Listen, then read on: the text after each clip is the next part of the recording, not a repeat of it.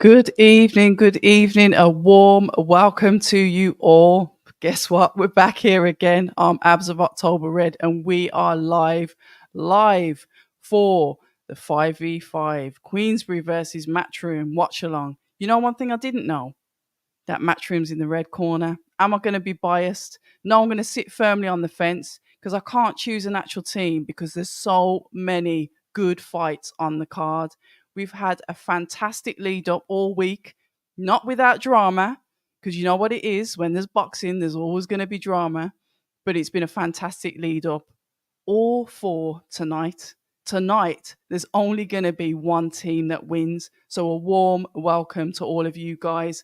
As per usual, I've got to do the roll call. Everyone in the chat, let's have a look. We have got Lee from No Smoke via Twitter. Apparently, it said my Twitter stream wouldn't be working because they're having StreamYard's having some technical difficulties, but we're here. So, Lee, good evening to you. Raj, always here first, but not quite first, second, but still good enough. iBoxing Hub, good evening. Ricky, good evening to you as well. I'm sure the walkouts are imminent. I was told that Craig Richards' walkout was going to be 7:05, and I've kept on putting the time back again and again. I was like, no, we've just got to run it. We've got to start this live. I know it's going to be a marathon. We're going to be here for probably about 6 hours. It's going to be a long one. I've got my water at the ready. Keep that throat moist so we can keep the action, the talking action, I should say, going for a few hours. But I'm really looking forward to this. Let me know what teams you're picking. Are you team Matchroom or are you team Queensbury? Let us know. I think because there's fighters that I like on both cards, on both sides, sorry, both promoters' sides, I can't really pick a team. But I know that we're going to be entertained. And as the week's gone on, the promotional teams, those out in Saudi, have really sold us this fight. One of them that I'm excited about is obviously the fight that's coming up first, which is Willie Hutchinson versus Craig Richards. Almost a 10-year age gap as I'm looking at the tail of the tape. Craig Richards started his journey 2 years before Willie, and we've got 62 rounds box versus 130, and we've got a 76, I think it was, versus a 61% knockout ratio. But we're getting ready. We are about to do the ring walks. Put my teeth back in. I'm gonna go for Spider for the win, but who knows? You just don't know with these fights, do you? I've obviously been a Craig Richards fan for a while, get on quite well with him, send him the occasional message, check up on how he's doing, and been to a few of his fights. But there's no way I'm underestimating Willie Hutchinson. I've watched his fights and he's a good boxer. The styles of this could make an interesting fight. I did say as the day started to go on for this, that this could be one of the fights that steals the show. Not just because of the controversy around it, but their actual styles of fighting. I'm really looking forward to this one. Yeah, absolutely stacked card. Shout out to You Love Boxing. If you don't know, follow You Love Boxing on Twitter. He does like his own he write-ups on the boxing. So get following him and yeah, get your notifications on for him. Make sure you follow and support You Love Boxing. It's got nothing to do with the fact that he's another Brummy. It's got nothing to do with it. Nothing whatsoever. I'll name this account later. Good evening to you as well. Congrats on the Peter Fury interview. Did ever believe it would? No, I didn't.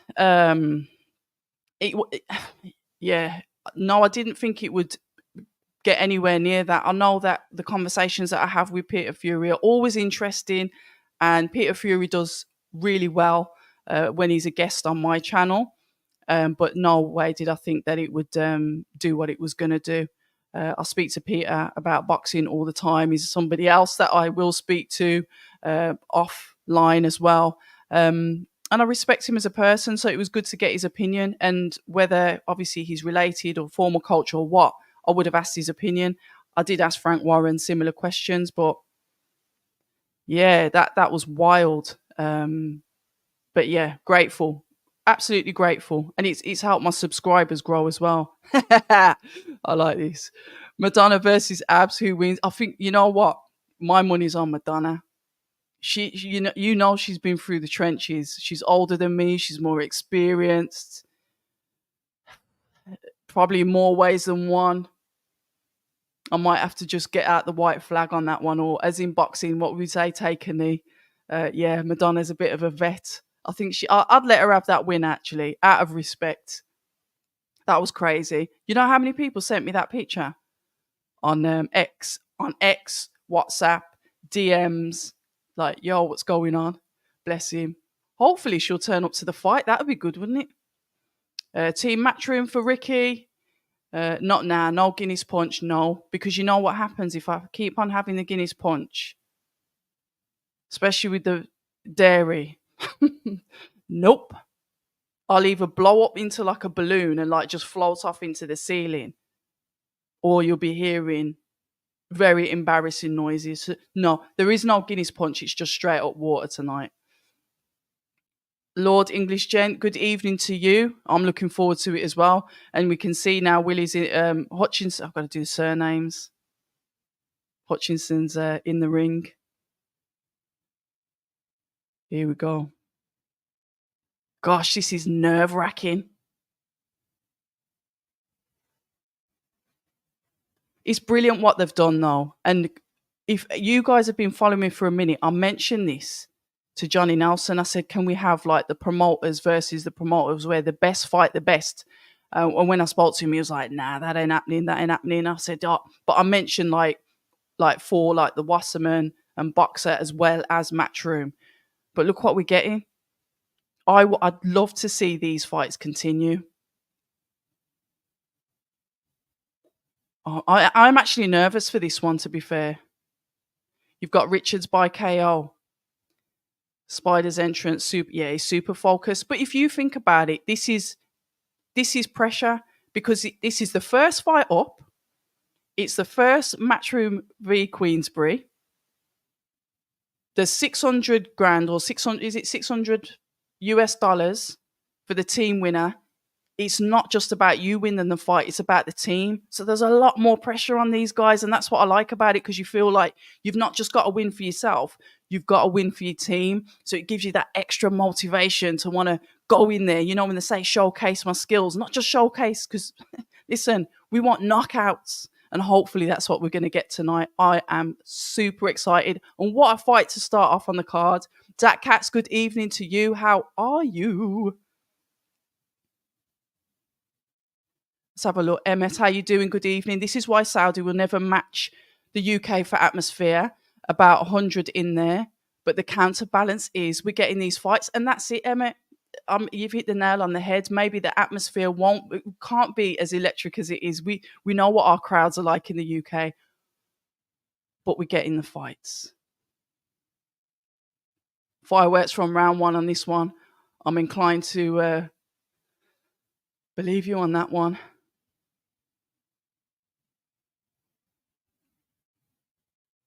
You know what I do really like as well? Shane McGuigan as a trainer. Really do like Shane McGuigan as a trainer. I'm getting nervous now. Why am I getting nervous? You know what I didn't like as well? It seems as if, like, the closer it got to the fight, people started to say, you know, they think that obviously Hutchinson's going to win. Oh, God, here we go. Hold on a minute. Yeah, they're doing announcements now. Yeah, it's like the table started to shift, and the people were saying, you know, okay, I think Hutchinson's going to win. I think Hutchinson's going to win by KO. And I'm like, what has happened? What's upset the balance? Because it was going literally when this fight first got announced, it was like, yeah, Craig Rich is going to wipe the floor. And I thought, you know what? Let me have a look at this kid. And I saw him box, and I thought, good fight. Which is good for Craig. Well, it's good for whichever one of them because they're both credible boxers. Ring announcer's just doing his final bits here. Chili Tea, good evening to you. Yeah, they're in the middle. Ref just giving them the final rights, as it were. Touch gloves, back into the corner. Everyone's going to be coming out now. Here we go. Craig saying his prayers. Hutchinson, look, ready to go. Rocking from side to side. Looks like he's going to charge at Craig Richards. Bouncing. Round one, here we go. Straight to the centre of the ring. Both men centre of the ring. Craig slightly on the back foot. Both of them just a little bit tapping here, getting into range. As Hutchinson throws a first jab, he parries and throws a leaping hook, but Craig manages to cover it with the gloves. I need Craig to keep his chin down. That's the only thing I don't like here. Keep that chin down, Craig. Keep it down and keep it tucked. First round might be a bit... It could go either way. They could come out like a bull in the china shop, or they could be very tentative. Craig there goes to throw a sweeping hook, but Hutchinson manages to slip it as he dips down and throws a jab to the body. The jab comes out from Hutchinson. A little bit of nice head movement from Hutchinson there. Craig sort of like, has that hand just by the chin, and the jab hand is low from Richards. I'm not going to listen to the commentary because I'm not going to agree with what they're saying.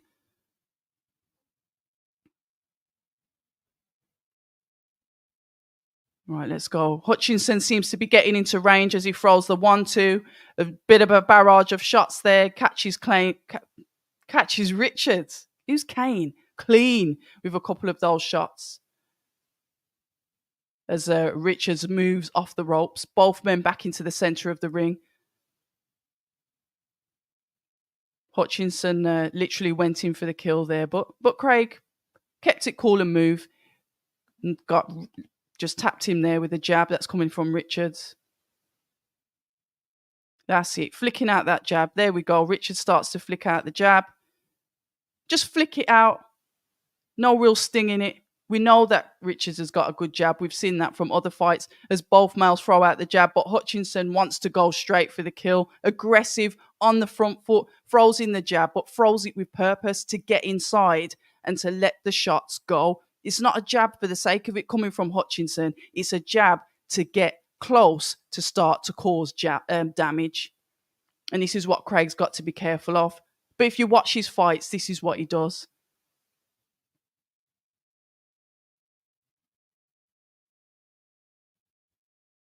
Nobody really landing any clean shots at the moment. And we've got, 30 seconds left of round one? Obviously, it's a 12-round fight. I think there's a silver on the line for this, isn't it? Is it WBC silver? Correct me if I'm wrong. Hutchinson goes in on the inside. Craig manages to throw a hook, which forces Hutchinson to step back. I'm not going to be scoring rounds, guys. I'll leave that to you in the chat.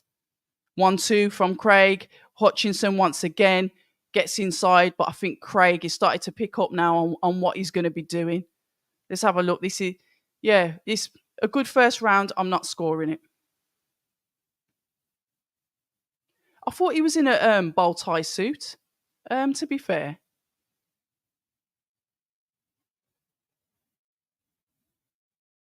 This will be fireworks straight off. Thank you so much, Emma. I really appreciate it. Like I said, I can't do none of this, obviously, without the guests, because that's what you come on the channel to listen to. But I can't do it without the subscribers. So, obviously, you can see I put a little ticker down the bottom because I'm not doing all that like, subscribe bit. I don't like it's there. But I can't do it without you lot. So, thank you very much to you lot. Right, the coach is telling him, just keep that head movement going and then pop out that jab. Oh, yeah, caught him clean on the chin. I'm just looking at a replay. Yeah, I think if I was going to score it, I'd say the same. I'll leave that up. Yeah, everyone's more or less saying that. Yeah, here we go. Right, Hutchinson, like I said, watch how he finds his range. You see, when he's looking for the jab, so he can get inside, where Craig is looking at Hutchinson to probably defend and counter. You can see, like I said, the two different styles here. Right, Hutchinson's, it's like he's throwing with intent. Craig is throwing to defend. But here we go. That's a bit more forthright now from Craig. Better. but he'll throw and he'll go onto the back foot. He's like this though. Craig is once again, another big shot landed on the chin of Craig from Hutchinson. Right. Okay. Yeah. But will he gas out though? I don't know.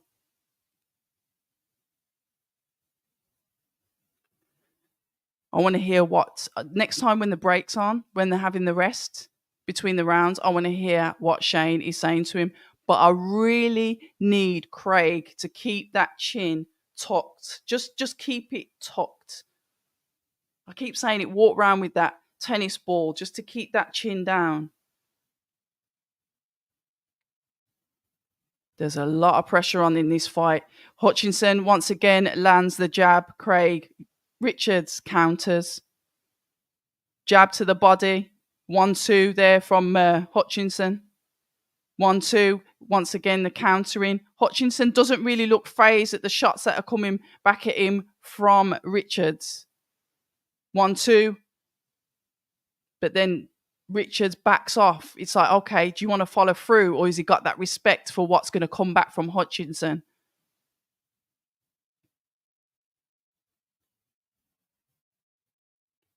There we go. Nice counter there from Craig, a 1-2. Hutchinson didn't like that. He stepped back a little bit. We've got 47 seconds left of round number 2 of 12. Craig looks like he's edging forward a little bit more as he starts to push Hutchinson back onto the back foot. Hutchinson throwing out the jab to the body, jab to the head, but skimming the face of Craig Richards. Craig Richards now starting to push forward on the front foot slightly more as Hutchinson tucks up and walks forward to him and throws out the jab of his own, throws out the 2, lands on the chin of Craig. However, it didn't seem to faze Craig.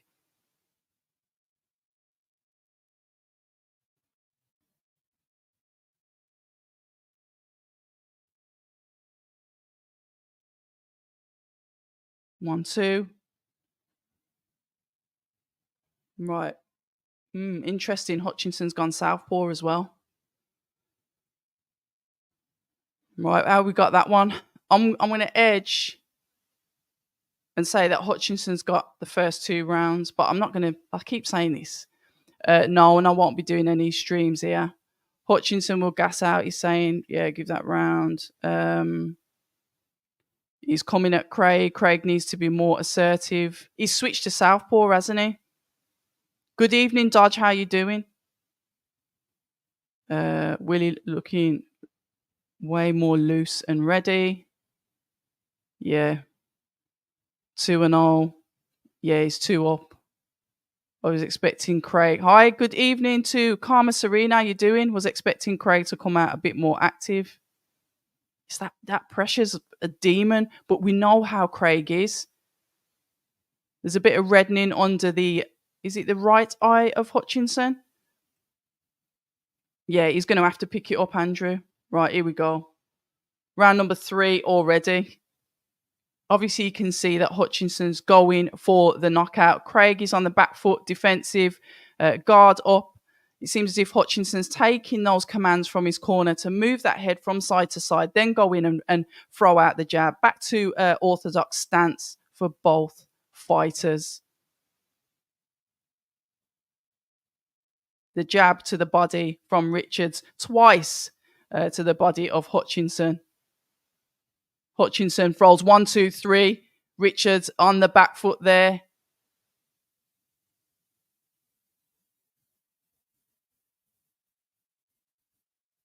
Wow. Once again, Hutchinson lands. I think was that the jab or the backhand after he switched back to southpaw again, and he's having success at southpaw.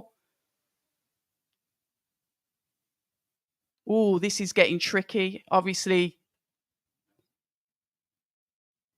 Right, we need that. All it is a jab once again from Hutchinson that has now gone to southpaw. Richards trying to get inside, trying to find that range, but he's having problems getting in due to obviously the switch style. I think Craig needs to just keep that chin down, go in for the double jab, because now he's just catching him, picking him off. Hutchinson's catching Craig with the backhand. You can see the focus and the concentration from Hutchinson as he stares into the eyes of his opponent and he seems to hit at will.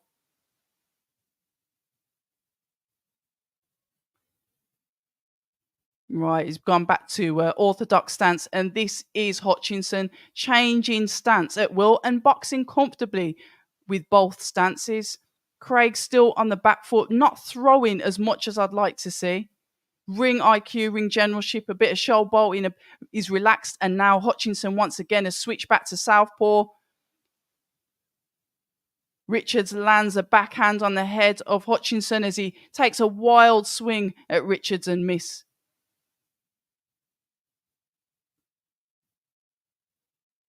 Need to probably see Craig take a risk and probably try to throw more combinations. Oh, an absolutely brutal two backhands landed on the head of Craig Richards from Hutchinson. The 1-2, pushing Richards back into the ropes. Wow, I don't know how many more of those punches Richards going to be able to take, because Hutchinson is really boxing well here. Both men in the clinch as the ref separates the two. I think we're going into their last 10 seconds. We need to see something from Craig here. Three dominant rounds from Hutchinson. And I told you this was going to be a good fight. I need to see what Richards' corner's saying. Back in Hutchinson corner again. Let's have a look and see. Yep. Iffy, what's happening? Not liking what I'm seeing from Richards. None of us are. He's definitely landing the bigger eye-catching punches, the cleaner shots. He's definitely coming from Hutchinson, sorry. If he's saying Hutchinson looks like he can stop him when he wants. Yeah, nice steady pace. Craig has got to do more. He's got to do more. Let's have a look. Frank's looking happy. Eddie's like, oh. All right, here we go. Round number 4. He's got to start to step up the gears. We need to see more confidence. Use your boxing brain, Craig. You know how to box. The jab lands to the body of Hutchinson from Richards. 1-2 coming in from Richards once again as Hutchinson circles round to the left and throws the 1-2 once again as Richards throws out the jab.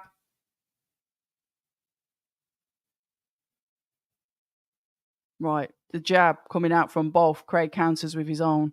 Double jab coming in from Craig. Okay, you throw in that double jab. Obviously, Hutchinson has gone back to southpaw. So what are you going to do with that? Body shot there comes in from Craig to the body of Hutchinson. Once again, chest shot comes in from Richards. Hutchinson looks very confident in there.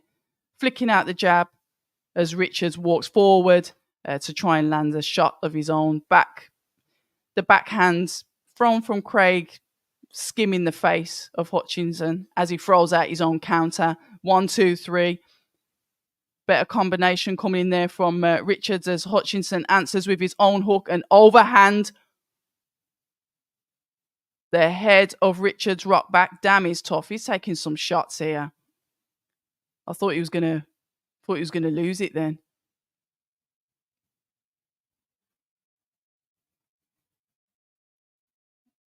One, two, three coming in. Both men in the clinch. Hutchinson gets inside the clinch and throws a 1-2. Throwing Richards back. I'm going to start to keep an eye on Richards' legs at the moment.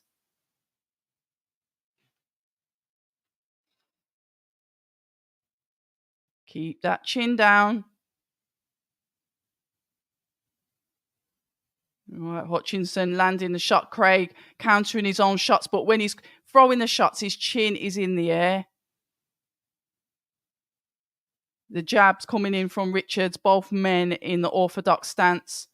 You can hear the crowd now starting to get behind them. I don't know who they're cheering. 1, 2, 3, as Hutchinson lands that jab hand on Craig.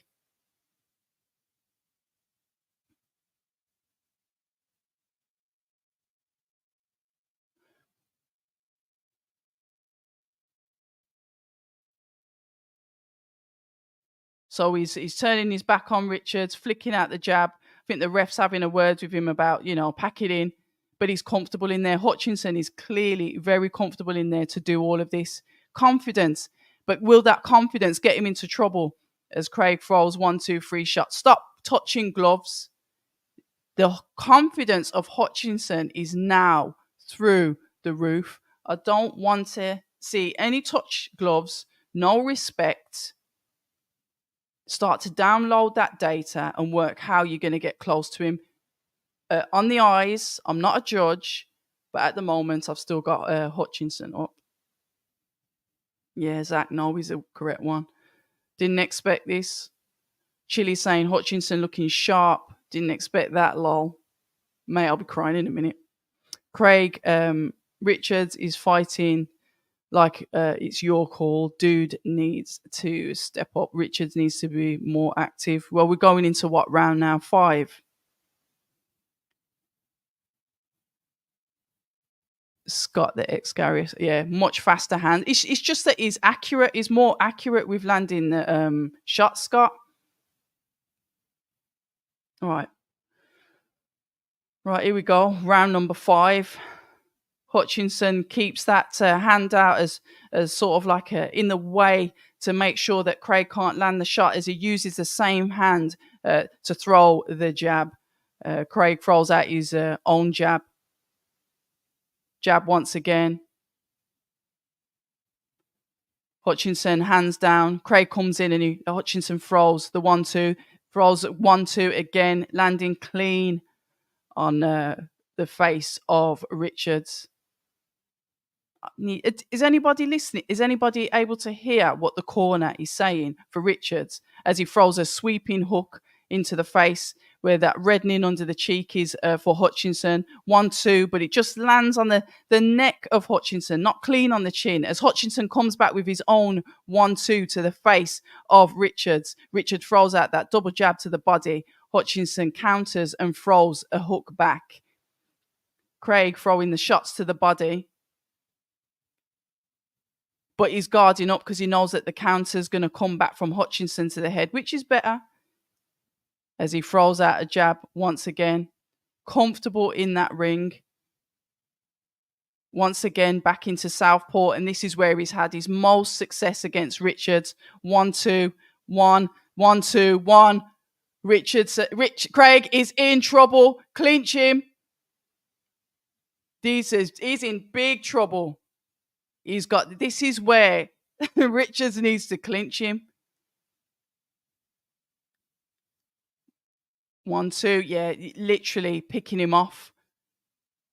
Very, very dominant. We have got 1 minute left in round number 5 of 12. This isn't going to go the distance, guys. This is not going to go the distance.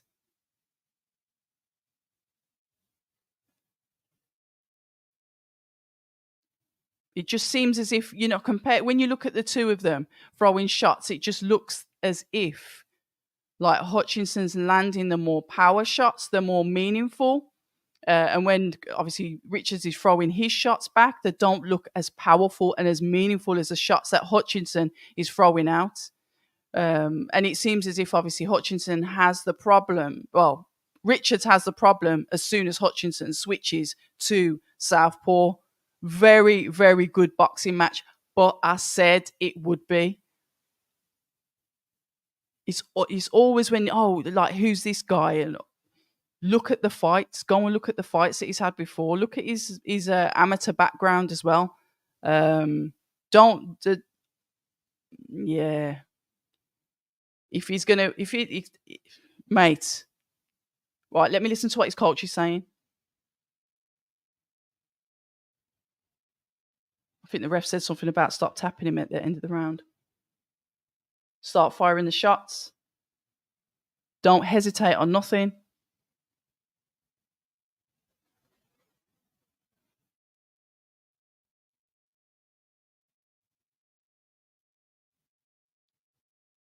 You don't have to keep pulling out.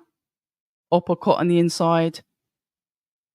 1-2, throw the uppercut. Pulling out. Right, let me have a look.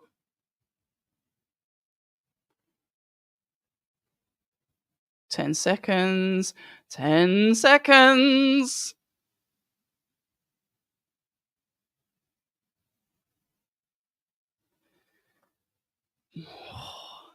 Boy. Right, here we go. Round number 6. We're halfway there. Gears have got to be stepped up now. Gears have got to be stepped up. But you know what? I don't even think that it's a fact that Craig Richards can't step, that he doesn't want to step the gears up. I just think he's having a problem sussing him out. And it's the power shots that are coming back from Hutchinson that he's weary of. It's almost like you've got to take a risk now. You know, it's like Hutchinson is dictating the fight. And Richards is fighting back. That's fine. But you're not fighting enough back, if that makes sense. Seems as if he's a tricky operator. And once again, he throws the backhand, which lands on the side of the head of Richards. Don't turn your back. I think the ref might have a word. He's walking, this Hutchinson obviously walking away, turning his back because he's confident.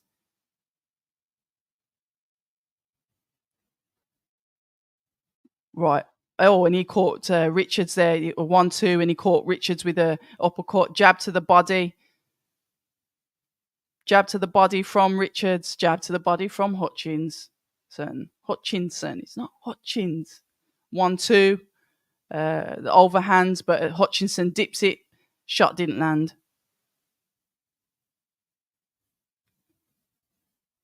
I need some more purpose. But do you see when Richards like moves out, his chin slightly goes up. It's like he's moving out, but his chin's going up. Come on. So that's it. Start to put your foot on the gas. A little bit better from Richards, but it just doesn't seem to be phasing. And once again, Hutchinson has now gone to southpaw. Walking away, confidently walking away from his opponent, not worrying about Richards could catch him with a shot. 1-2 from Richards. As Hutchinson holds out the hand, the hook from Richards. Slips the jab that's come from the southpaw stance of Hutchinson as Hutchinson lands the backhand. Couple of shots around the back of the head there. Ref just separates the two.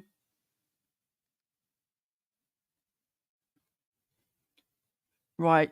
I need, like, this is where it could start to cause problems for Richards. It's this southpaw stance. Slipped a shot there, managed to land in the 1-2. And this is Richards to the body of Hutchinson as he flicks out the jab and Richards counters. 1-2 once again. Counters coming in. 1-2-3 coming in from Richards. Better. No touching gloves. Just walk off. Right, guys. What are we saying here? Hold on a minute. AJ's there. I reckon Zhang will... Mate. I'll be a nervous wreck. By the time that fight comes on 4-0, let's have a look. He's got to take some risks. I do totally agree with you. Chris A. from Stoke. We love it. Not far from Birmingham.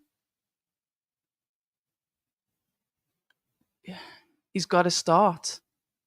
Stephanie, good evening to you. I wish you'd show Richards' corner. They seem to be focused on the corner. Once again, we're getting Hutchinson's corner. Richards needs a stoppage, but looks like he isn't in the fight at all. Ring activity can't be. No, it's not. It can't be because Hutchinson's not been that active either.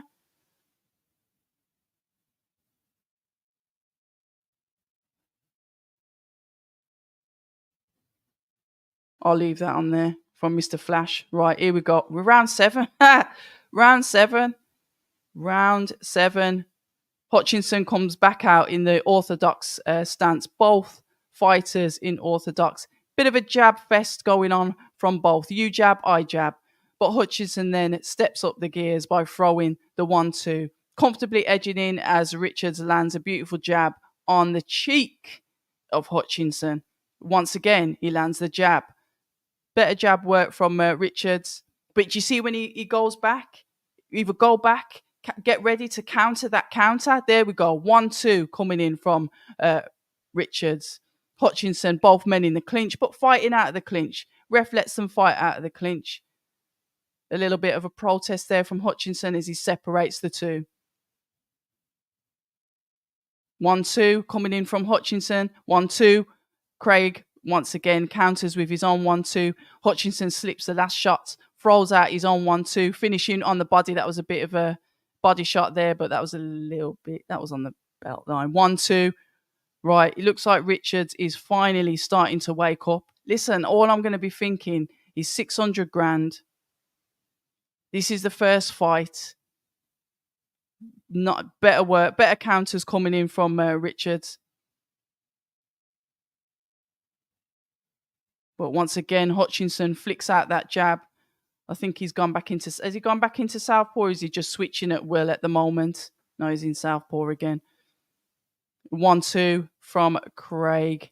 A bit of reddening on the body so that, you know, the shots are doing something, but just not enough. We saw a nice body shot there. Body to the...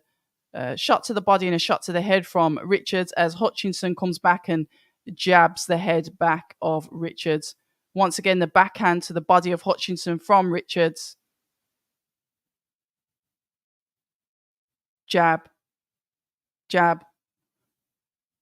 This is all coming out from Richards as Hutchinson counters those shots. Like I said, comfortable, relaxed in there. 1, 2, 3. Finishing off the shot with the uppercut. And this is Hutchinson to Richards as Richards starts to push forward, throwing the 1-2, pushing him off. Don't know what the ref...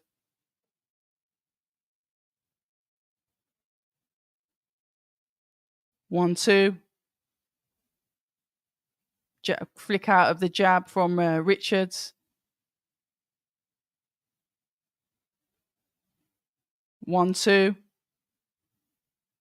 Hutchinson's there, coming forward, landing shots at will. Richards is on the back foot, guarding, touching up. Bit of a inside fight in here, countering from both guys as the bell goes. Whoa.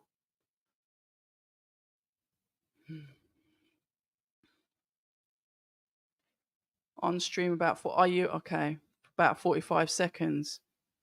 Yeah, got Dev Sani just talking to Nick Ball at the moment. Excuse me, how dare I? Forgive my manners. I'm Abz of October Red, and if you've just tuned in, this is our watch along for the 5v5. What I was extremely happy about is the fact that we was going to see Beterbiev versus Bivol, and obviously that didn't happen. And now Bivol's fighting another gentleman. His name just slips out of my mind, even though I do know who he is, because when I spoke to Ben Whittaker a few weeks ago, Ben Whittaker was saying that there was looking at that as a potential opponent for him previously. But yeah, a good fight so far. And I'm going to say we were going into round 8 and just, I'm not counting punches. This is just merely the eye test. This is merely me just looking at it. It looks like Hutchinson is winning. He's outboxing him. Are we going into round number 8 of 12? We've seen Craig step it up possibly in the last round, but not quite enough. We're looking now that if Richards wants to win, he's got to knock him out. And saying that, he throws in some good shots there on the inside, and he keeps throwing the shots, pushing down the head of the ref. The ref gives him a little bit of a warning. Hutchinson comes back with his own 1-2, and we know that Hutchinson's got that power. Both men on the inside. Body shot there coming in from Hutchinson ×2 as Richards tucks up. Maybe throw something back. 1-2 coming in from Hutchinson. Both men throw out the counter jab at the same time. 1-2 once again from Hutchinson as Richards pushes him off. Let's have a look. Southpaw stance once again from Hutchinson as he goes to land those body shots. Sweeping uppercut. A 1-2 coming in from Craig. Richards. I've got to do the surnames.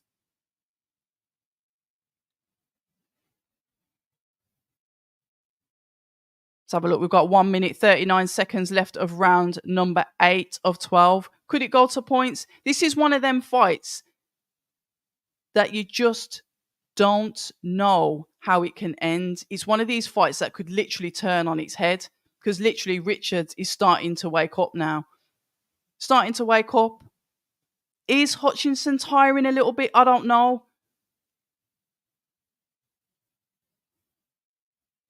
I'm just having a look at just the face, just the body language of Hutchinson as Richard seems to be leaning forward. Hutchinson throwing the one shot and moving rather than staying there and throwing the heavy 1-2s. Just moving around the ring, just dazzling Richards, not keeping still, not being that still target. One of the things when I spoke to Peter Fury the other day, and we were just speaking about styles in boxing, and he said, when you're trying to hit a moving target, that wears you out. The power when you get those knockouts is usually when somebody's either slightly off balance because they're moving, or they're obviously sat in front of you and you're landing the cleaner shots. But it's tiring for somebody that just keeps on moving. It looks like Richards is having a bit more success in this round. Is he starting to warm up? Guys, let me know in the chat. I don't know if I'm seeing Hutchinson slowing down slightly as Craig starts to push forward. The jab coming out from Richards there as Hutchinson threw his own back.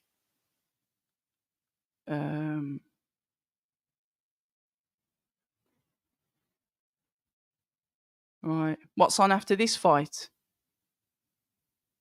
We've got is it Ray Ford and Nick Ball next? I think so. Richard just seems to be hesitant and Hutchinson is able to capitalize on that. And you can see the confidence growing in him. What, is everyone ahead again? I don't know. Literally, I'm watching on DAZN. They're in the break, so I don't know. He needs something. It's going to have to be it's going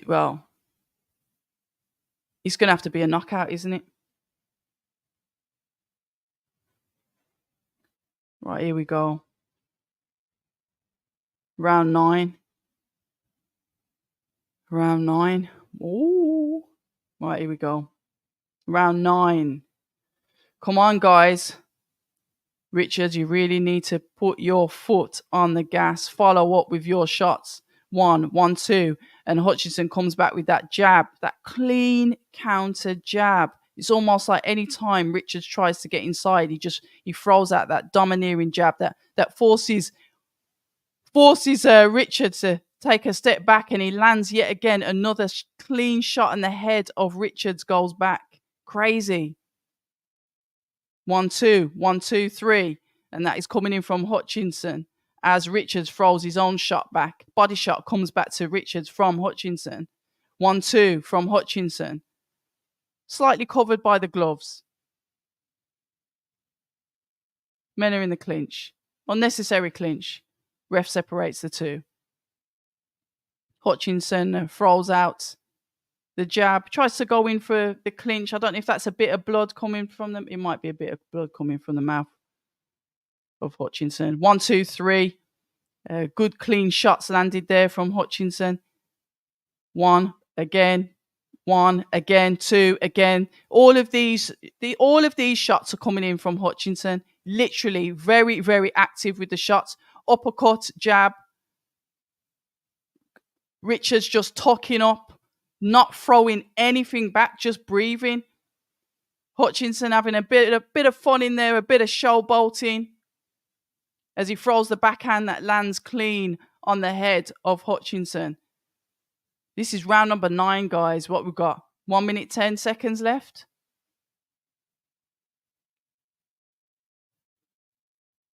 landing at will. Is Hutchinson literally punching the head in of Richards.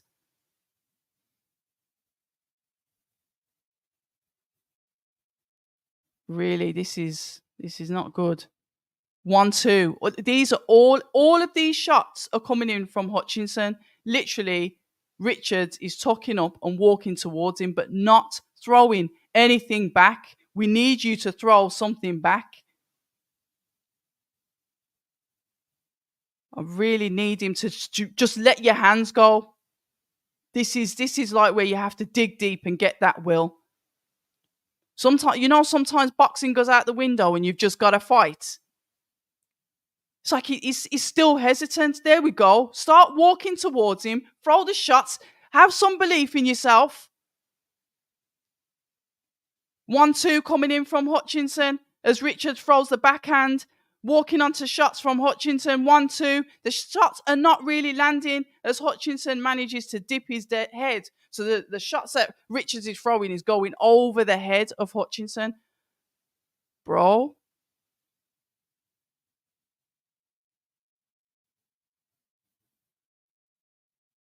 Yeah. Yep. Right, here we go. They're telling him to, okay, fair enough. He's not doing it, is he?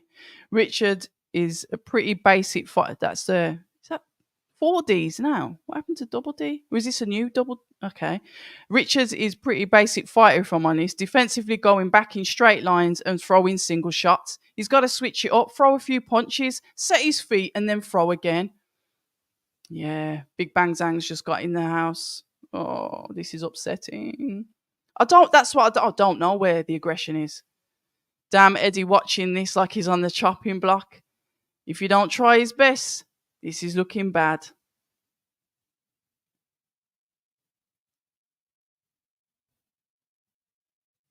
I've not watched. Yeah, I watched a few of his fights, and then I started like putting stuff on X to say, listen, he's compact, he can box, he can move. It's a good fight. It's always best to research people before you write them off, just because you haven't heard of them. 1-2-3 coming in from Richards. Overhand coming in from Richards as Hutchinson throws out the jab. Literally, Richards is starting to throw the shots now. Aggressive, going in for the kill. They're having a fight as Hutchinson comes back with his own shots. He's got to be reckless. He's being a bit reckless, but he's got to take a risk. We are in round number 10 of 12. It is do or die.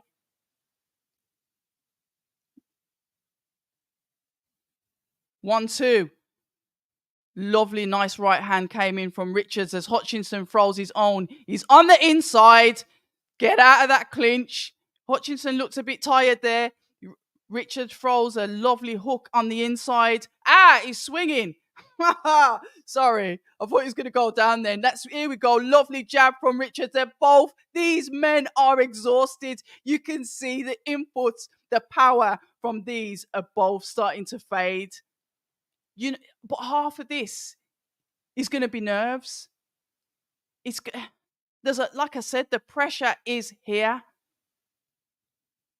Richards literally walking forward, slipping a couple of the shots, slipping the jab. 1-2, lovely 2 landed on the face of Hutchinson there, but he's grabbing him. He's using, this is what by any means necessary, grabbing him, putting him in the clinch, smothering his work.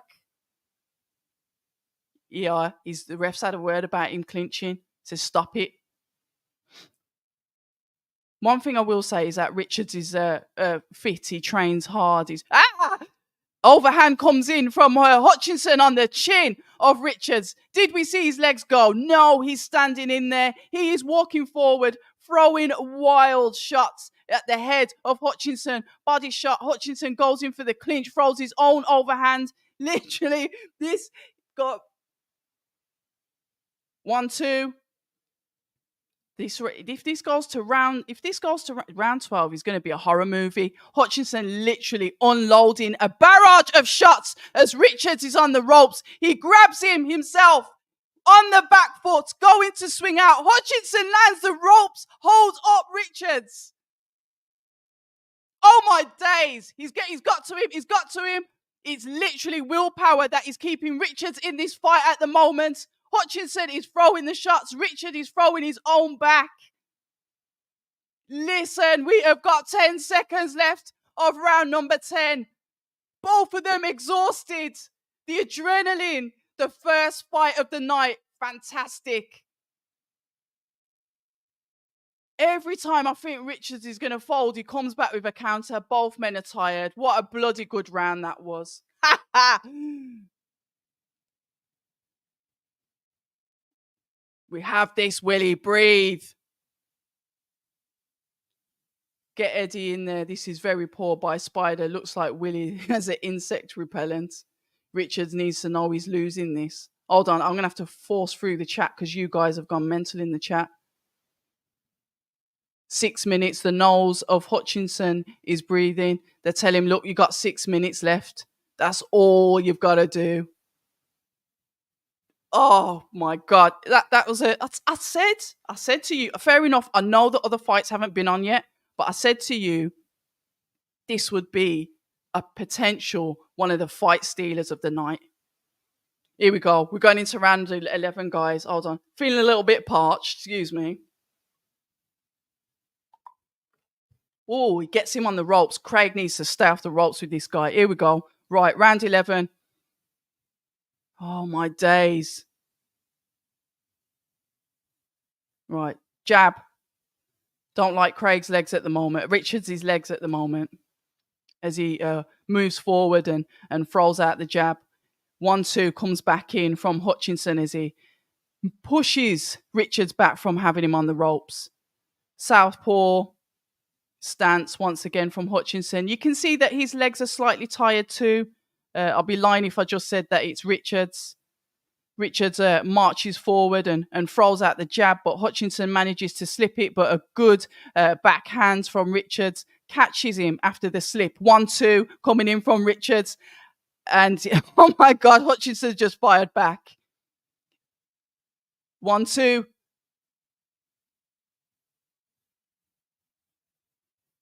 Hutchinson throwing the shots. Literally, Richards throwing them back. Body shot coming in. Hutchinson holding on to Richards for dear life. That deep breath as he walks off the ropes. 1-2. Richards pushing Hutchinson back as he comes out with the 1-2. Flicks out the jab of his own. Richards leaping in with shots, but you can see he's tired. The shots, there's no composure to these shots. It's literally, this is the fight now. There's no boxing now. This is survival. 1-2. Oh, I think he's hurt. Hutchinson. 1-2 coming from Richards there. Come on, you've got to dig deep. 1-2. Follow the shots. Uppercut. His head is down. Throwing the uppercut.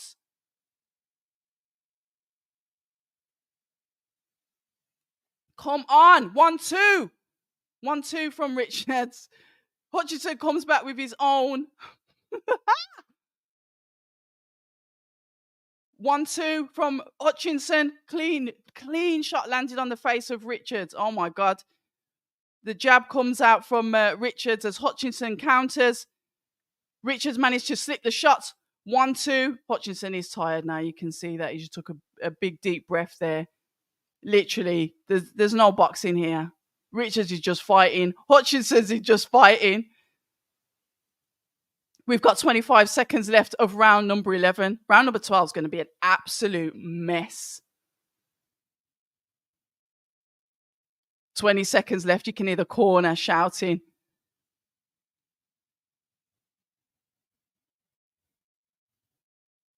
They are both spent. This is just sheer will keeping them in there. As the 10 seconds goes and Hutchinson throws off a barrage of shots and Richards answers with his own counters. The crowd is on their feet. Whee!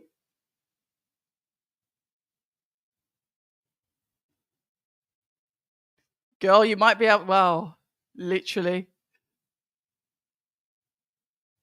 The really last 2 rounds so far have been really good. I'm loving this. Good fight. good fight. And the fact is that they're both exhausted. So it's just sheer will that's keeping them in there. That literally, we've got to get through this. First fight, first Matchroom v Queensberry, 600 grand. There's a lot of pressure for you coming out of that changing room first. I would not want to be doing that. So fair play to both of them. Ah!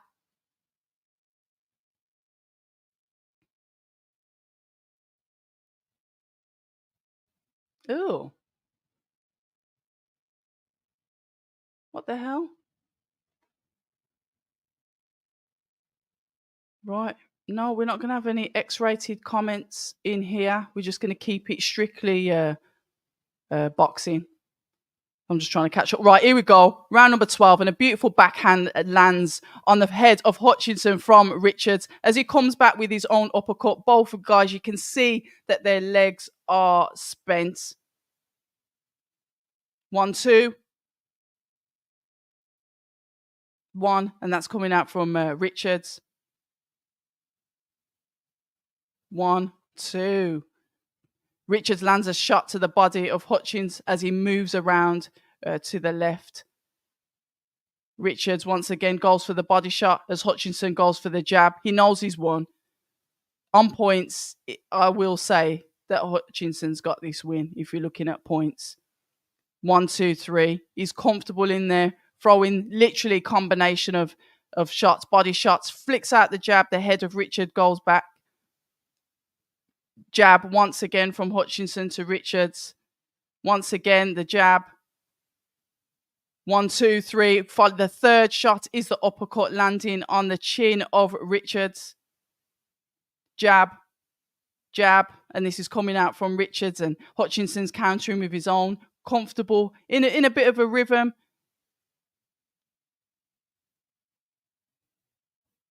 Jab. Jab, jab, jab, jab. Come on. Get inside. Make it messy. Slug it out to the end. Yeah, we've got 1 minute left. 1 minute, 9 seconds left of round number 12 of 12. I thought this would be a slugfest, but I think we're going to have to wait until we hear the clappers of the 10 seconds left, the 10 seconds remaining. 1, 2 coming back in from Richards. The blood pours from the nose of Hutchinson that isn't phased. 50 seconds left, guys.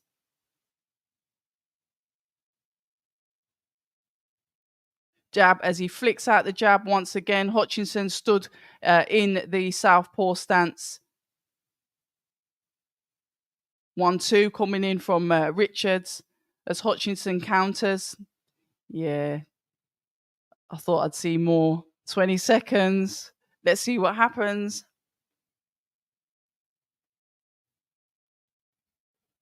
Oh, wow. Imagine if I said there ain't going to be a knockout. And then, Hutchinson's just confident. He's just tapping the head off Richards. Yeah, he's knackered. 10 seconds left. Yep, Hutchinson's won this. Even though I don't like doing it's a points win, isn't it? So is it no points for, is it? Yeah, Hutchinson's definitely won that. Ooh. Good fight. Yeah, good fight. As I said it would be. I'd be fuming. Right, if I was, listen, if I was Eddie, I'd be fuming as well. They can't. Well, stranger things have happened, but no, I think Hutchinson will get the win. He's definitely stronger finish. Yeah, was it the occasion? Did the occasion get to him? Who knows? Yeah, Hutch has definitely got this. Doctor's just checking over the fighters. He done his work early, then let Craig tire himself out. Yeah, Jazz Funk throws up the thumbs, the power, and the boxing glove. Yeah, fair play to him. Yeah, Craig looks really disappointed. Respect after the fight. Men have a chat. Yeah, Queensberry. He does. He likes to do it. I don't mind. Yeah. Yeah, definitely. 1-0. 1-0 to Frank Warren's team. Ooh. So it's a point for the points win. Oh, it's nil for the draw. All right, then. Nice one. Yeah, they've explained it like 700 times, Andrew, and then I've already forgot it.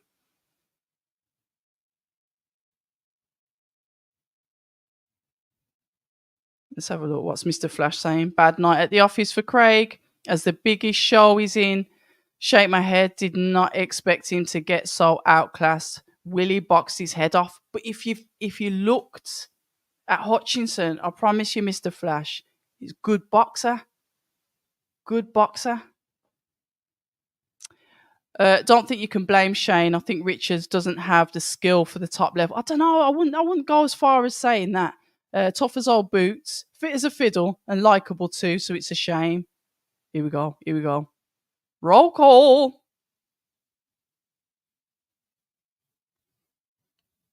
The blue corner's got this one in it.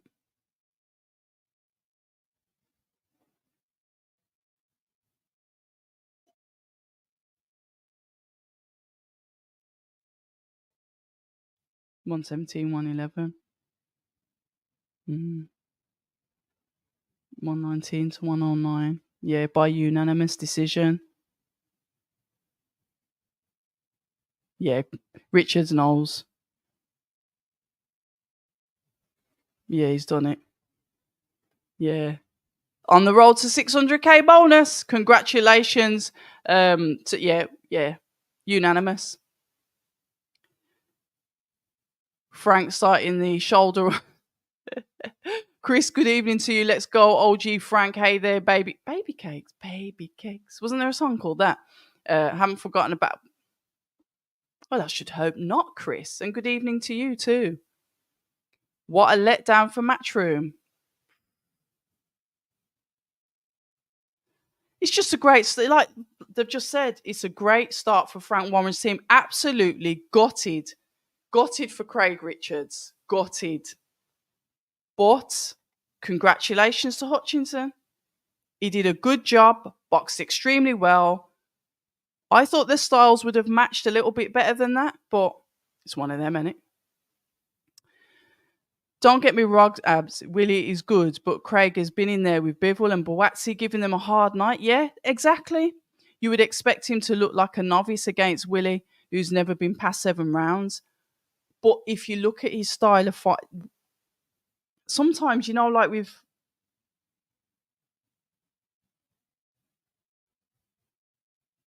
What's he saying?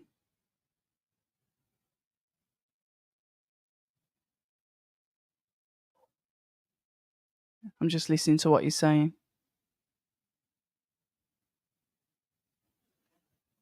Right, okay. Have a look at, if you've watched this now, go and watch his other fights, because that's what I did.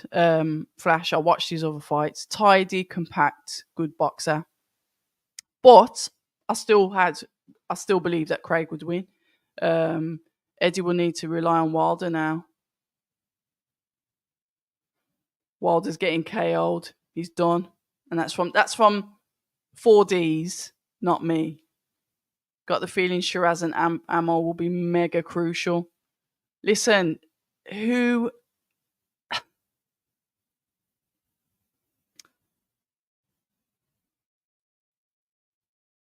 how old is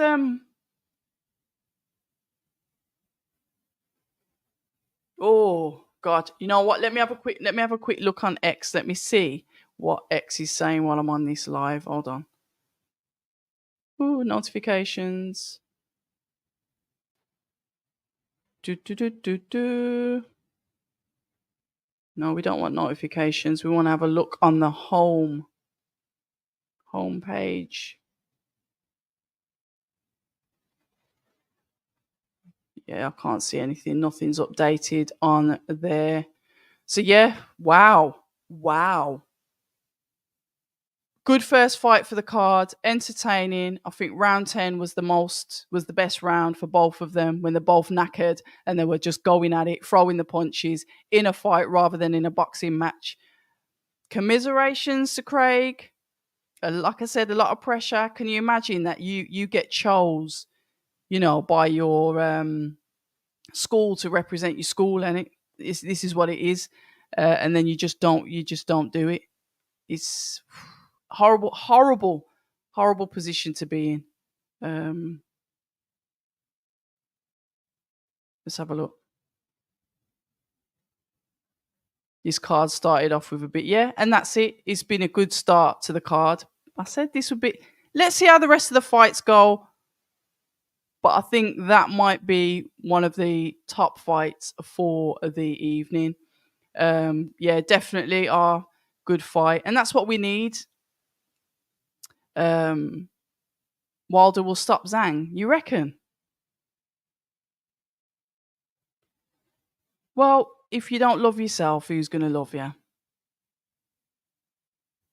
What's I'm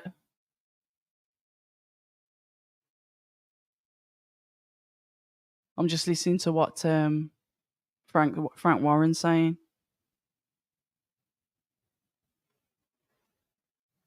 Mate, I'd be on the plane home. I would.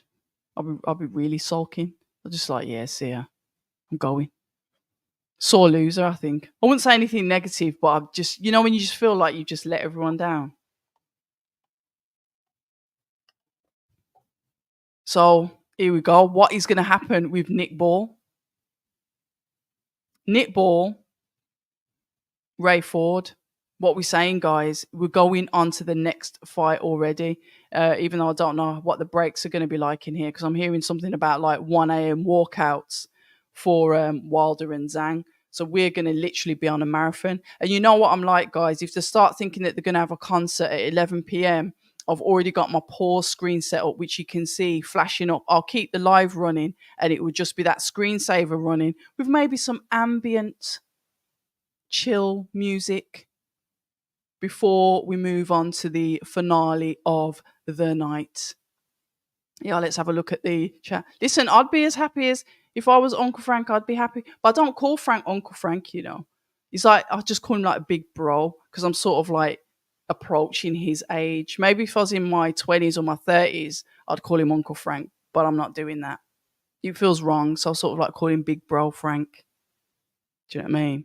But good evening to you all. This is the thing that I will repeat every hour or so. If you've just joined us, welcome. I'm Abz of October Red. I've got a lovely banner at the bottom. If you want to take part in that, it's up to you. If you don't, you don't. We don't force people to do things here.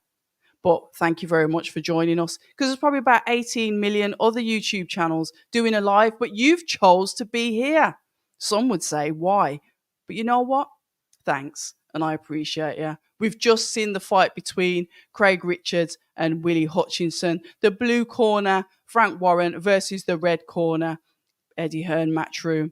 And it's gone to a points win. And the points, quite rightly so, unanimous points win for Willie Hutchinson. The better boxer on the night. Not what we expected. I think some of you guys said there was going to be a KO. I saw the comments on X saying that they thought that he was going to get the KO. But it was a points win. Craig was in there, tough as hell, just wasn't as active and as forthright as he should have been. Hutchinson was the one that was in there landing the more eye-catching, which seemed to be the harder punches, the more accurate punches. He came across as the more confident boxer, where it seems as if, I don't know, Richards was happy to sit on the back foot, and then there was just that total momentum loss where he just wasn't really throwing as much as he should throw, which I'm surprised at because he's usually quite front-footed and very active. But like I said, the pressure. Or is it just the fact that the better man won? Do we, as like boxing fans, because remember, I'm a boxing fan, do we make up excuses when it doesn't go the way that we think it's going to go? Is this that cognitive dissonance that we have as boxing fans, where we start to make up excuses of why somebody didn't box the best? Or was it just the fact that Willie Hutchinson is the better boxer? Who knows? Who knows? Ziriab Jamal, good evening to you. Gutted for Richards as well, but yeah, it's one of them. Live to fight another day. Probably going to get told off though. Probably get a little bit of a telling off. If Zhang loses, what did Zach say? If Zhang loses, it's going to be like how Brazil got. Gosh, how long was he in the ring before? He just walked up to him, just like smoked him straight away. Do you remember that when he lost, when Brazil lost? It was so bad for him. He came off social media. I think we were just getting to the point then where memes were created out of what happened to, when a fighter loses. Do you remember the absolute ridicule Anthony Joshua got when he lost to Andy Ruiz? I remember seeing something where I think, was it when he was knocked down and then he ended up like the Diddy Spirit, like leaving Madison Square Garden and going onto the aeroplane. It was horrific. I think we just got into making memes then. The boxing fans were brutal. But to be fair, I haven't really seen that since I've seen one or two things about Tyson Fury with round 9, the infamous round 9 he had with Alexander Usyk. Craig, why brother needs to stay active? Yeah. So you're saying split decision ball? Split decision ball, okay. Nick Ball will batter the American man, unfortunately. No, I can't do that. I'll get copywritten. It's going to be some free music. I'm here, Red, because you don't. Oh, thanks, Emmett. I'll try and. Well, I don't know.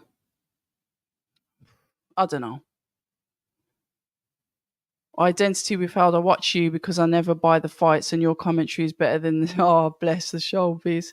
The adult. I always remember, if you don't say the boxer's name, we don't. Yeah. I know. You know what it was? I'll be all right. I'll be all right next time.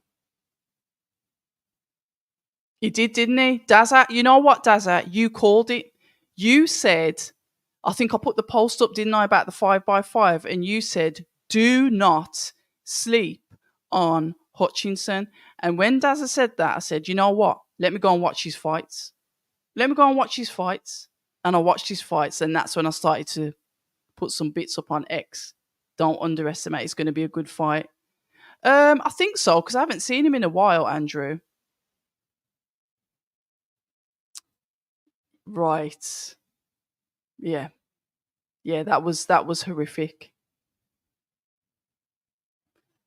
Oh, Jim, how are you? Craig Richards will regret boxing how he just did, so he will.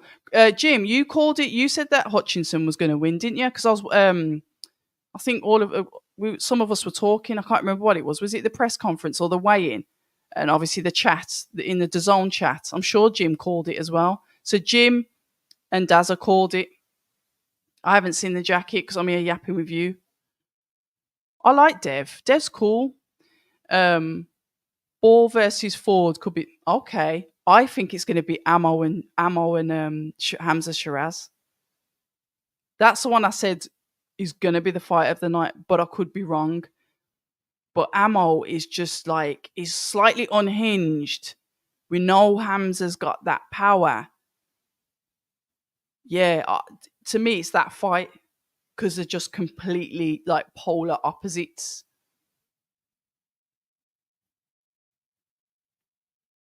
You want to see Ruiz Joshua 3? I was never interested in that, you know. Raul, good evening. Let's have a look. Might have to watch the football in between. Got a feeling these yeah, there will be. And like I said, if we get like a really crazy break, I will keep the live running, but it would just have like the background running while we wait for the fights to start. I won't stop the stream and restart it. Yeah, he was. I remember it. He got absolutely like. I was like looking, thinking, "Oh my god, this guy is just getting absolutely slaughtered online." He does. He turns up, but I still don't know if it's him. I actually don't know if it's Jim. I wonder if I throw the link in the chat, I can get Jim to come on.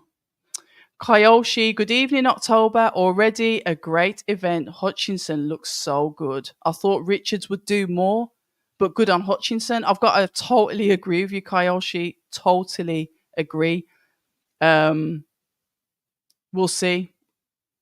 We'll see what he says. Hopefully, I'll catch up with Richards soon anyway. Yeah, see, I'm with you, Chili. Hope Hamza stops him. I like Hamza actually.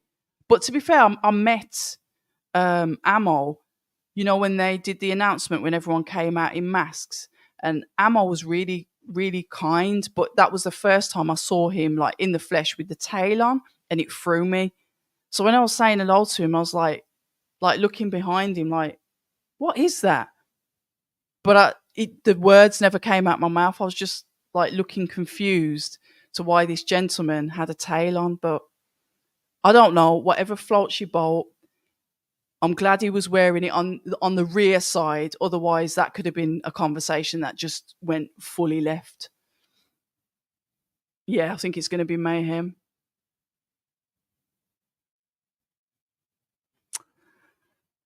Is it really you, Jim? Jim, you're going to come on? Are you going to come on? Are you going to come on this live? I'm working on it, David. I'm working. And I don't know if, to be fair, some of you probably heard this story before when I asked Eddie if I could go on one of the Matchroom commentary. I says, blah, blah, blah. He just looked at me and he just went, nah. Like, nah. So, okay, if you don't ask, the answer's always going to be no.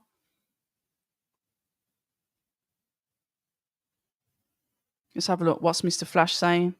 Saudi's got me watching this and Champions League at the same time. Wild day in sports. But aren't you spoilt? Because I don't understand football. I'm not even going to pretend to understand it.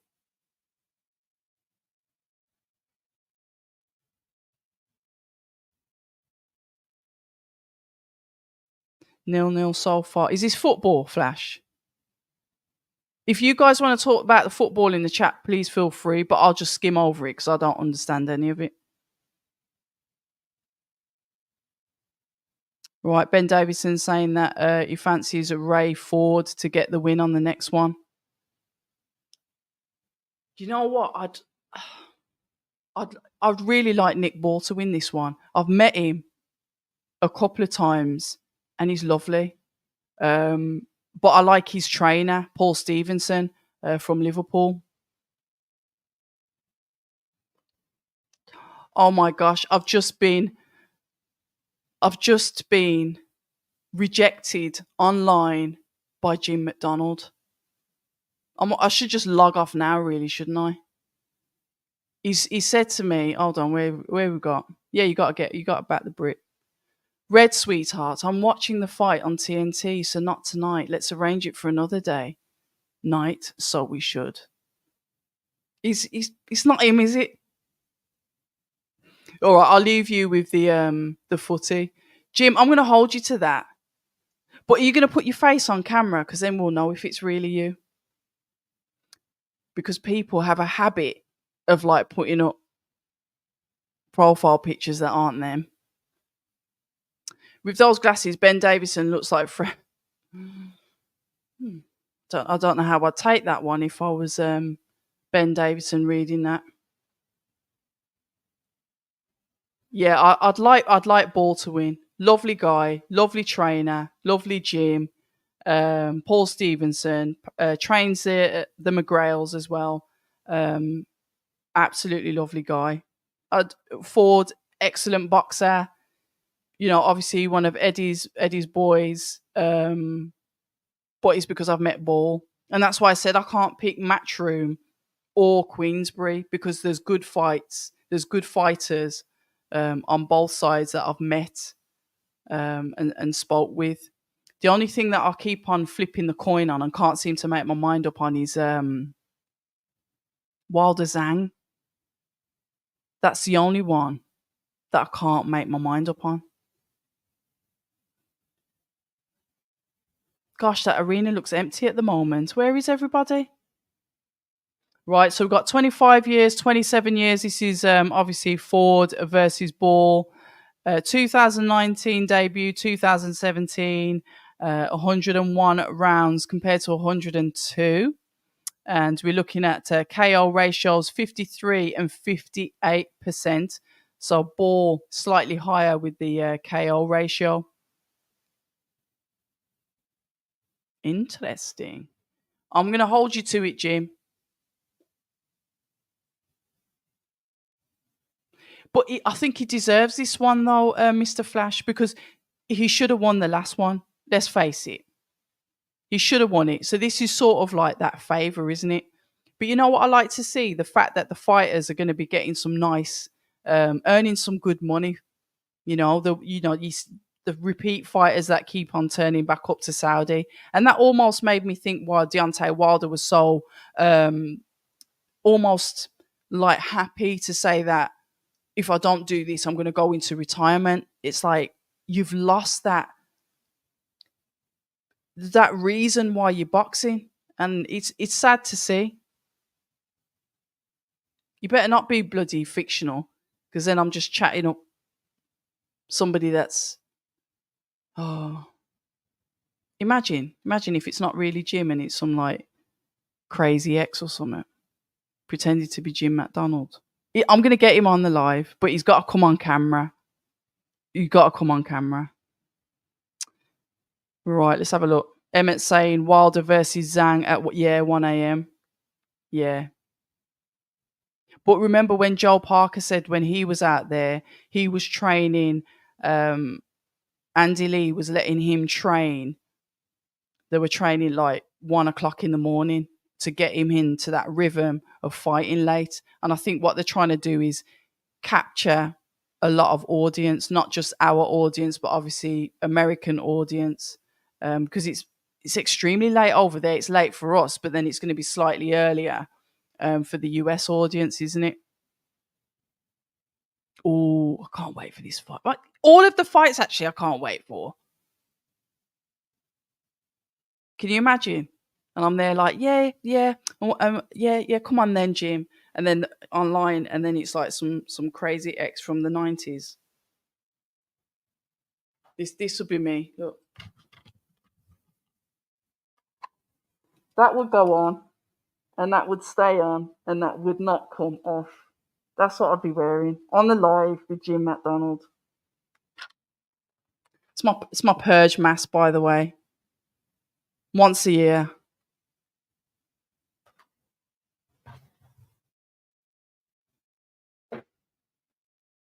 It has to be the real. No, you don't ruin my thoughts now. It is the real Jim. But to be fair, I'm used to getting let down a lot. Probably won't, Ziriab. Probably won't.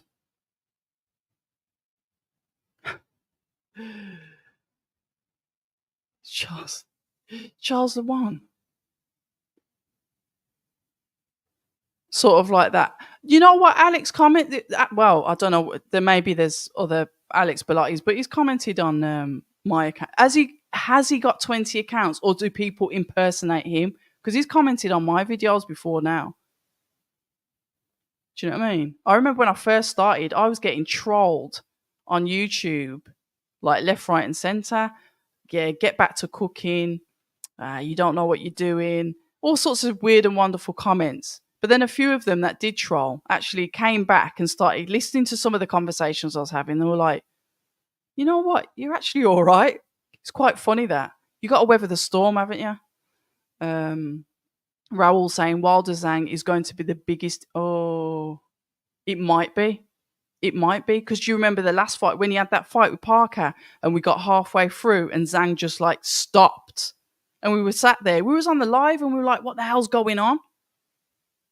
Hold on. Let me shout out. Aaron, how you doing, Aaron? Thank you very much for the super chat. Stopping by to show love. Always watch and like. Don't always comment. Use a donation to get a red striped sorrel, red base, and beats the best YouTubers. I really appreciate that. Thank you so much, Aaron. And you're a fellow Brummie as well. See that when the Brummies come out and the Brummies show the Brummies love, it's very heartwarming.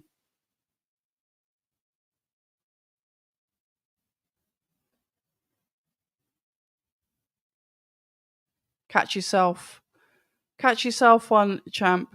Believe you me, I'm not fictional, so I am not. More to be revealed very soon.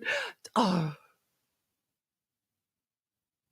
So Raj is saying Ford, 50 Cent entrance. Ford's quite sparkly. Yeah, I think so. You reckon that this fight could be the classic?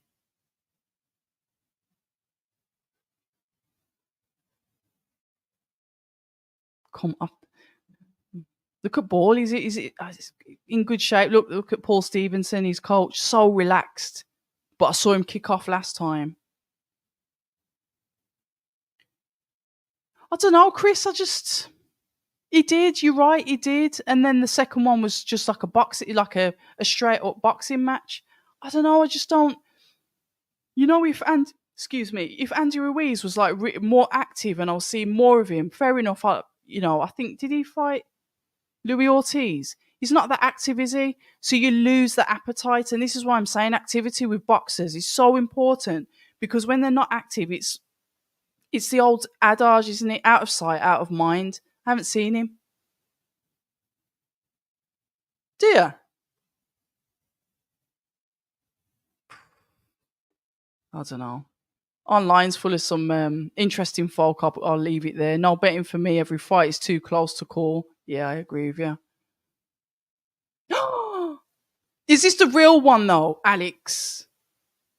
Which Alex is this? Because there's a couple. The real one always tells me to check his joining date. His joining YouTube date. So if that's the real, can the real Alex Bellotti please stand up? You smell a Ford KO. Ooh. What about the heat? All right, here we go. Come on, both men get to the center. I do like the colours that Ford's wearing though. That's sort of like touch gloves. Both men back into their respective corners. Right, Zhang will knock him out in 3 to 5 rounds. Put your money on it. Andy hasn't done anything to make it interesting. Right, both of the boxers to the centre of the ring. Ball comes in with a high guard as we've got the Southpaw versus Orthodox. Nice, sharp, clean jab coming out from Ford as Ball goes straight in with the double jab, the overhand, wasting no time at all, trying to get in and find that range. Ford flicking out a jab of his own. Comfortable in that Southpaw stance. 1-2 coming in from Ball as he pushes Ford back into the corner. Ford pushes him away. Jab. Stiff jab coming out from Ford. I'm going to remember the name, ladies and gentlemen. 1-2 coming back from Ford as Ball comes in and throws his own. Both gentlemen end up in the clinch. Body shot swinging there coming from Ball. Just narrowly escaping the ribs of Ford. 1-2. Lovely. A double jab in and 1-2 once again coming in from Ford to Ball. 1-2 from Ball. Overhand left coming in from Ball. Nice, crisp, clean boxing from both men. And the backhand there just hits Ball on the face as the legs just dip, but I'm not sure if that was him potentially trying to slip another shot that may have come in from Ford. Good boxing here from both gentlemen. Impressive. 1-2-3. Ball goes forward with a barrage of shots onto Ford as Ford pushes him back, throwing the body shot to the body. The right-hand side of the body of Ball. Nice work. Really crisp, clean boxing from both. 1-2 coming in from Ford. 1-2 once again as Ball comes in with his 1-2 and going to land that overhand, but Ford grabs him in the clinch, so he doesn't get to land the shot. Smothering the work already, anticipating the shots, and already starting to smother the work. Ball once again comes forward, throwing in the overhands on both sides. You've got to look at the height of Ball. Most of those shots are not necessarily going to be textbook hooks. They're going to be overhands because of his height. And so used to fighting larger, taller opponents. Good work from both of these guys. Lovely, sharp, crisp jabs. Accurate. They might be falling short at the moment. We are in round one. But good work here. 1, 2, 3, 4. Lovely combination. But the toughness of Ball just stands there and takes a shot. He's quite sturdy in his body, isn't he?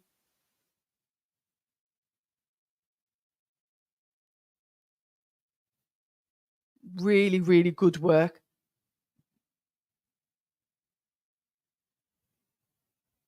Look for the counters.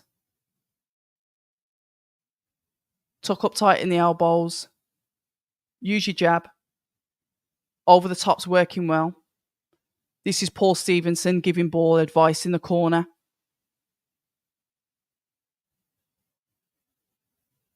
Right, the last 30 seconds of the round, you want to edge them. In other words, put that pressure on, win the rounds, get the judges' attention. Oh, Paul Stevenson's music to my ears. Oh, he's keen. Gone back out before he was supposed to. I'll catch up with the chat in a minute. We are going into round number 2, guys. A fast start from Ford this time. 1-2, coming back in from Ball. But Ford anticipated, like I said, that lever that's coming in from Ball and moves out the way and able to slip the shot as he edges forward. This is Ford edging forward with that jab. Look how he flicks it out. Just literally targeted, focused. He flicks it out, but he's flicking it out to either bring Ball in so he can catch him with something, almost beckoning him to come inside so he can counter him. But Ball, reckless as he goes forward and throws those overhand shots, body shots, the barrage as Ford is on the ropes. He moves off the ropes. Lovely work from Ball there. Going to the body, uppercut, beautiful uppercut came in from Ford on the counter. But the combination of shots coming in from Nick Ball, flipping heck, lovely work. 1-2 from Ford. Ball just tucks up, takes them. You will find with Ball that there's not much head movement with him. He'll just tuck up, march forward, and take those risks. You know, when we were talking about Craig Richards, we just wanted him to start taking risks. Ball does this from the outset. It's his style. Jab. Lovely combination there of shots coming in from Ford as Ball once again pushes Ford back on the ropes, but is able to maneuver himself so he doesn't stay on the ropes. 1-2 coming in from Ball. 1-2 once again. A smile comes in from Ford as he marches forward, tucks up and throws his own body shots. Both men high guard, fighting on the inside. Uppercuts coming in from Ball. 1-2. 1-2-3 coming in from. Listen, they are both going at it. A little bit telephone boxy at the moment, but still tidy, compact, crisp shots coming in from both men. There's nothing being wasted here. 1-2 coming in from Ford. And the way that he'll dip to the body as well. 1-2-3. It's like that jab, the double jab, throwing in the backhand. This is coming out from Ford. Ball reaches forward, throws in his own combinations. 1-2. Good, really good. I don't know how I'm going to judge this round. I'm going to leave that to you in the chat. I'm not doing this one. Hold on a minute. Wow, we're in round number 2. I thought we were still in round number 1. Really solid work. Lovely backhand there from Ball. But Ford's quite tough. He's able to take the shots. Even though, look at the flurry that comes in from Ball. Look at that beautiful uppercut that Ball lands on Ford. But he just tucks up. He just takes it and waits and comes back with his own. But that 30 seconds, Paul Stevenson said, 30 seconds left in the round. Work. Win the round. So important. Catch those judges' eyes. He's listened to his corner. Sorry. I need to calm down, really. Best commentary I've found so far. Thank you, Alex. Sometimes I do get my names messed up, but I do appreciate it. Right, you're saying Ford is in control. Let's have a look. Nice uppercut. What we saying? Guys, what we saying for round number 2? Do you see what I mean about Ball is not afraid to take the risk. He's confident that he can take the shots that are coming back from Ford. So he'll take one. You know, sometimes they say take 2 to give 1. He wants to land those shots. Right, here we go. Straight off the off, Ball's charged at him. Like a bull in a china shop. Ford drops his hands, throws out the 1-2 as Ball keeps himself tucked up. Like I said, there isn't head movement with Ball, but he'll tuck up, he'll take the shots, he'll take the risk, and he'll try and get inside because he wants to offload.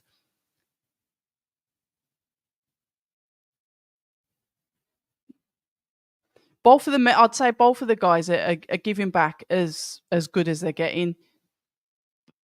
Ford has got the prettier stance. So when you look at a fighter and you see the stance that they're in, you'd look at probably Ford and say, nice work. But both of the guys they're both landing shots, you know, that are purposeful, that are meaningful. When you're looking at the power and you say which one's got the more power, they're both quite even here.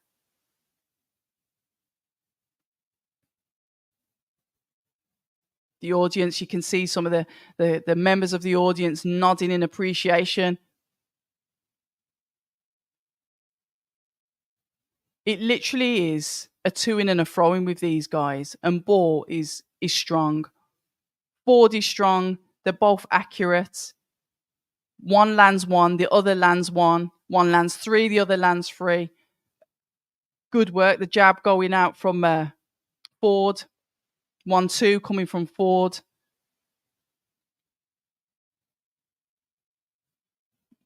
Overhand left coming in from Ball as he throws in his barrage of shots. We've got the body shots. We've got uppercuts. We've got the overhands.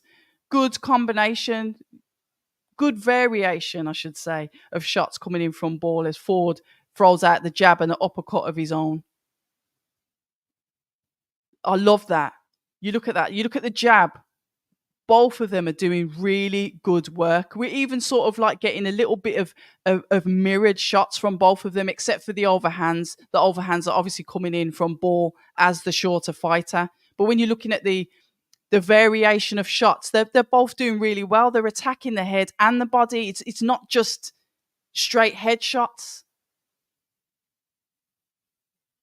Really good work from both fighters. We've got 30 seconds left in round number 3. And yet again, it is a 12-round fight. Right, Ford trying to walk forward. Lovely overhand from Ball to the head of Ford. That makes him just take a slight step back. 1, 2, 3, ending with the body shot. And this is coming from Ford to Ball. Ball marches forward, throws in his own body shots. Once again, tries to secure Ford on the ropes, but he's not. He just moves out, just taking that slight step out so he doesn't stay on the ropes. Really good competitive fight. Enjoyable. Yeah, what we're saying. He is like a pit bull, isn't he? Very relentless. I do like it. It's good to watch. It's the variation, but both of them have got really good variation. Love it. How am I 2 minutes behind?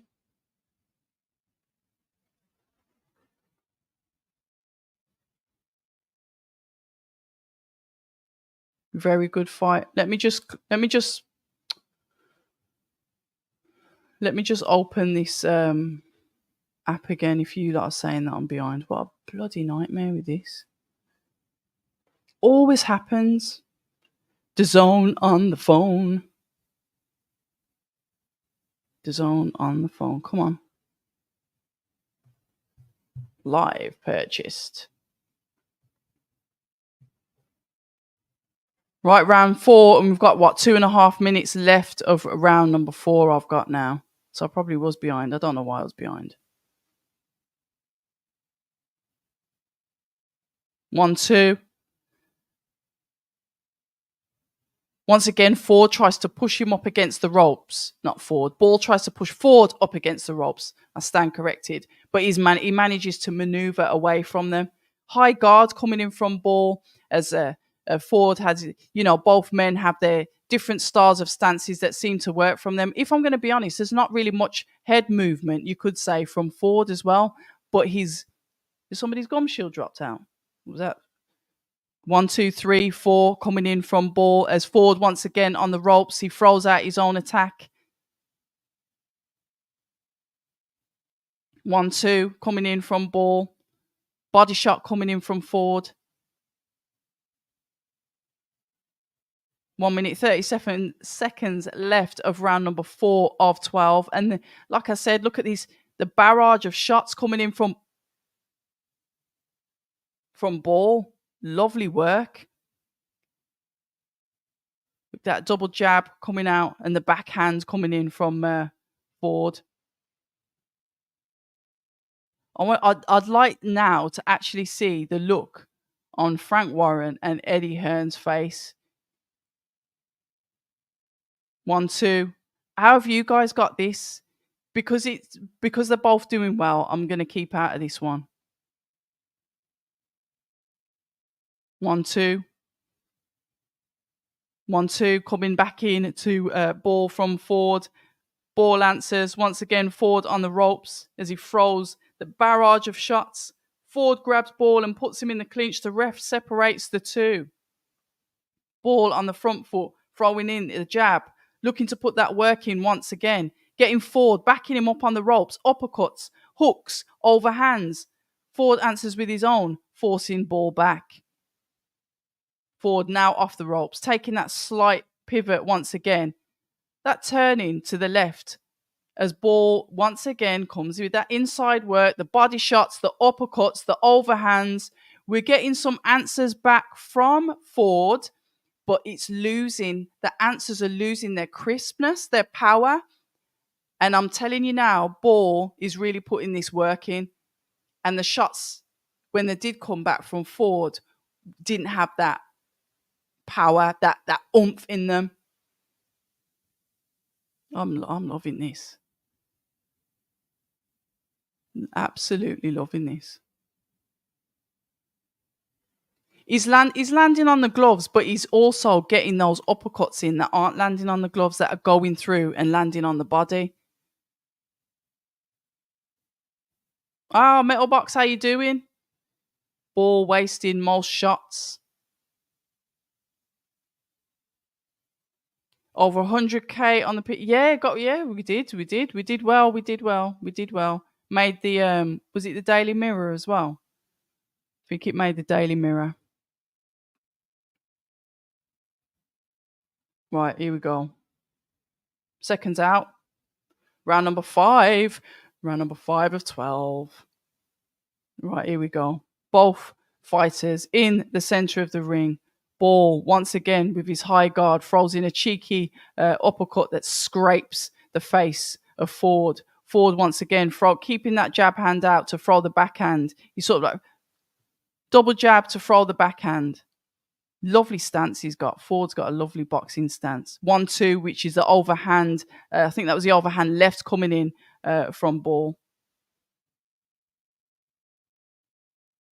Oh, lovely shots. Ford caught Ball with there, just knocking the head back. You know when you feel the shot and it's like, oh.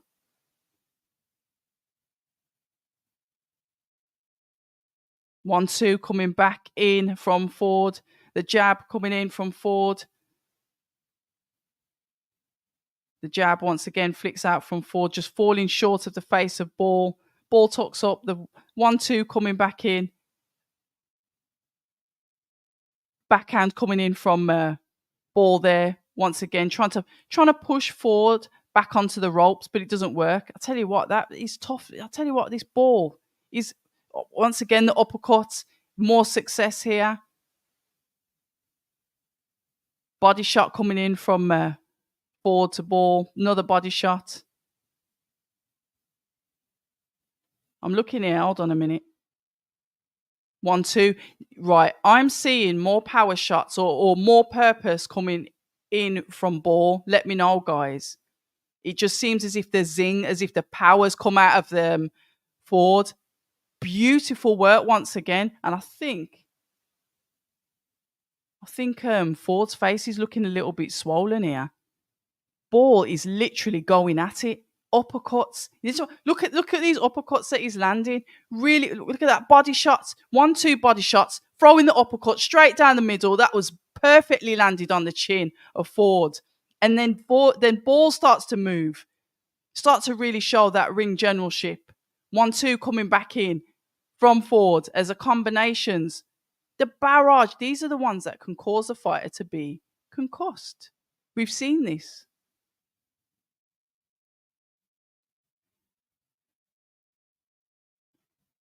Honestly, I'm telling you now, look at the swelling. Yeah, his face is swollen. Could this be 2-0? 2-0. Hold on, 1-2. It's that uppercut. He just lands that shot clean. Ford comes back with his own, but like I said, he's lost that power, that purpose. Ball seems to be really slowing him down, and that swelling looks like it's getting worse. Let's have a look. Looks a little bit out of breath going back into the corner. Let's have a look. Let's have a listen. Let's have a look. Talk to me real quick. How do you feel? He says, I'm good. Round 6 coming up. You got 6 rounds to go. Listen. There's a lot of things you could do. He's got a cut on his eye as well. Right. His corner's not happy. He's saying there's 6 rounds left. There's a lot you can do. You've got to tighten up on that defense. He's not happy. That damn pressure from Ball. What did I say? Oh, lovely work. Really impressive. Really, really impressive. I'm loving this. Yeah, they should. Especially what happened last time. They're putting the betting odds up. They ain't done that this week, thank God. Right. The jab. Coming out from Ford. The jab, 1, 2, 3. But Ball once again tucking up, coming forward with the pressure. The jab flicks out from Ford. The 1-2 hooks. Counter uppercuts. Ball tucks up once again. Overhands landing on the gloves. Body shot coming in from Ford. Flicking out the jab. Jab and the overhands coming back in from Ball. Ford throwing out the jab. Ball answering. We're getting a bit of a two in and a throw in. 1-2 from Ford. 1-2. Just like literally pouring it out. 1-2. As Ball comes in with it once again with that backhand. More shot, more whoa. 1-2. That combination that came in from Ball then once again, like not spinning the jaw of Ford. This is pressure. This is what you call pressure. But it's not pressure with no skill. When Ball comes forward, he's demonstrating that pressure with skill. He's landing the shots. Because all you're seeing is Ford's head like just twisting up. I'm hearing somebody shout, beautiful shot. 1-2. Both men in the clinch. Ball pushes Ford back to the ropes. The ref separates the two. Round 6. We've got 1 minute 15 seconds left. Round number 6. Backhand comes in from Ford, but Ball just continues to throw those those heavy shots where we're really getting the power. The power is going out of Ford's shots. 1-2. You know what? Look, better work coming in from Ford. Body shot.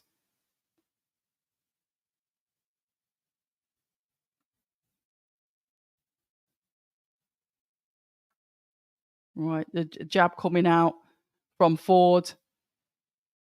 Ball's got him on the inside. He likes to throw him around. Refs. I think the ref got in the middle. They carried on fighting there. What's he saying?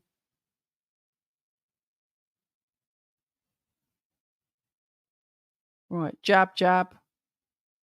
1, 2, 3. 1, 2, 3, 4. These are combinations coming in from both boys.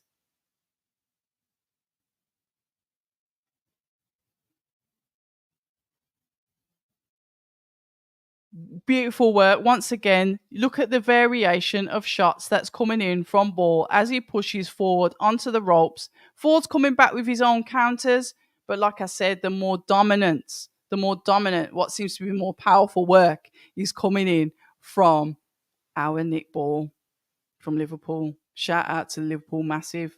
If you've just joined us on Abz of October Red, it is the 5v5 watch along. There is no fight footage. You're just going to listen to me rambling on, calling out shots, and maybe throwing in my opinion of what I think the fighters should be doing next. Thank you very much for joining us. There's a banner at the bottom. You can do what it says or not, but I'm happy that you are all here. I like the fact that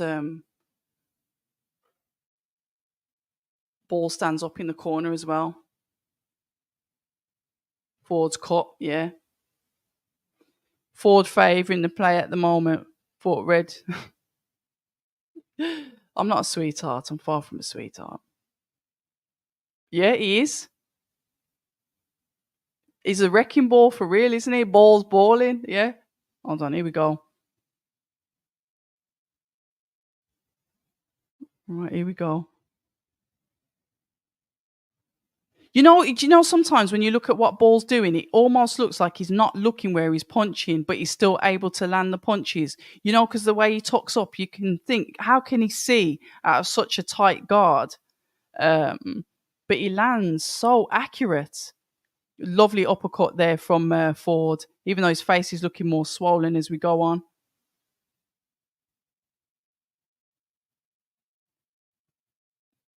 One, two, three. Better combinations coming in from Ford as Ball lunges into him. Bit messy here, pushes him into the ropes, unloads a few shots to the body.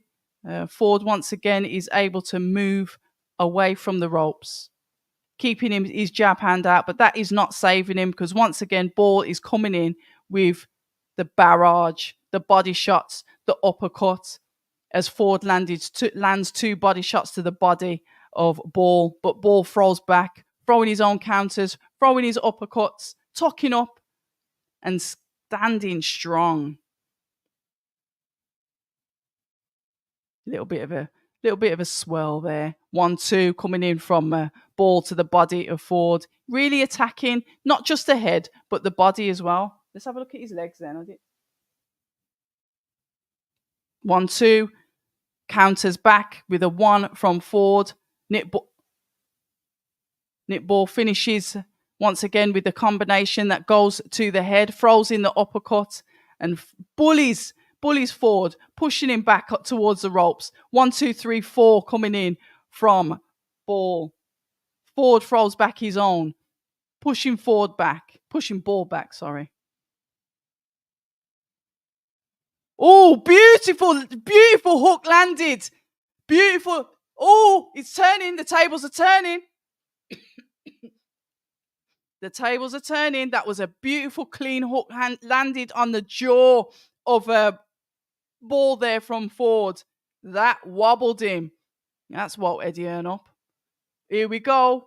We're getting the accuracy coming in from the shots, but Ball keeps strong. I think his nose is busted though. Something happened to his nose, then he keeps on wiping his nose. And this is Ball wiping his nose, by the way. Success coming in from Ford now. You can see he's growing in confidence. He's starting to throw more shots out. Ball still planting his feet and throwing out his own. But that hook definitely hurt him. Listen, both of them are now starting to go at it. Ford is on the ropes. Ball throws the shots. The referee separates the two as the bell goes. Good round.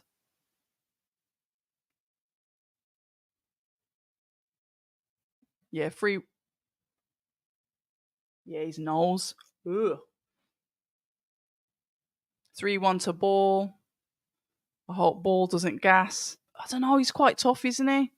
3-1 Ball. Let's have a look. Ball's starting to slow. Let me have a look. You reckon? Look, it didn't sound good, is it? When he starts saying, "Are you all right?" But I think that's what woke him up. Look at this. Look at his hook. Oh, straight on the nose. Ooh.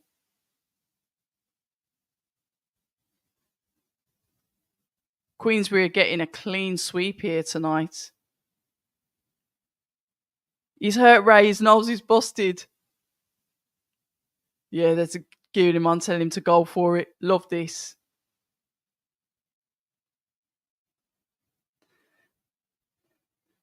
Right, here we go. Both guys starting off on the front foot, starting off as they mean to go on. Ford looks like he's more confident now, realises that he's definitely hurt him in the last round. The blood of Ball on his own shorts. But Ball, undeterred, still walks forward, but with a little bit of caution. A little bit of caution as Ford marches forward now, flicking out that jab and following it up with the 1-2, but Ball coming back with his own 1-2, overhand, uppercuts, still going in. But now we're seeing... Oh, no, we're not. I was just about to say, it seems as if Ball's dropped with a bit of power, but no, he hasn't. Still going. Still throwing the 1-2-3, landing on the uppercut being his last shot. I'm telling you now, if I'm Ford, all I'm doing is looking at is just jabbing that nose off until he can't breathe.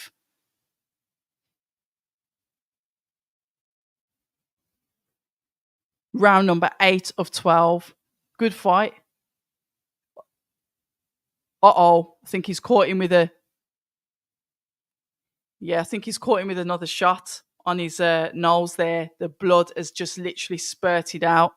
Why am I so squeamish? 1-2 coming in from Ball. Ford beckoning him. Say, come forward, come forward. The blood is pouring out of the nose of Ball. Look how this fight has literally turned on its head. It's an absolute bloodbath. As Ford grows in confidence, then Ball beckons Ford to come forward as he throws his own body shots in. 1 minute 14 left in round number 8, guys. Really good work. Good work. And now we're starting to see the heart. Because you can see he's having problems breathing, the way he shakes or the way he rubs his nose. Obviously, this is Ball with the injury. Splattered his nose. Absolutely splattered. Keeps on rubbing it. That's going to bloody hurt in the morning. I tell you that for free. 1-2 coming in from Ford. The jab going straight on the face. The blood continues to move. 1-2-3. Ball there, caught him with a good shot on the third. 1-2. It's just pure heart in here now. 29 seconds left of round number 8 as Ball marches forward. 1-2-3 as Ford just pops the hand out onto that nose.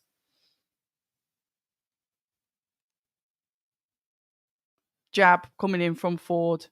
Jab. Oh! Did he push him over? Did he push him over? He said it's no knockdown. Might have been a push. He did that last time, didn't he? And then I think Vargas, or whatever his name was, just started to fall all over the place. Good fight. Round number 8. Right, we're saying Dubois is going to do the business. I hope he does.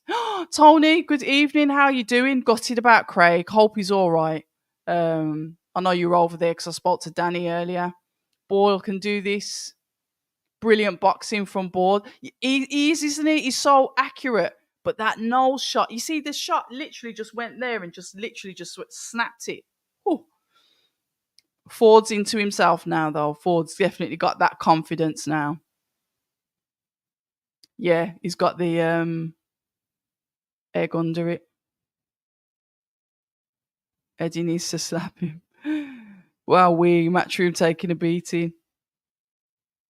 There, look at them both screaming at him. Is Ball gassing? Yeah, because he can't breathe out of his nose. Right, I'm about to jump straight back down to the chat. Take that breath in. Right, 1-2-3, and a body shot coming in from Ford. Ball throws back his own backhand as he tucks up, takes the shots from Ford that's throwing. Overhand comes in from Ball. Flicking out the jab comes in from Ford. 1-2 from Ford.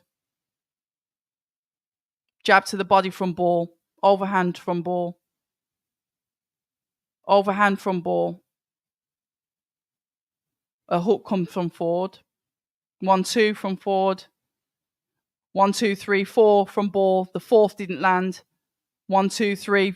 Lovely combinations coming in from Ford as ball answers with his own. These guys have got to be incredibly fit to be throwing out continuously these shots. 1-2, 3. Oh, beautiful, beautiful shot landed on the jaw of Ford from ball there. But Ford comes back in and answers with his own. Ball manages to throw a lovely uppercut in the 1-2. The 1-2, 3 coming in from Ford as he pushes ball back onto the ropes. Body shot. A 1-2 body shots coming in from Ford. 1-2. What? CompuBox. 351 punches, balls thrown, and landed 87 of them.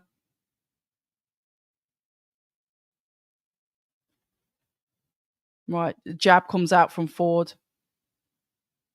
Uppercut coming in from Ball. 1-2, 3 from Ford. Nice little screw shot on the end of that as well. Jab from Ford. 1-2 from Ball. We've got 1 minute, 10 seconds left in round number 9 of 12. 1-2. Uppercut answers from Ford. 1-2. 1-2. Come back in from Ball. 1-2. 1-2, 3 from Ball. Ford answers with his own. Really good shot selection from both of these boys. It's almost like a counter-punching fight. It's literally counter-punch for counter-punch. They have a little reset and then they go again. Good fight, good matchup with these two. Really good matchmaking. Both of the men are in this fight. It's a good fight.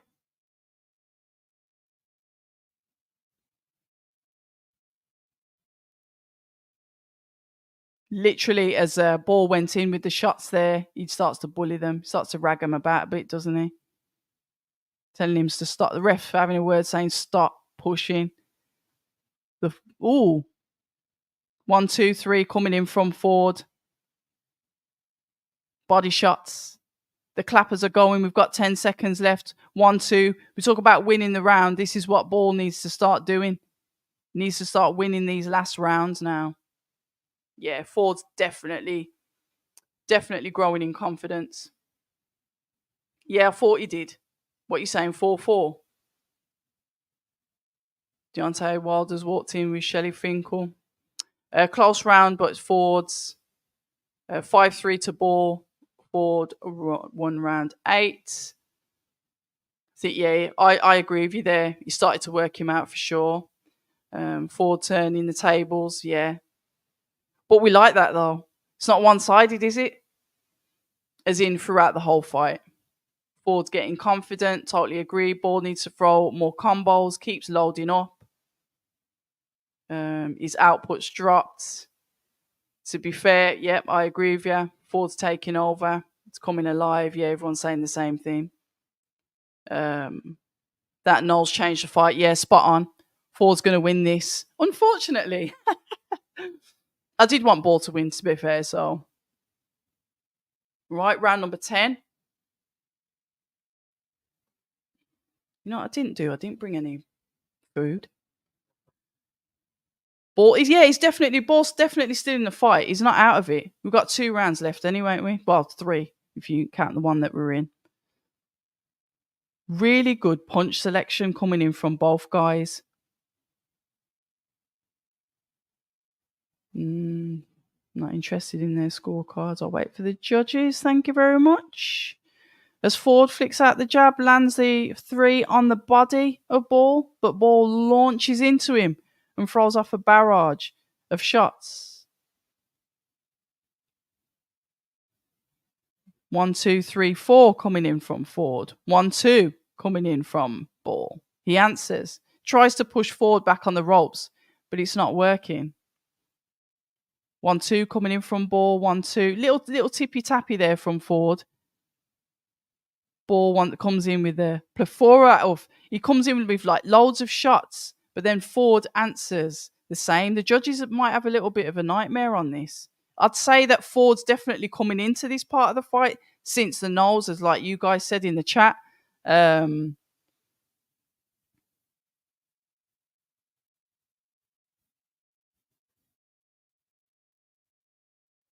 Close fight though.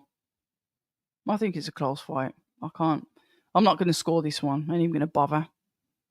It'd be pointless. Both guys in a bit of an entanglement. The ref has to jump in. We've got 1 minute 14 left of round number 10 of 12. 1, 2, 3, 4 combination coming in from Ford and finishes it with a jab. Really good work as Ball not throwing in the combinations but answers. But we get the 1-2 rather than the barrage that he was throwing before.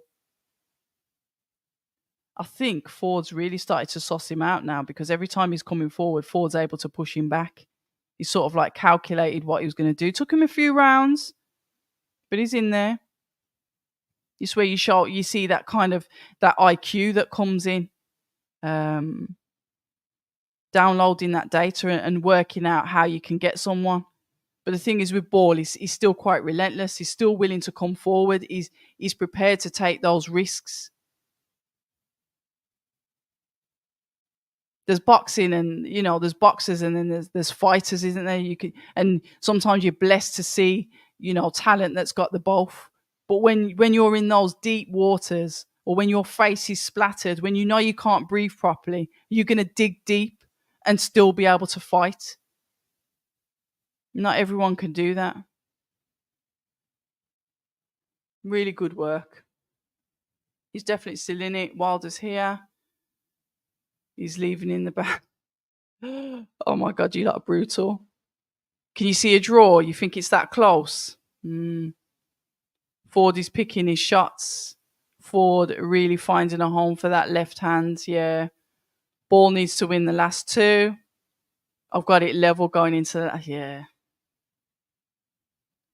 It's a difficult one. And when it gets difficult like that, I'll leave it to you guys. Another round for Ford. Right, here we go. So you guys have sort of like got it even then. I wonder if we're going to get a knockout tonight. Imagine if this is that I can't remember what the guy's name that's fighting Bivol. Imagine if he knocked out Bivol like as a crazy upset. That'd be wild. Right, here we go. Round number 11. 2 rounds left, guys. Ball just throws in that cheeky jab, jumps under the lead hand of Ford, comes forward.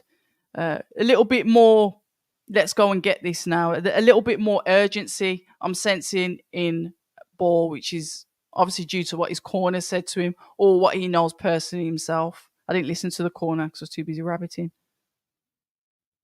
I don't like to leave you guys in the chat, like not speaking to you. If you've got the time to put something in the chat, I just feel like it's common courtesy for me to be able to read it back to you or read it back to you guys in there. I'll try and do that as best as I can. Lovely backhand landed on the head of Ford from Ball, but once again, he can't keep Ford on the ropes. Good work from Ford. The fact that you can't keep him on the ropes. We can go back to the fight before where Hutchinson was able to keep Richards on the ropes to a point, and really, it was often the decider in that fight with the way that he was backed up onto the ropes. But Ball's unable to do this with Ford, even though he lets off a few shots. Uppercut coming back in from Ford. 1-2. But then yet again, he pushes him back off. 1 minute 31. 1-2 coming in from Ford. Ball answers with the same. 1, 2, 3. I'd just be attacking that nose. You want to win this fight, I'm just literally just going to beat the hell out of your nose so you can't breathe.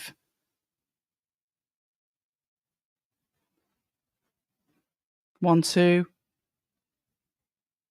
1-2 coming back in from Ford. 1-2 from Ford once again. 1-2 from Ball. Jab from Ford. I might have to get an apple, you know. Now I'm starting to feel hungry. I should have had some snacks.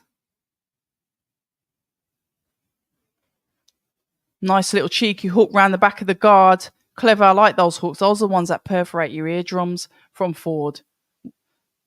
Double jab, backhand from forward.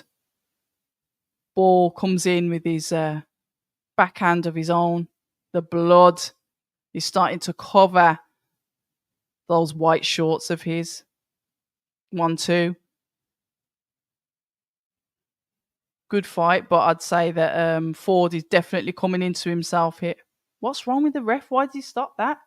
Get out of the way, man. 1 round left. Yeah, Bivol. Is Bivol up next? Shame, innit? I just so wanted to see that Beterbiev fight.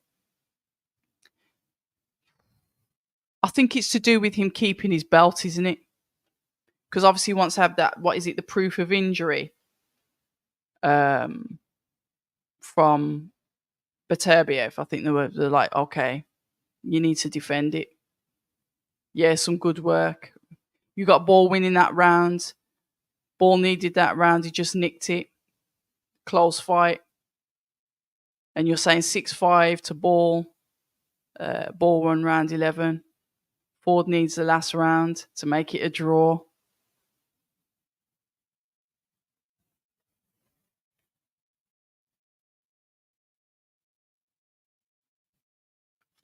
Right, it's final round, guys. Final round. Here we go. Let's expect, right?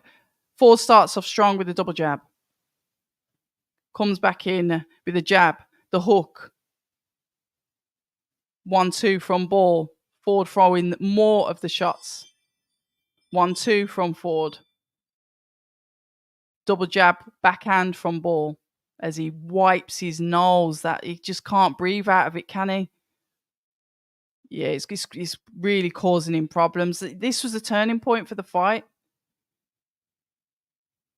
Ooh, 1-2. Beautiful 1-2 that came in from Ford there. Just literally buckling the back leg of Ball.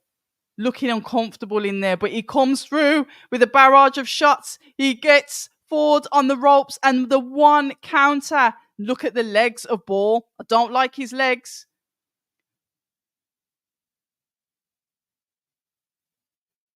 1-2. 1-2 from Ford. 1-2-3 from Ball. 1-2 from Ford. Ball pushes him back. Overhand from Ball. 1-2-3 from Ball. Ford catches another one. He's going for the shots. You can see the ref, behave. 1-2 from Ford. 1-2-3, 4, 5 from Ball. 1-2. 1-2 from Ford. 2 in and throw in and 2 in and throw in. 1-2. They're making this round count from the get-go. We've got 1 minute, 21 seconds as Ford throws in his own shots now. Going in, like I said. Oh, beautiful shot from Ford. The legs of Ball went. Beautiful, clean hook landed from Ford. As Ball throws his own barrage of shots back at him, saying, I'm still in this fight. I'm going to win this fight. I want that 600 grand. Ref, move. 1-2 from Ball. 1-2-3, 4. Uppercut combinations coming in. We have got 47 seconds left of round number 12. I swear, if this ref don't get out of the way. The nose of Ball. 1-2-3, the combinations. Oh, move. Let him fight out the clinch. Oh, once again, Ford lands those pertinent shots. Those meaningful shots.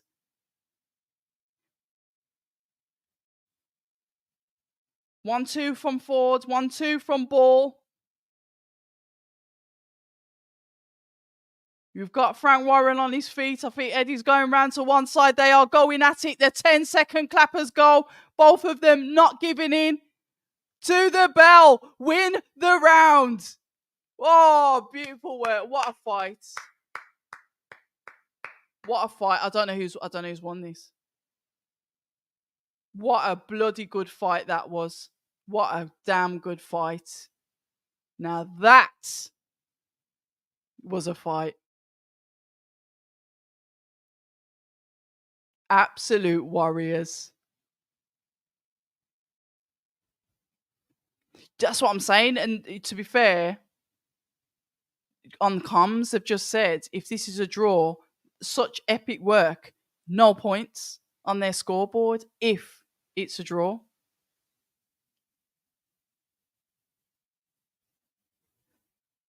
Yeah, great fight. Ford majority. You saying majority? Steph, it definitely was an oh my god moment. Some cuts there. Emmett saying 115, 113 to ball. Okay. Great fight. Yeah, absolutely great fight.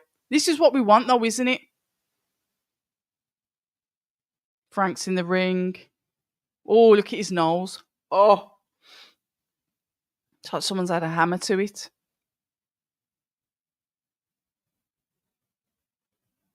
Really good fight. Right, so Emmett, I'm going to leave Emmett's scores up on there. See what happens when they read it out.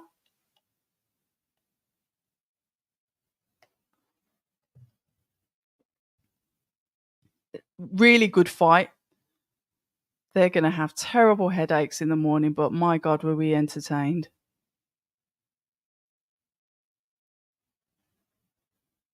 Right, I'm going to leave what Emmett says on there because the scores. And Andrew's saying 115, 113 either way is good. We Are Robots. Ball was busier, but Ford cleaner shots. Flizzy saying draw. Jermaine saying hard to call. Probably edge Ford. Dazza saying proper scrap, both men. Ball just for me. Ball slightly edged it, but a draw's fair. Let's see. We'll find out, won't we, ladies and gentlemen? What a damn good fight. Imagine this is like 2-0. 2-0. But the points wins, aren't they? Well, we don't know. This could be a draw. Gosh, the pressure. Now, you look at this now, and then you know that your team Matchroom and you're up next. The pressure is phenomenal. Amo versus Shiraz. I called Shiraz. I thought Shiraz would win that. Yeah, we ready to go? Right, the MC's back in the ring. Think he's got the scoreboards. Come on.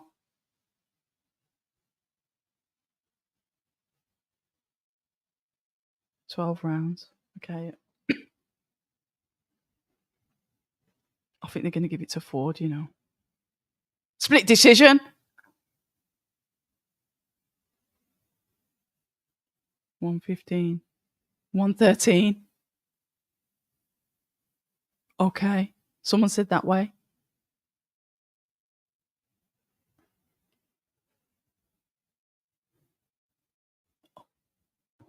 Split. Close fight.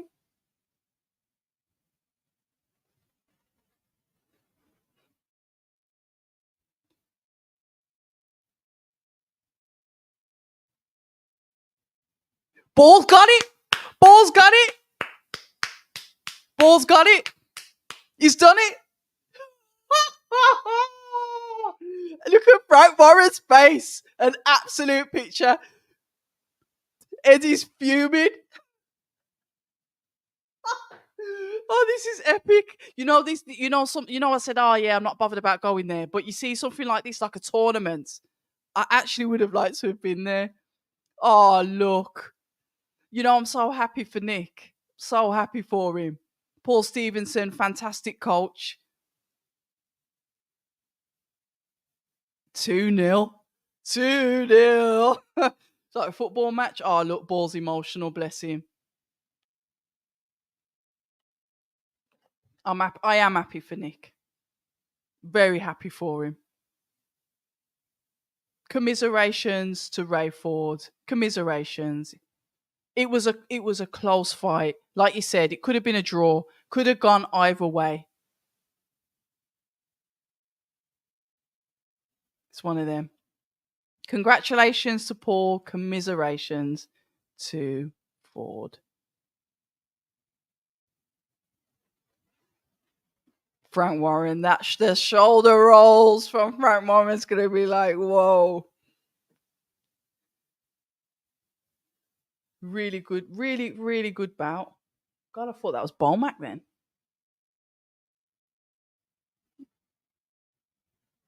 Took his belt, took the belt off the Matchroom fighter.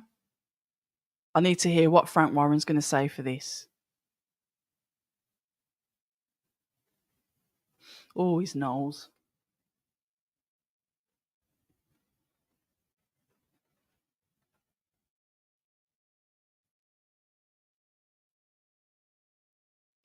Yeah, your nose is busted up, mate. Well, that was right. Flizzy saying it was you see it was a draw. Right, let's have a look.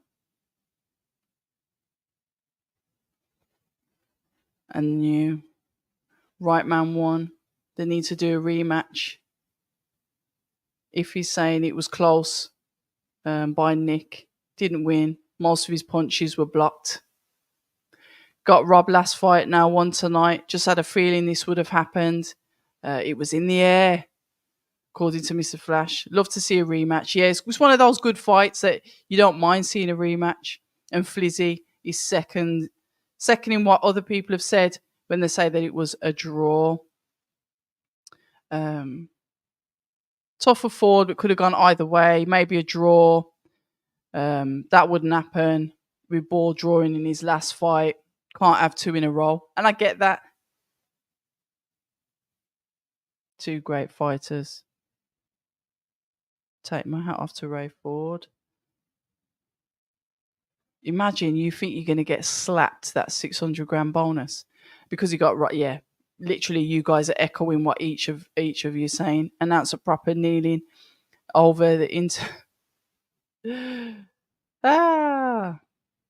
Next fight is definitely Queensbury. Could be 6-0. We are robots. Throws up those laughing emojis. I did call it before split decision. You did, and I called it 115, 113. Yeah. Did you bet? No, gamble aware, everybody. And if you know me, I don't even know how to bet. But yeah, you did call it, Emmett. It's looking like a whitewash. Watch Amal Williams get back level for Matchroom with a stoppage.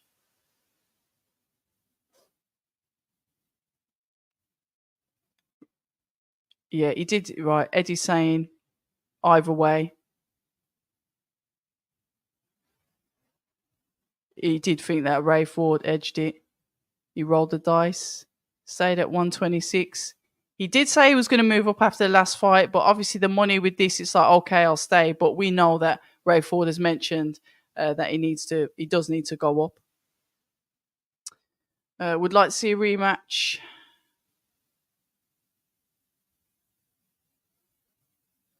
Amal got the will of the warrior. Well, we'll soon find out, won't we?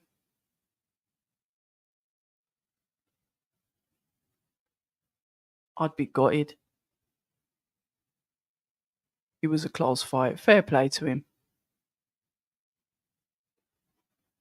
Oh, he said he allowed it. Oh, bless him. He said he should have listened to his corner a little bit more. He's moving up.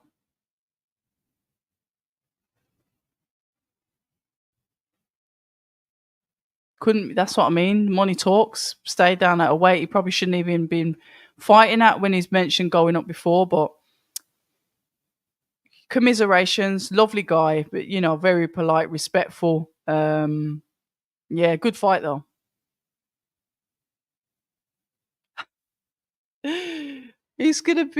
Frank Smith's gonna be dressing up in his what is it, a maid's outfit? Mate.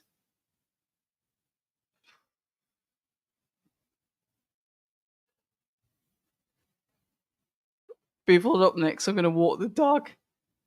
Yeah. Shall I go on an intermission while Bivol? Nah, stop the disrespect. You know what? Bivol's gonna come in there and he's gonna knock him out. He's gonna knock him out. Even though I said that wouldn't it be funny if the other geezer knocked Bivol out? let's stop this now because Eddie's just like, what? He'd be, yeah, I'd be pissed. Evening, Matty. All good. Hope you're well as well. Yeah, Bivol. I think Bivol's up next. But unfortunately, he didn't. But it was a great fight. Look at Frank's face. He's decreased in age by another 15 years. Look at his face. Oh, God. I would have loved to have been there. Can you know? I'll be watching. Obviously, the live won't be still running then, but I'll be watching like the post-fight presser. Because look, we still don't know how it's going to go. It started off really well for Queensberry. Yeah, whether you want to talk about either way, draw, they've given it to Ball because of whatever. Good start for Queensberry. It can switch, it can change. You know what boxing's like. We can have it, it's a sure bet. It's going in the favour of the winning team at the moment and something can happen. Do you know what I mean? Amal's got to win this fight with Shiraz. I said I think Shiraz will win. But you just don't know with Amal because he's so unpredictable. I was there when he fought River Wilson Bent, who really did put up a good account of himself, to be fair. I'm sure I was there when I watched that live. I think I was. Amal, unpredictable.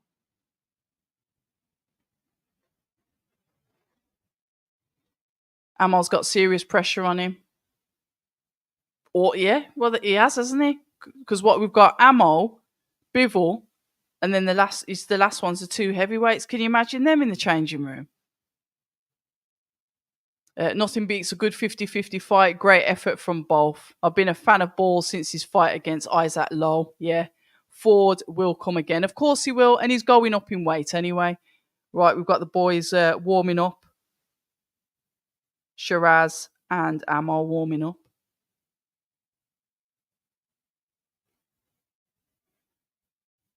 Yeah, I think that's the fight that I watched. Isn't it? Was it that one? No, it wasn't that one. Oh, damn. My stomach is rumbling.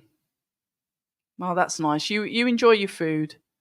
Would like to say it's worth watching Bivol. This is from Flizzy.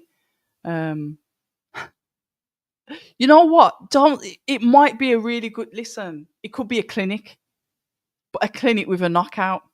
I'm gonna remain positive because I think Bivol gets so much stick and he's a really good boxer. So it's not Bivol up next then. Bricktop's strategy of picking correct fighters by their style is paying off. If he takes this, he will make Eddie look like he's still wet behind the ears. Still much to learn, young fella. And that's from Mr. Flash. It's still early days though. It's early. We can't gas off the wins. It's still early. Very close, but I think split decision, I think was a fair decision. Yeah. Could have gone either way. Frank is rolling his shoulders. He thinks he's won this one. Well, you got to be confident, ain't you? Eddie be doing the same thing. Let's have a look. There's a great little app called Scorebox where you can score the fights. It lists the fights already for you to score. Is that from Boxing News? Because haven't they got one like that? Is it? They've got an app as well, haven't they, Emmett? I don't know. They've just advertised. They haven't mentioned Bivol, so I'm going to make the assumption it's going to be Shiraz and Amal next, then Bivol, and then we'll move on to the heavyweights at 3:00 in the morning when my eyes start bleeding. High stakes on the next fight. Remember that Shiraz is a team captain. Yeah, you're right.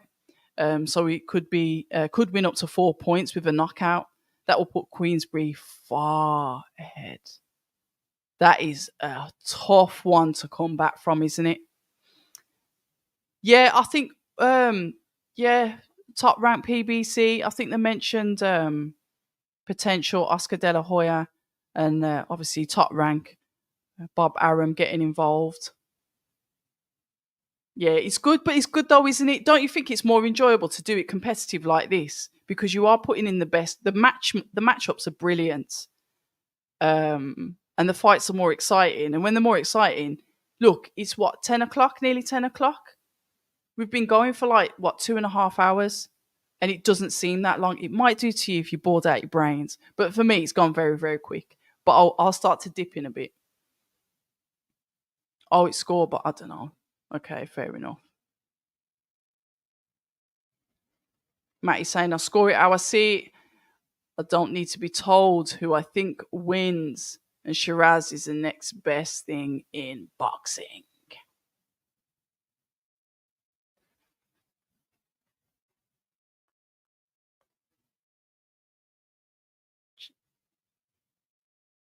Is Jack Grealish from Birmingham?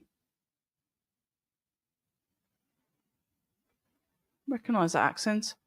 I agree, this 5v5 concept has made it much more exciting. I love a regular boxing night anyway, but this makes it more entertaining, and it does. Um, it's competitive, it's good matchmaking. Fair enough, obviously, there's not rivalry there for me because I'm just entertained by the fights themselves, but it adds a little bit of spice to know that it's two promoters going up against each other. It's a brilliant concept. Agree, more of this concept, quality cards and value for money too. Definitely.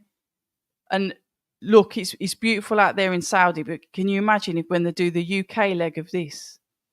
Sorry if you're from the States, but when they do like the UK leg, so obviously the fights in the UK, the crowd will be off the chain because obviously the promoters are British, aren't they?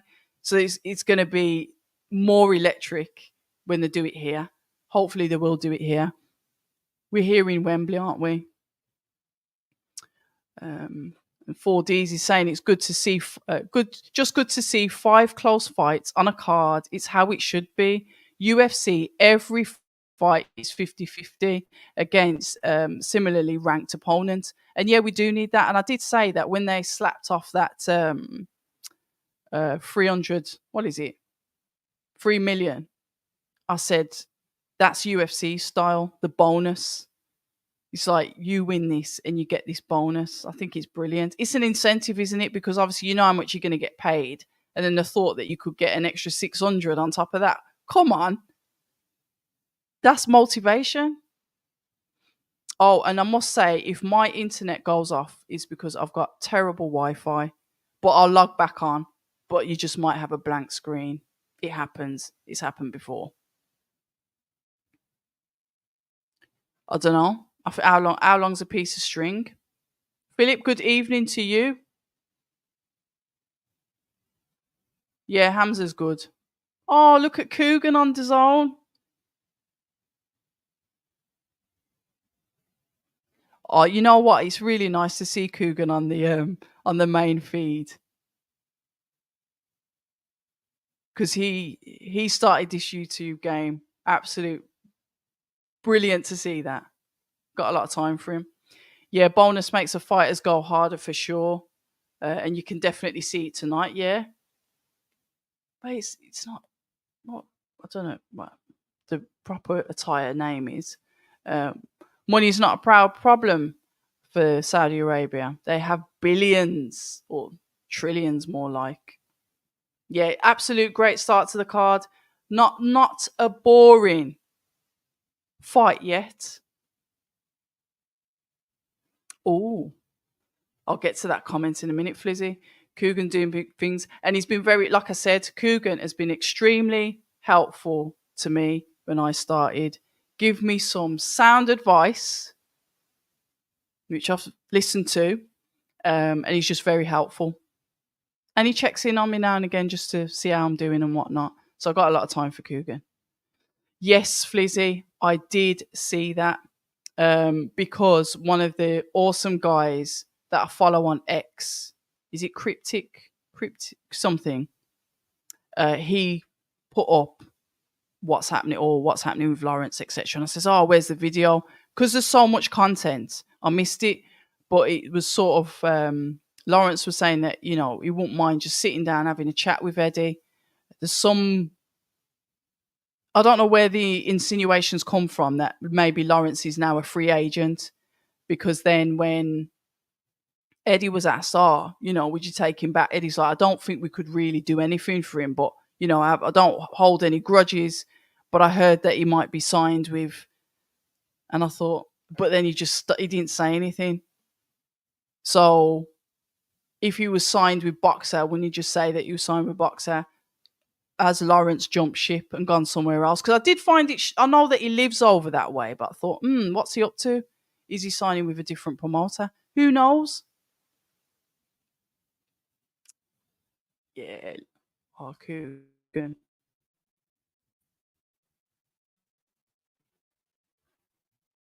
Yeah. Mine's, what is mine? I don't even know what mine is. It might be Sky or something, but it's bloody rubbish. Yeah, so obviously he's trying to get his way back in, isn't he? And why not? Is the grass always greener, ladies and gentlemen? Is that grass green on the other side? Do you think that you're making the right decision at the time, but then when you get down to it, it's the wrong decision? So we'll soon find out. It will all come out in the wash. There is a press conference coming up this week as well for Fisher and Babic, because obviously that fight's been announced.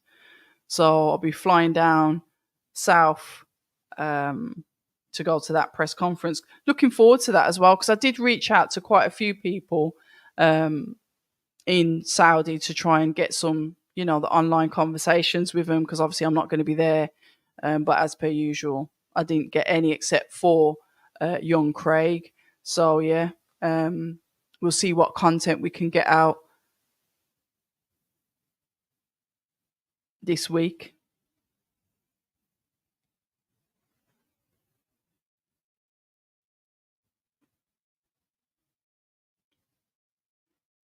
I think it might be the Shiraz fight next. Bear with.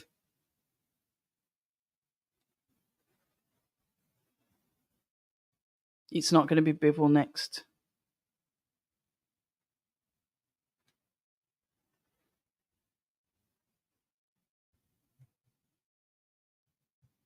Right, a bit more waffle in between the fights. And unfortunately, this is the thing that takes up the time. Instead of just getting the fights out on a conveyor belt, there's pause times. And I get it. When fights end early, 12 rounders ends in 2 rounds or whatever, I understand then. You have to have that backfill. But when the fights are literally going the full distance and then you're still having these gaps, to me, it's not necessary. That is my only complaint, and that's my only complaint. Everything else, I think, is brilliant. Who doesn't need 3 million? I think it's a US dollars, Philip. I think.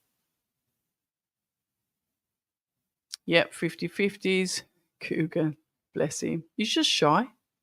But Matchroom's doing big moves. He left at the wrong time. Same with Joshua. Oh, Boatsy. I was thinking Anthony Joshua's still with Matchroom. Yeah. Joshua. I wonder who else. It's crazy how late these fighters are fighting in Saudi. They're 2 hours ahead and we're only 2 fights in. They must be exhausted. Is a ring announcer back in? Are we looking to announce? Let's have a look. Yeah, it is Shiraz versus Amol.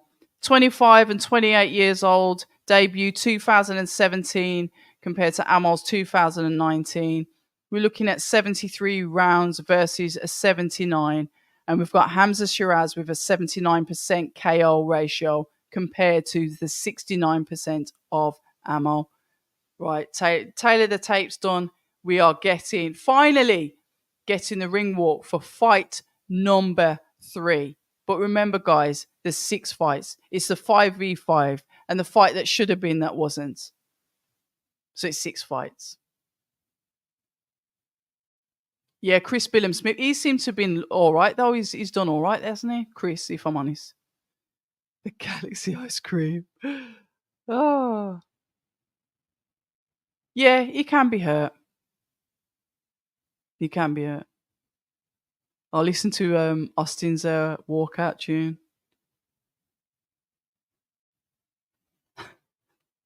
Oh yeah. Yeah, Galaxy do ice cream. Chris Billam-Smith is the only one that seems to have been success. Ben's done a good job. Or is it Chris Billam? Chris has done a good job, hasn't he? He's worked his way up. He's took the fights. He's been in some exciting fights. He's a good fight to watch. He's done well. Obviously won the world title shot. They kept that in-house. Took the title shot off Lawrence Okoli. And then there was all sorts of crazy stuff with who was supposed to be fighting who. Was there a rematch? Whatever. Okoli obviously jumped up, fought Rozansky. Was it last week? Over in Poland. And now he's a world champion at Bridgerweight. And then you see him turning up here, mentioning certain fights that he'd like to have. I think he called out Dillian Whyte on the night. But then I'm sure Lawrence mentioned Deontay Wilder whilst he's been out in Saudi. Basically because they're both that kind of like just above cruiserweight weight, aren't they? They're not quite heavyweights naturally, because Wilder weighed in at 214. I thought he was going to come in at 225 because he came in at 213 last time, but he's 214, light, very light. But he did campaign as a Olympian as a cruiserweight. He wasn't a heavyweight, not a natural heavyweight. Yeah, definitely, mate. I'm not turning my nose up at it. Yeah, he did. He called out White, but he did say on the Sky Sports, he did like I don't know if it's whatever. Was it their podcast? He called out. He said, "Yeah, I wouldn't mind fighting White because I don't like him." Because remember, there was some I can't remember what it was. Whether there's like sparring footage or whatever. And then I think, yeah, it was all a bit messy a few years ago. Salute to you, Jerome, and welcome. Bonjour, bonsoir. Meanwhile, Wilder is in the dressing room. Oh, don't.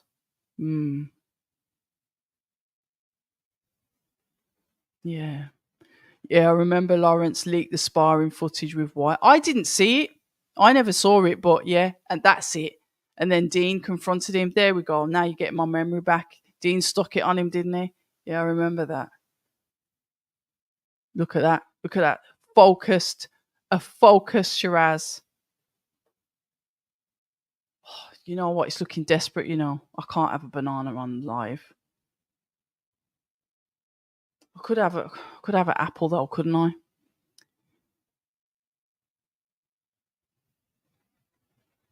Let's have a look. Yeah. Soulstar, good evening. Oh, he's here. One of the originals. Man, I didn't see. Listen, I thought Ball would win. I thought Craig would win, but I knew that Willie was tough. But yeah, good to see her. Craig was disappointing, to be honest. I genuinely felt Fort had won, or it was a draw. Yeah, a couple of people have said the same thing, to be fair. But absolute props to Soulstar. Look, I finally got my lighting sorted out. It's been years. Yeah, £214 giving £68. Insane. Back to the fight, definitely. RJ saying, what about the atmosphere or lack of it? What do you think? You know what? I ain't bothered. You know when I go to boxing matches, I rarely take notice what the crowd is doing. I'm just that zoned into the ring. But I get it. Some people like that, you know, when you can hear the cheering and whatever in the background. It's sort of like background music, but it never bothers me. It never bothers me. I only started noticing it when I started doing these lives when the Saudi shows were on. And then you guys that are listening in were saying, oh, the atmosphere. And I was like, oh, okay. But it never really bothered me. Oh, man, I could do with something. What are you saying, Flizzy? Why do I have a feeling someone's getting stopped in this? Yeah, this is going to be a stoppage. 100%. We've got to get a stoppage. Yeah. I'm not doing it. Frank about to sweep Eddie up. Jack, how you doing? Oh, thank you. I appreciate it. See, I've got like dark chocolate, and then I think I've got some protein shake left, but that's going to cause havoc on me as well.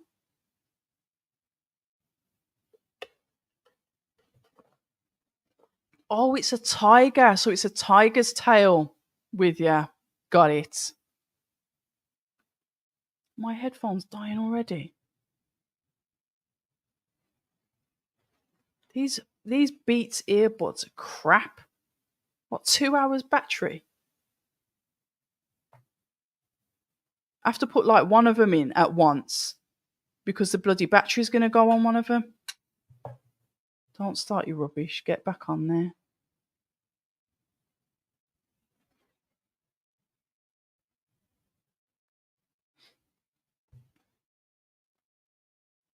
Reigning and defending WBC silver. Gosh, he's got all of his mates with him. Yeah, you enjoy your copper, your peanuts, your Galaxy ice cream while I sit here drinking water, wasting away. Amal said he'd take the punches to give punches, Mexican style. Enter my 4-day bender. Got to go back to studies in 2 days. Yeah, the good old days. I don't drink anymore. 4 days, that's nuts, that is. Be careful of your liver, young man. Here we go, round one, come on. Both fighters into the centre of the ring. We've got Southpaw versus Orthodox here. Lovely work. Once the taller fighters, definitely Hamza. He's got those long levers, isn't he? But Amal starts quick, not afraid to, throw those punches out. Like you said, prepared to take one, to give one. I like his movement. He's very flinchy. He's very nervous throwing at that jab. But when he throws it out, he tends to, and this is Amal now, he flails out the back arm. So he's got to be careful of Hamza that can whip those shots under that flailing elbow. Tapping out the jab. Williams is. I'm just gonna call him Amal because I'm not gonna remember Williams. Double jab. And Hamza just seems calm, composed, waiting for the opportunity to counter Amal, which he has done already, throwing a confident backhand.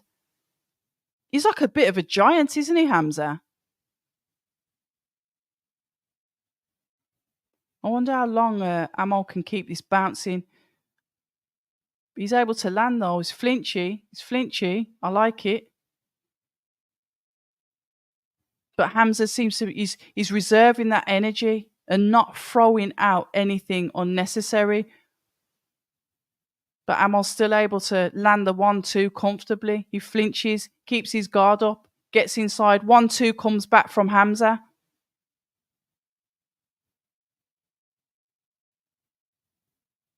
I do like Amal's movement, Flinchy, it's nervous. It's the height difference between these two massive. 1-2.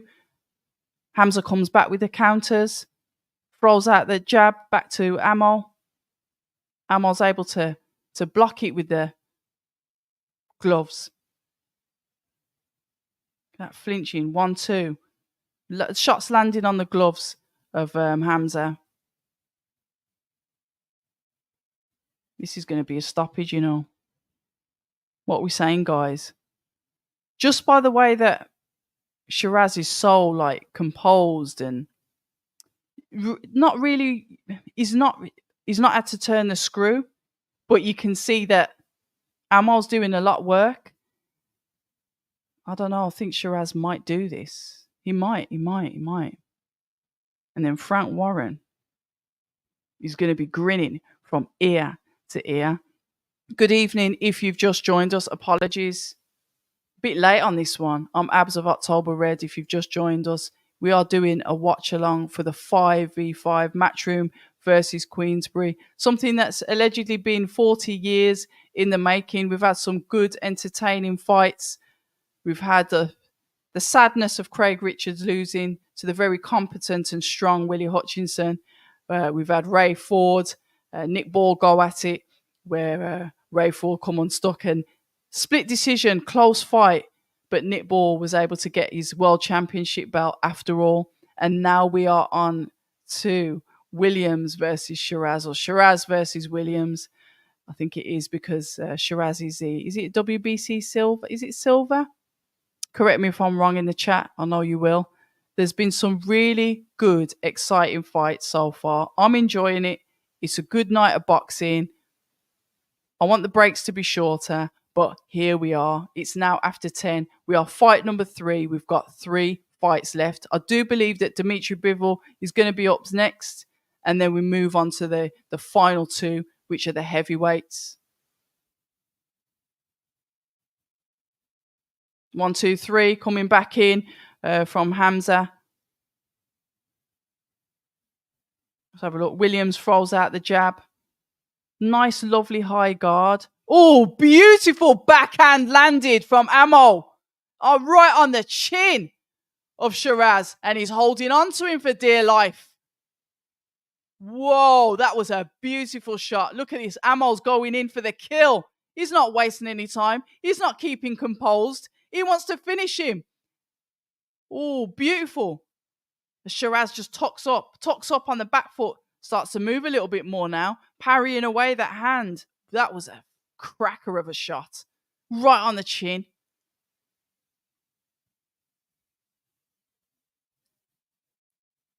One, two, three. Body shots coming in from Ammo. Was that a lucky shot, or is he going to follow it through? 1, 2, 3 from Williams to the head of Shiraz, who tucks up. The shots are landing off the gloves, body shots, but he's tucked up so neat because those long levers. He's able to protect his head and to protect his body as well.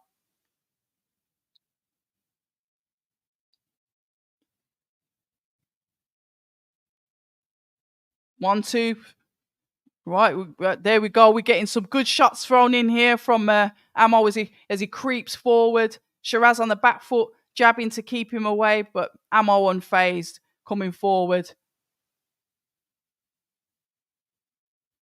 This fight's gonna be a knockout. It's gonna be a knockout. Come on, we need a knockout. We don't want another points fight. But you know what? It's gonna happen when you get 50-50 fights. I really do like this work from Ammo. Look at him. Look at those. He's just teasing Shiraz, just poking, prodding the jab, getting him to open up. A close range feint, you could almost say that it is. The backhand coming in from Shiraz. William throws out the jab continuously. Starting to push through the gloves. Now starting to jab the hands of Shiraz to open him up.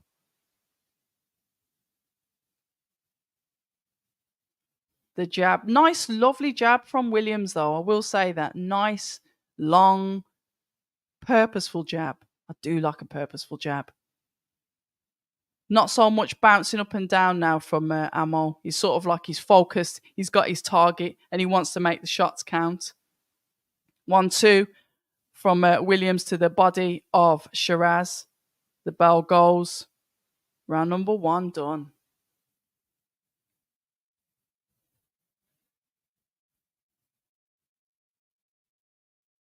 Mm-hmm. Yeah, I'm always hyped.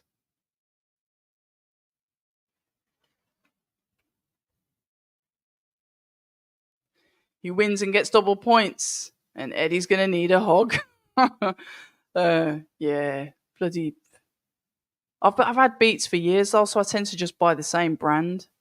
But it looks like I might have to put my overhead ones on in a bit. Oh, that just that beautiful, beautiful backhand on the chin.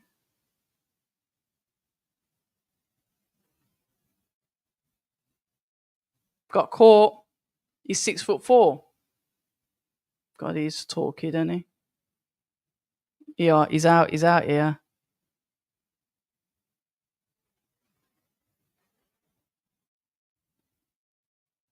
Right, here we go. Amol goes in, overhand, attacks Shiraz to the body, to the head, throwing a barrage of shots as Shiraz just tucks up, fighting out of the clinch. The ref shouts for both men to stop boxing and separate.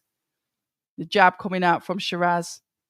Amol throwing back his own jab, tucking more of that peekaboo. Backhand, lovely backhand, landed on the face of Amol from Shiraz. Yeah, nice work. Oh, careful. Amol overloading on his shots there, just spinning himself slightly off balance. You got to be careful because the fighter gets you, you're going down.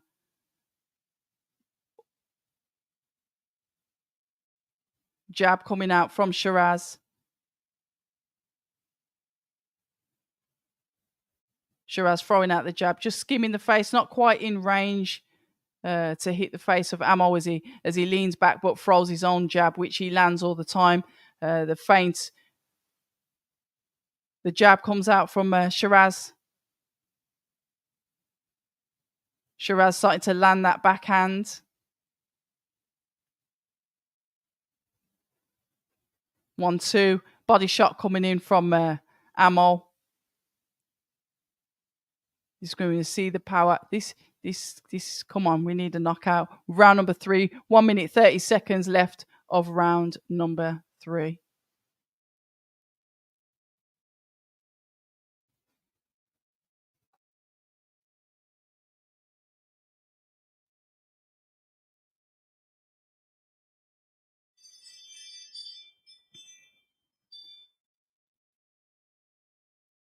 The jab flicks out from Amol as Shiraz fires back with his own jab. The 1-2, beautiful shots coming in.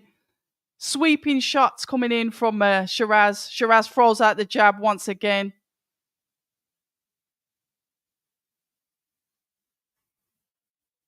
One, two, three coming in as Shiraz comes back with his own 1-2.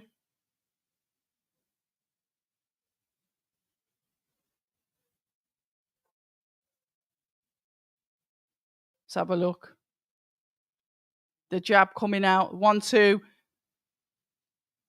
Shiraz looking like he's getting more confident now, is he? He starts to edge forward, throwing that backhand, throwing the jab. But Amol still looks as if he's trying to get inside the double, the triple jab.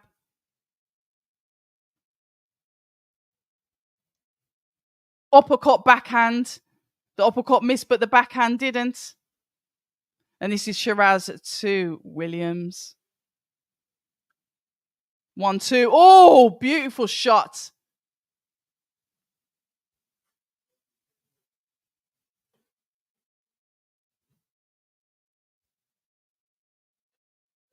You're standing out on the edge of this boy's punches.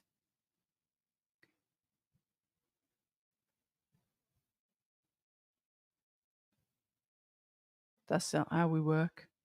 Bobbing and weaving, slipping and sliding, get inside.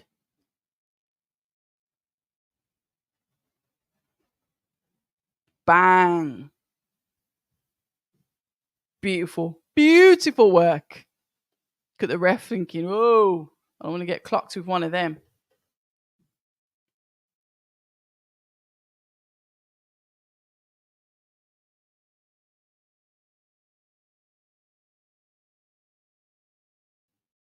Ignore me. I just had to mute it then. I was trying to get someone to pass me some food. Starving. Right, here we go. Here we go.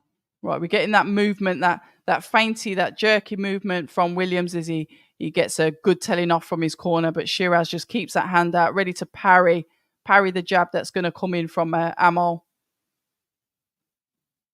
1-2. Jab from Amol. Oh, beautiful shot that coming then, wobbled once again, landed clean from Amol to Shiraz. Watch them low blows, kid.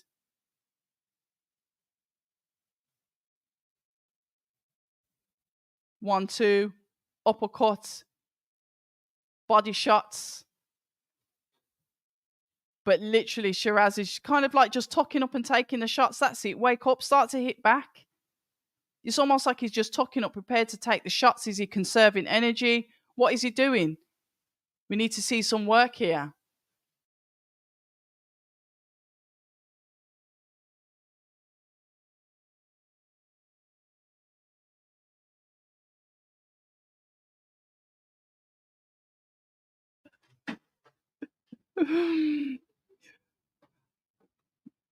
Here we go.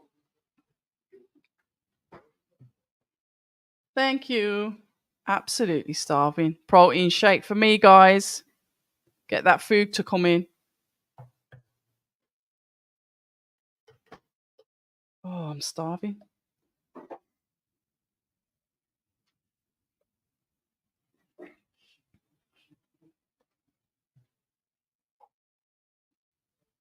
Well, I need to see more work from. I get it. I get Shiraz is probably trying to conserve some energy, but I just need to see more work coming in from him because literally, I'm always prepared to take those risks. He's prepared to go inside. Don't get me wrong. This is how you can end up getting knocked out. I understand that, but he's prepared to take those risks. Where Shiraz, don't get me wrong, the shots that he throws, they do count, but I just need to see more from him. Listen, this is a team captain. Come on, captain. Captain.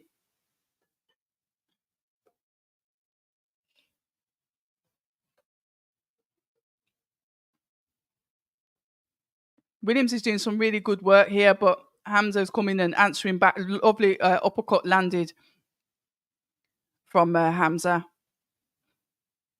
A 1-2-3 combination. 1-2-3-4 combination on the body of Hamza from Williams.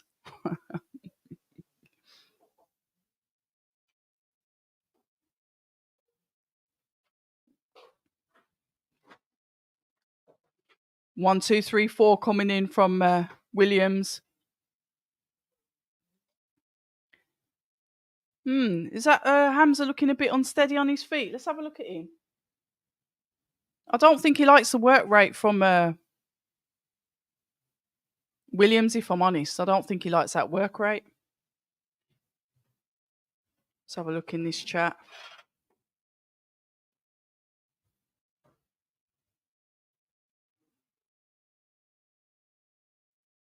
Yeah, it is a proper fight, but we've had all proper fights, haven't we? We can't complain. I'm not complaining about any of the fights. I've got 3-1 to Shiraz, stops him. Oh dear, Ilka Colbert. What's the Richard and Madonna link?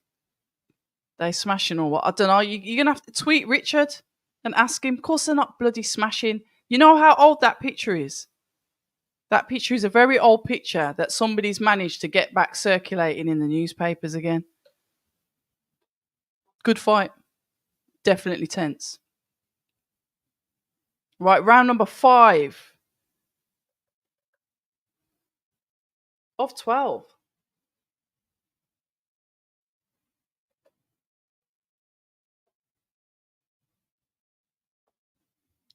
Don't make me spit out my protein shake.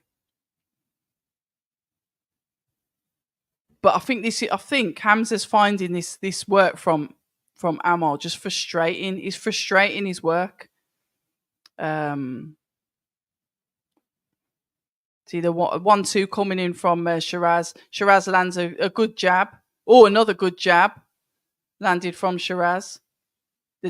Hamza Williams comes back with his own jab, but Hamza landed a couple of nice jabs there.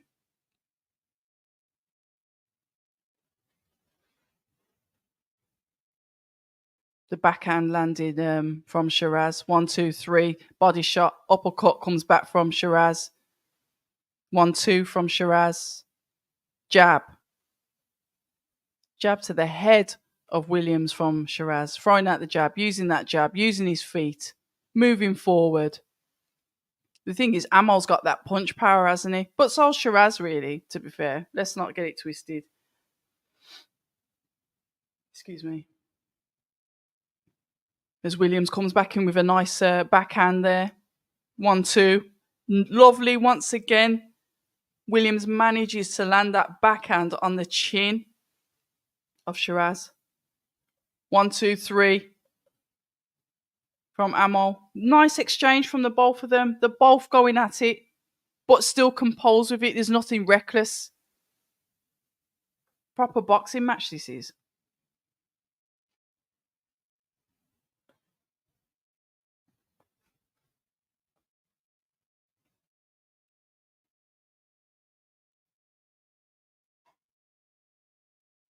Let's have a look. Hamza tucks up, walks forward. Williams throws out the jab. Hamza throws out the backhand. Bit better head movement from Shiraz as he walks forward comfortably. Oh! 1-2 coming from Shiraz there. I don't think Ammo like that. Sorry, I just saw some reddening, but it's not blood. God, the ears of Ammo are bright red. The jab and the hook coming in from Ammo. Jab once again. Oh, wild swing. You're lucky you got away from that because Shiraz landed that uppercut. You would have been on the floor.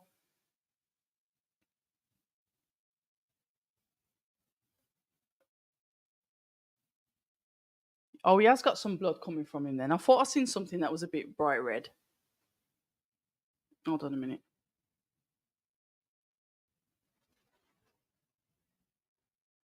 He's looking for it, but he's landing like short with some of the shots that he's throwing.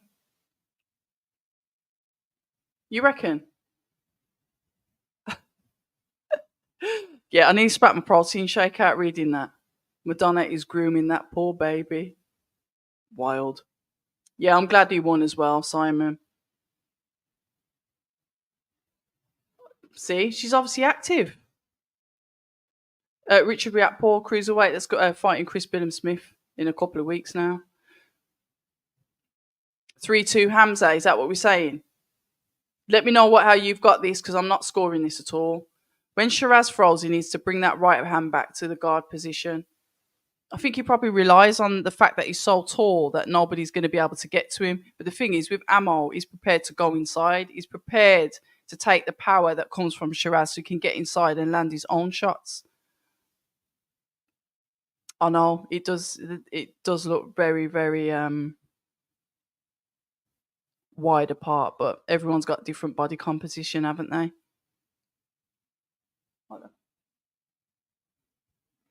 It's all right. I'm just trying to see if there's any reddening on the face of Ammo.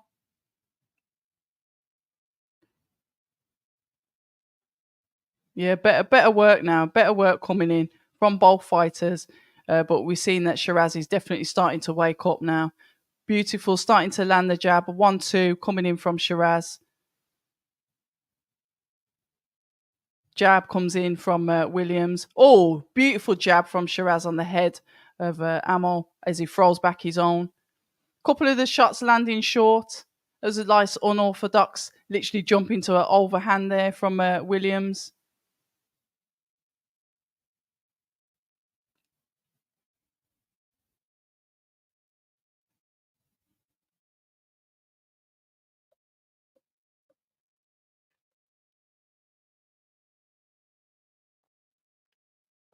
Round number 6 of 12.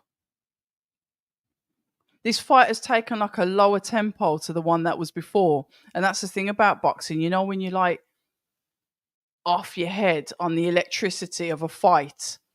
And then don't get me wrong, this fight's a good fight as well. But because that other one was literally like, whoa, this way, that way, this way, that way, it just lowers the tone a little bit and sort of takes the sparkle away from this fight. And I get it. This is what's going to happen when you've got these 50-50 type fights on the card. They say, styles make fights. But what I'd like to see with some of these guys is just a bit more follow through. I get it now. Shiraz is getting into range. Now he's starting to land the jab better. But I just want to see a little bit more follow through, a little bit more risk taking. But I get it. It's me. I'm greedy. I want to see the knockout. Overhand right coming in from Ammo as Shiraz answers with his own and comes back with a hook. Lovely 1-2 from Shiraz.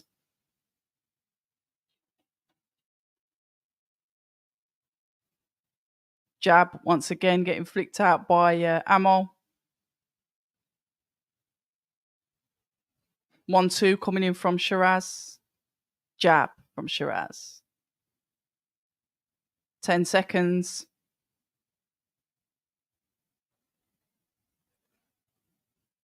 Double points if he wins. Be even better if he got the knockout. Let's have a look. Not as close as the other one, Flizzy. Um, he needs to leave some women for the rest of us. Bless him. He's on a mission.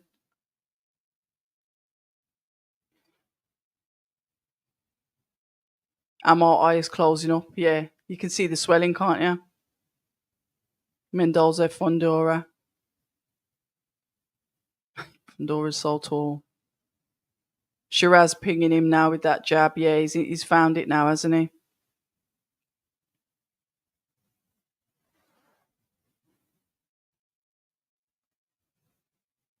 Oh, clean on the nose. Backhand. Lovely work from. Look at that. Look how he leans into that beautiful, beautiful jab. Here we go. Here we go. What round are we in now? Round number 7. Bloody hell. Jab to the body from Ammo. 1-2 from Ammo as he throws a combination to the body of Shiraz, who just tucks up, takes it. I'd make the most of this and try and get him with an uppercut. But yeah, he's tucking up, but I want to see a bit of, there you go, there we go. He tucks up and then Shiraz throws out the counter. That's what we want to see. That's fine. Tuck up, take the shot, throw the counter, which is a hook to the head of Ammo. Ammo leaps into the shot to throw his own backhand. A nice, lovely parry from Shiraz as well for that jab that's coming out from Williams. Oh, lovely shot there, knocking the head back of Ammo from Shiraz. Was that a backer? Because that was a lovely shot. That was. Both men in the clinch. Ref separates the two.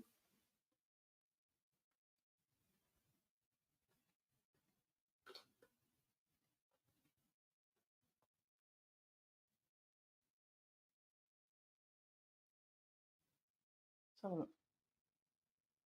think the nose. It looks like the nose of Williams is a bit swollen as well. To be fair, I know his eyes closing up, but it looks like his nose is as well. Really good jab coming out from Hamza. Nice work. The way he's got that parry hand there ready as well. Parry and he'll still jab with the same hand. Parry and jab with the same hand. 1-2 coming in from Hamza. Comes up with some counter shots, but it doesn't seem to be that much zing, that much power now in the body shots that are coming back to Hamza from Ammo. We've got 50 seconds left, round number 7 of 12.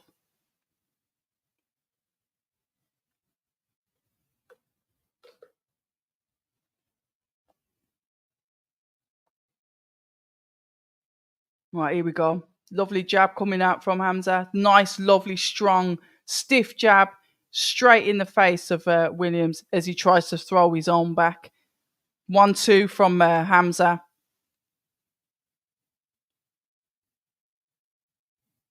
Yeah, his eye. Look at his eye. I think it's good. We want another Queensberry ring. We want another Queen. Oh, my days. What? Listen, Bivol. Imagine if there's an upset with Bivol. While these two battle it out, let me see what comments that I've missed.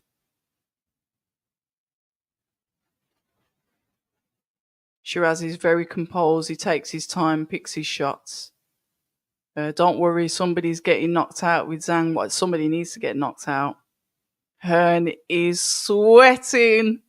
Flizzy, 100. Mr. Flash Ammo's got a longer reach, yet it's getting outboxed.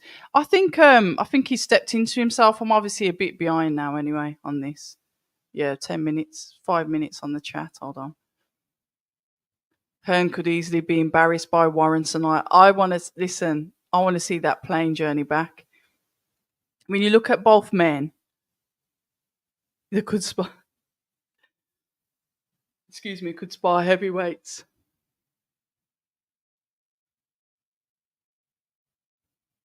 He's stick thin, but he's just so long and rangy. That's the thing with Hamza. And he's got, ooh, love, look at that backhand that he lands as well. Yeah, definitely starting at 1 a.m. Listen, like I said, I might be doing an intermission where there'll just be music played on here while I get some refreshments.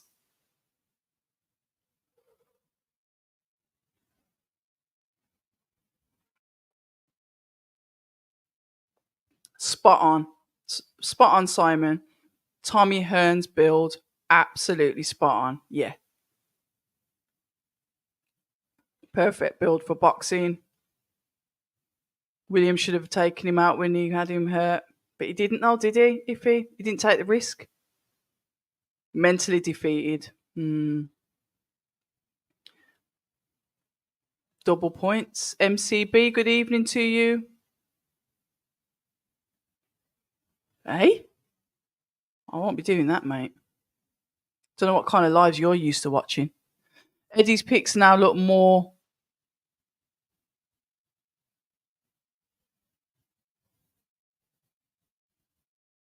Another one. Another uppercut coming in from Hamza.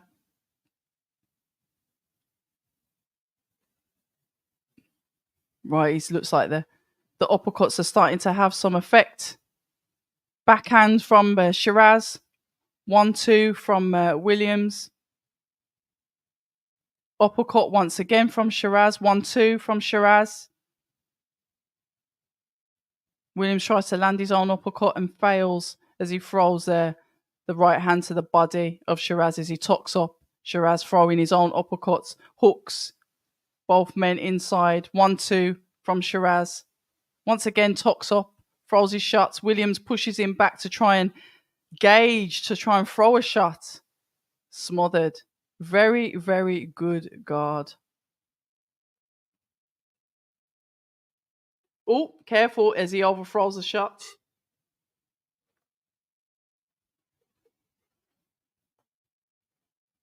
That eye is fully closed. I bet the doctor's going to have a look at that. He's landing, literally, Shiraz is landing at will on that backhand on that eye.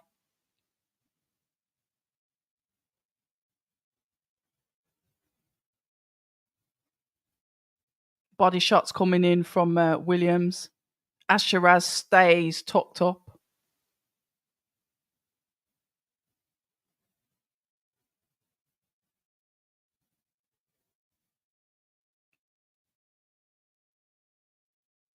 The jab coming out from Shiraz. It looks like Williams is struggling. I don't know if he's struggling to obviously hit the target because his eye is swollen up, but yeah, he's struggling now. Look how he's walking back to the corner. Yeah, he don't look too good, does he?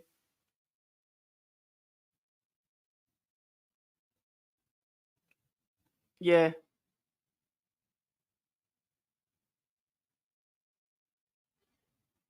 What are you saying? Eddie's picks now look more off emotions rather than style matchups. He's getting sweet by Frank so far. Love Matchroom, but calling it as it is. Yeah. I see Ammo getting stopped in the next couple of rounds. It doesn't look good. No, it definitely doesn't. Bro said he was a tiger and getting outboxed. Bad night for the American fighters. Ammo is getting a beating. I'm 20 seconds ahead. Just refresh your app. Only Thanos can save Matchroom. Who's going to be Thanos then? It's going to be Hrgovic, isn't it?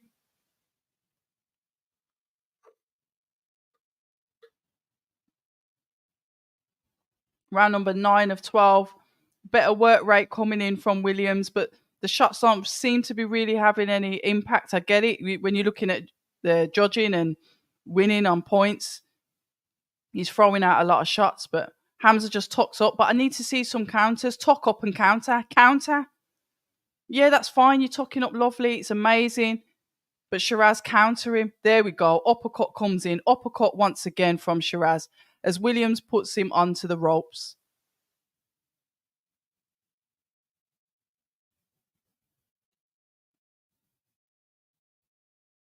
Jab comes out from Shiraz. The 1-2 comes back in from Williams. Men in the clinch. Fight out of the clinch. Fight out of the clinch. Come on, guys. You can do it. Literally, Shiraz is just so top. Throws the 1-2 back at Ammo. Ammo looks like he was wiping his eye then. Jab flicks out from Shiraz. And he's breathing out of his mouth as well. I did say his nose looked swollen. I think he's hurt his nose as well. It's not obviously just his eye. Ref separates the two. 1-2 from Williams. 1-2 once again, but landing on the gloves as Shiraz just literally throws his own 1-2 to answer. 1-2-3. Hamza tucks up and counters out of his own shots. 1-2. Coming in from Williams. We've got 1 minute left. Round number 9 of 12. 1-2. Beautiful backhand landed from Shiraz. Now follow it up. You've landed the backhand. Let's work.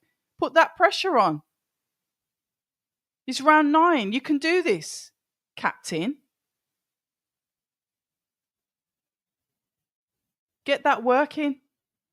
When he's got him hurt, you can see now Williams is on the back foot, walking on the back foot, not looking really confident. Yes, he throws out his overhand, but that's it.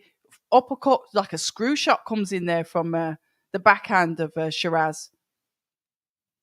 Just, keep it simple, but just put that pressure on. You can hurt him, follow through. You're getting a good high output from Williams, but off the gloves, not really making much of an impact as Hamza just keeps calm, composed. He's throwing out the 1-2.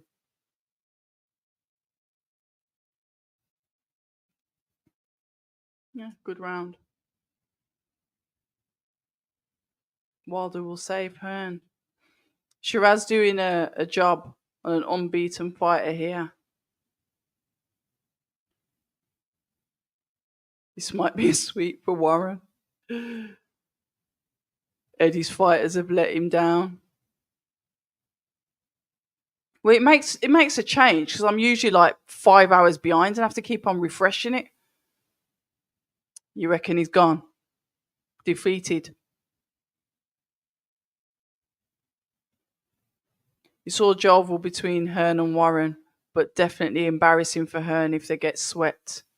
Hey! We've still got 2 fights. 2 fights left because obviously Bivol's not part of this. Hrgovic and Wilder will save Hearn from a possible whitewash. Round 10. 3-0 means it's over. Iffy, where's your money gone? How's your money gone this evening?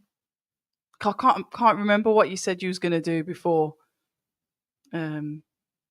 Triple D is going to bang Hrgovic. I don't know, I want him to, though. I do want Triple D to win. I like Triple D's. Lovely uppercuts once again coming in from Shiraz to Ammo.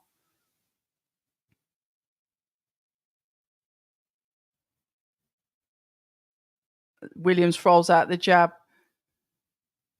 Hamza just throws out his own, literally. The tuck up from Shiraz is really good, and then he throws his own shots. Lovely long levers Shiraz has got. He's got a very low output.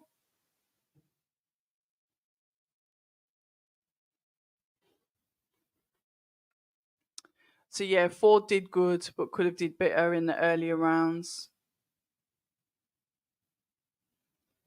Matchroom get 2 KO that could win it.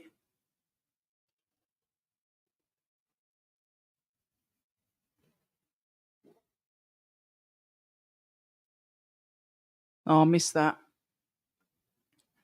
Yeah, he does need to step on it. He's giving it his all, but the throws at about foot. Oh, he's moaning about his head. He's probably going to end up taking a point off Ammo. Ammo's taking a beating, a bunch of heavy headshots. His corner might put. You reckon his corner could pull it? You can see how he's breathing. He's breathing like. You can't breathe out of his nose. I said that Hamza peppered his nose. Once again, the backhand lands on the ammo from Shiraz. Legs look like they've gone. Shiraz doesn't even look like he's gone up into third gear.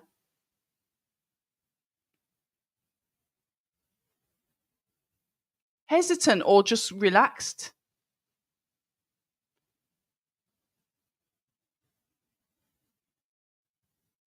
Ammo, bless him. Williams looks like he's getting shot every time he gets hit.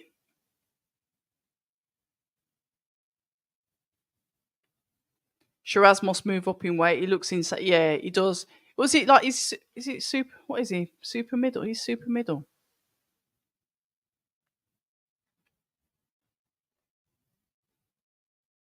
We need it. We need a KO.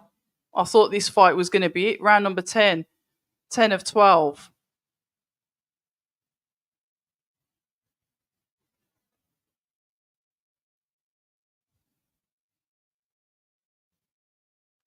Oh, he's down. He's down. Williams is down. Just from a hook. Lip bust, nose bust, eyes swollen. Oh, this is looking terrible for Team Matchroom. Look at his nose. He's getting pieced up. Look at his face. He's getting pieced up. Right, so Soulstar said to a couple of you rooting for Triple D. Soulstar saying he thinks going to win. Richards and Fords to win. They messed up. Yeah, look, told you. Look. B-Boy says, told you. Yeah, I think he's took too much of a pasting. It looks like a stray cat. Why are people so brutal online? That is the only thing. You lot are just brutal. Oh, my days. Look at Hearn. Hearn is absolutely gutted. Yeah. Right, Shiraz now is starting to put his foot on the gas. Round number 11 of 12. Literally ammo going for gold. But this is where you could end up getting caught. It's those long levers that come in from Shiraz. That one shot that can get you as he throws the hook and the uppercut. Sweeping, missing the target a little bit here. Uppercut comes in from ammo. Once again, as Shiraz tucks up. There isn't any head movement, but he does tuck up nice. Let's get the counter. There we go. Beautiful counter. Just that short hook to Dizzy. He's going to go again. He's hurt. He's hurt him. He's on the... Yeah. Oh, they've called it. They waved it off. Captain, double points. Oh, wow. Look at Frank.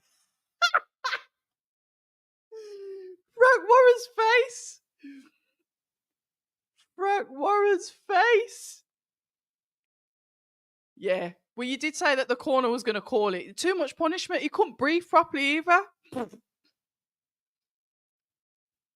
Frank Warren, listen. Right, you guys have done all that point thing and whatever, yeah?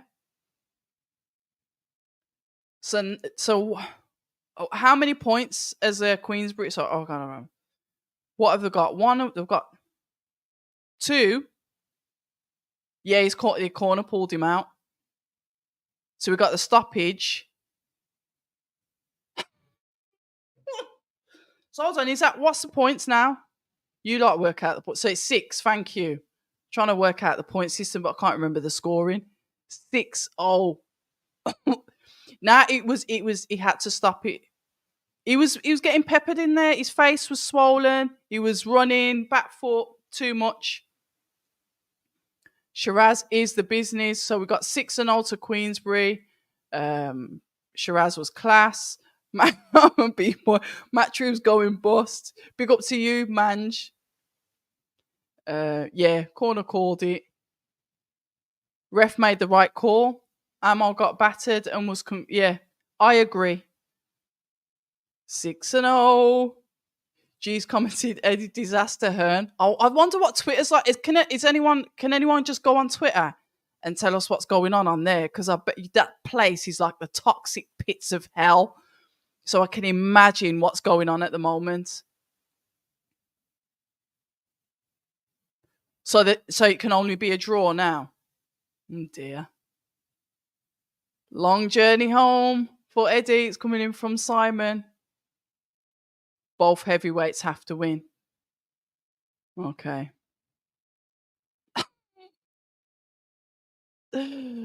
Oh dear. Oh dear. Oh dear. Oh dear. Oh dear. The pressure that's on now. Two heavyweights, both of Eddie's heavyweights have got to win because obviously Wilder's the captain.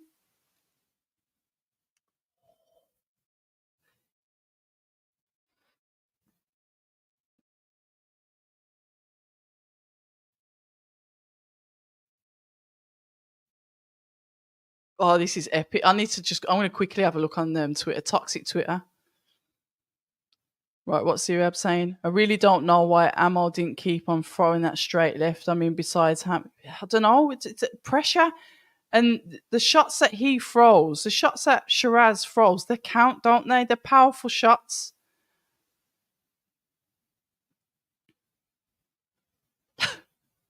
This is insane. I must say, though, the ref spoiled the fight for Amo. When he was on top, the ref stopped his momentum. Did he? What, because of the heads? He was like going in with the head, though, wasn't he? There's no slow-mo replay. Shot definitely looked brutal. Yeah, he just wobbled him, put him on the back foot running. Frankie boy got Edward looking wet behind the ears. God damn, Eddie. Not like all of these Frank's picks being spot on.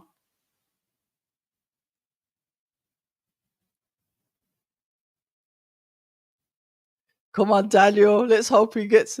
Yeah, flipping neck. Flipping neck. So Eddie can only hope for a draw. My boy AJ is mad. Where's he? Is he sat in the crowd, is he? I don't think Wilder will win. I think there's a potential that Zhang gets him out of there rapid, like some crazy stuff like round 3. It's about to go missing.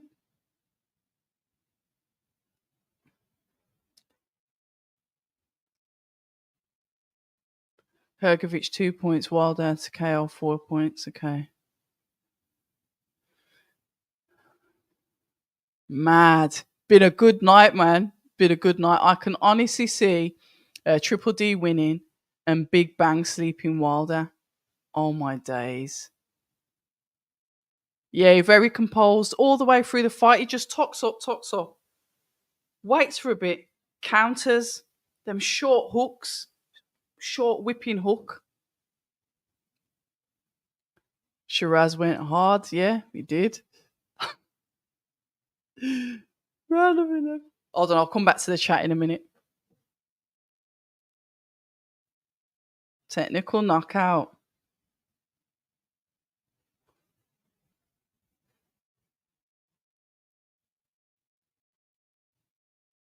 Middleweight. There's me thinking he was super middleweight.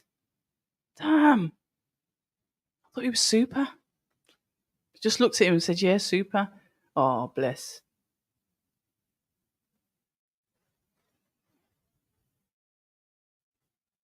Congratulations. Commiserations.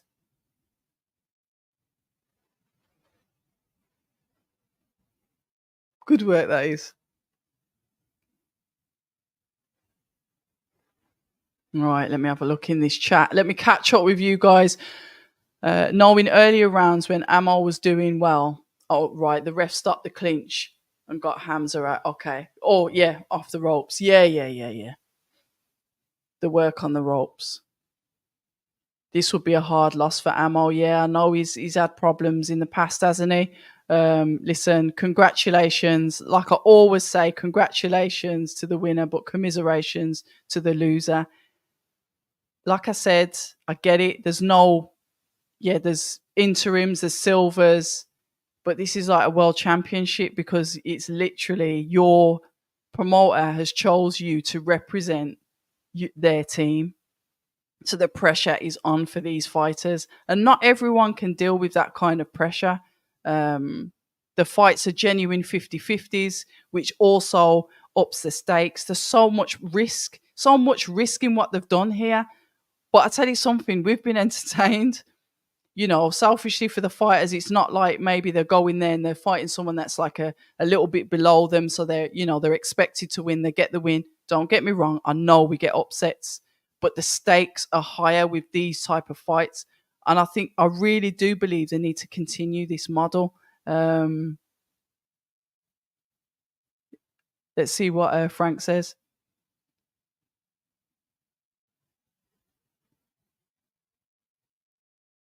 Been using with a tough guy.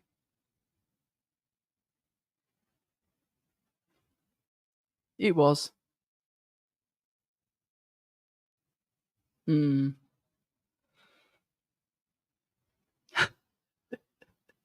Amo was really invested in winning for Matt. Well, he tried, didn't he? He tried. It just didn't work.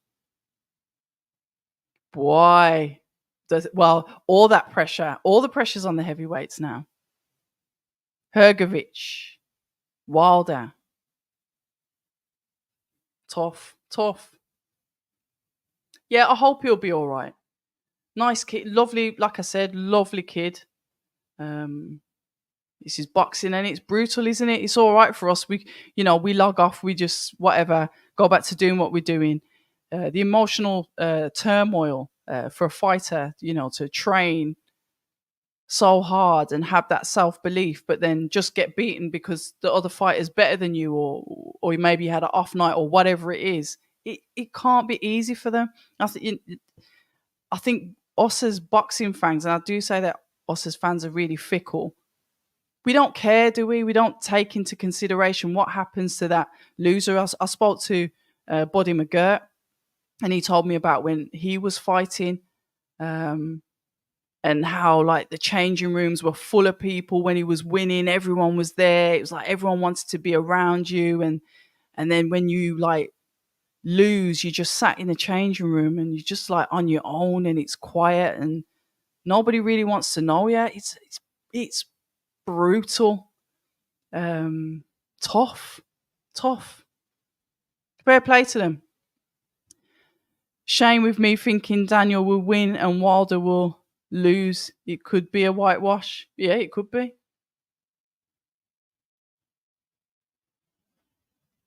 Warren, His Excellency, will now tell Eddie to go back to the UK. Small fights back to AJ. Yeah, it's nuts, isn't it? I'm thinking, well, like deep down, I've been swaying with those two, but then the only reason why I was swaying towards more Zhang is because it's almost like Wilder's sort of like giving us this like last sermon. I said it at the press conference because he sort of like gave this last speech, and it was almost like no matter what happens with this fight, I think this is going to be it for me. There was no like, I see myself doing this in the future. So maybe that's kind of swayed me more towards Zhang, because with that fight, I couldn't make my mind up anyway. You know what? I'd like to see him put on a clinic.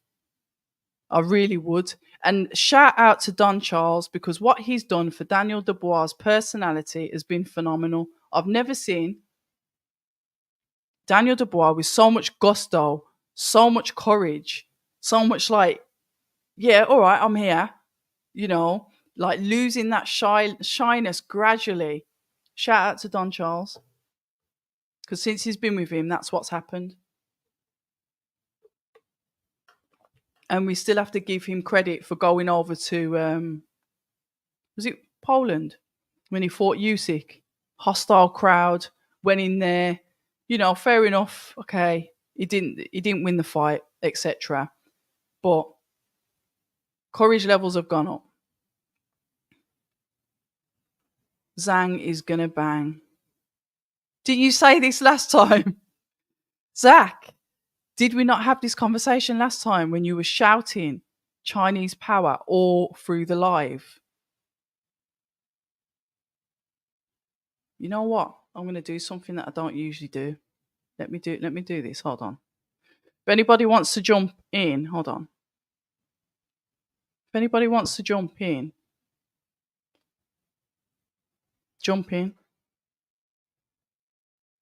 because we might need to pass some time. So if anybody wants to jump into the chat, jump in. Frank, His Excellency Warren. Wilder and Hrgovic need KO to get a draw.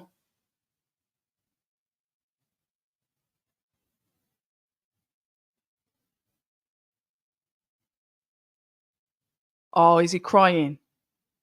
Oh, I don't like to hear that. Don't like to hear that at all. Oh dear, poor thing. I hope he'll be all right. That's what I said. That's what I said to you lot. I hope that he's going to be okay.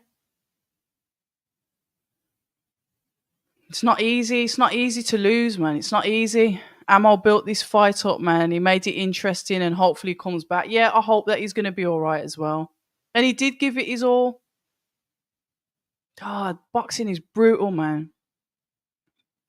And all we do is sit there whinging and moaning and, well, some people more than others and saying, oh, he's a bum and this, that. And it's just so disrespectful.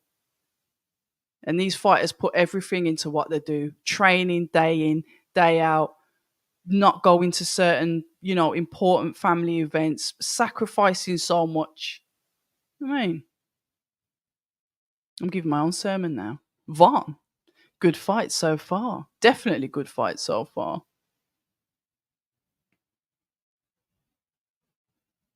Both Wilder and Zhang can bang, but Zhang is a lot better boxer. Yeah, I agree with that. So Bivol's in ads next. Warren's going to be doing interviews all week. Listen, you know what he might do? Because he did it. He did like a homecoming last week when I had that. I'll tell you what, man flu's the worst flu ever. I was wiped out when he did like a homecoming. He did the Magnificent Seven presser, and then he did like a homecoming for the winners of the Riyadh fight. So he might do something like that. I know, like I said, Johnny Fisher and Babbage press conference is this week. So yeah, Eddie's gonna. Oh mate, everyone's gonna be all over Eddie like a rash. He's been seen at the Saudi airport. Yeah, Frank with the linen jacket. We gotta love it. Well, it'd be like in the weight categories.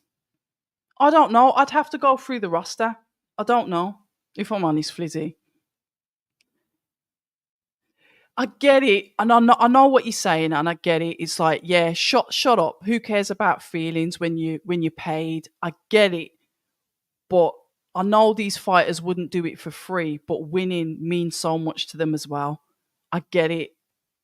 I used to say it years ago. I'd rather be rich and crying in a mansion. Like I used to say that, but sometimes it's nice to have both. Yeah, I might have a little nap now. Well, listen, this Bivol is gonna splatter this guy, and that's it. And then we're gonna move on to the heavyweights. You need to start. You like wicked to Bivol. What's that? I don't know what that is in the chat. The band, yeah, it's gonna be horrible. But he can take it though. That's the thing with Eddie. The thing is, he can take it. Yeah, he won't be impressed, but he can take it. He can take the stick. Yeah, I think Wilder's fire might have gone out as well. I don't know. Oh my days! I need to. I'm going to tweet Frank in a bit. Actually, Frank Smith, and say, "Have you got your frocks ready?" Triple D coming back. Really hope that he wins. Yeah, and that's it. At the end of the day, isn't it? It's easy for us to just sit there and whatever.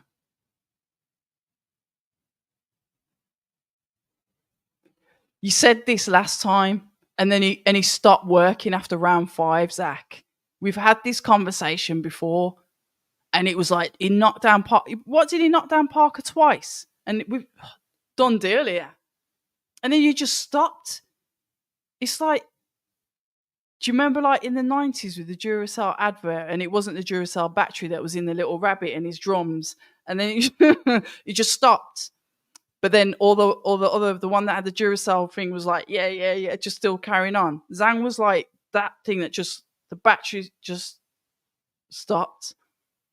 Like in the olden days, we used to have Walkmans. See, I'm from that era. And then it evolved onto CDs, and then we had the Apple, whatever. But when we had Walkmans, and you're there listening to your tunes with your little headphones on, and all of a sudden the batteries start going, everything just slows down. To me, that's what happened to Zhang. Probably a bit over dramatized, but that's how I saw Zhang. It was just like the batteries just ran out. So I'm not listening to this speed and power. I need to see it. Real talk, props to the British boxers. They exceeded my expectations. Oh yeah, I'll put the link in there. I don't know if anybody... I'm jumping but can't jump far enough. How to do it? What does that mean? No, there's no smokers in the chat because smoking is bad for you. Yeah, he'll definitely be back, but it's just the emotional damage, isn't it?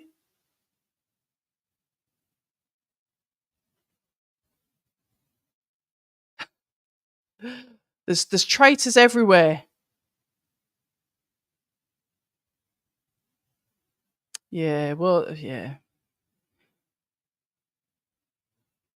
Oh, Jaya Pataya's back. Maybe you should. Yeah, the tail, yeah. But you know what? Look. Each to their own. I like masks. I've got like got my purge mask, got my scream mask. The only one I keep on meaning to buy that I haven't got is the Jason mask because I like horror masks. You know, they're great for Halloween. Something let him down, bless him. He was just frustrated and outworked himself, didn't he? And Shiraz did control it from the first bell. Oh, listen, respect for joining in. Like I said, I'm sure you guys have got plenty of other things that you can be doing, but you're here. And I do like the live streams because it's like-minded. I like boxing. You like boxing. Let's just chill out and watch the fight together and talk and have some banter and stuff. So no, I appreciate you guys, seriously. I do. We need an upset.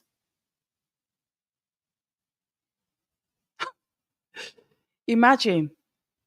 And that's not even on the this is not points. And what did Zinad say? That his mum's come out, so his mum's there as well. Was he waving at his mum at the weigh-in? He's going to be one happy man. If Wilder stays clear of Zhang, you never know. Just uses his telegraphic arms, but Zhang's quite long as well. Zhang is extremely long as well. He's not like Oh, are they clowning Eddie on X? They're bleeders, aren't they? That place is toxic. Sometimes I literally open up that app, have a look, and then just close it and don't bother going on there for a few days. Or I'll just like repost like boxing stuff because it's like the pits of hell. It's like the world scraped out the worst people and then just put them on Twitter. Sometimes it's funny, and then sometimes it's just like, not today.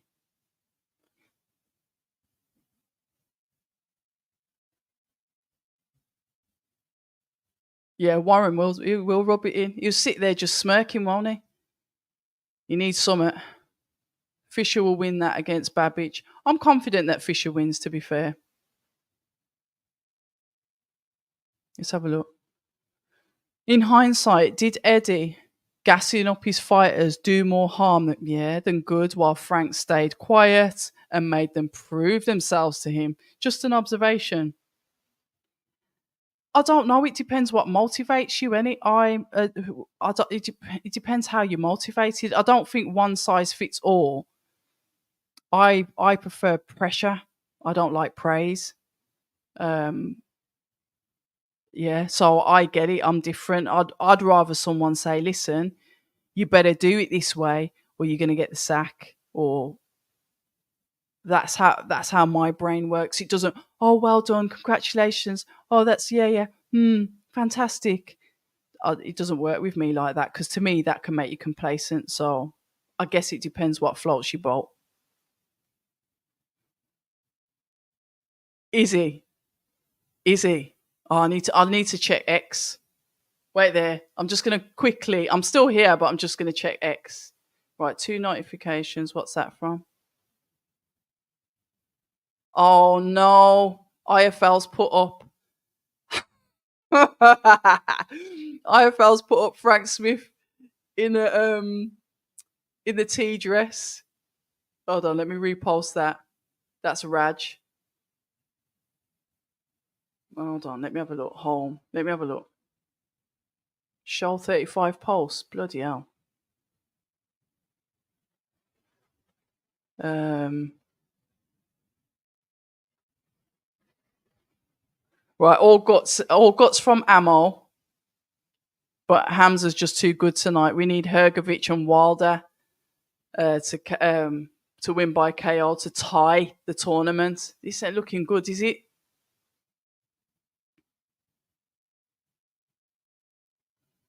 People are going to be fuming on their picks. Frank Warren, a captain's performance. We told you Hamza Shiraz is a real deal. 6-0 Queensbury, still 2 fights to go. Bloody Frank. Yeah, I'll have a look. I'll have a proper look through there in a bit. Jokes aside, you speak sense and respect all the fighters. They're a different breed. Yeah, they are. And I'm not gonna. I don't. I'll try not to swear on my live stream, but there's no point in being an idiot, is there? Um, and I mean, tribalism's cool, and I get it. You pick a side and you're loyal to that side, but like slating people that you've never met, probably you couldn't do what they do, is just pathetic to me.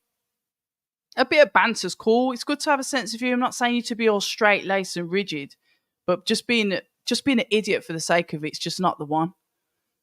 Nah, I don't know how to bet, Andrew. I'm not. I don't do gambling. I wouldn't have a clue. Great show so far. Absolutely noble. Great show. Oh, not you and Zach again. Well, there's nothing of that now because it's Bivol's coming out. Exposed. Not really, because if it was like a succession, say if it was like there was 4 5x5s and every time Matchroom lost, then you could have an argument. This is the very first one. Like I said, people performing under pressure.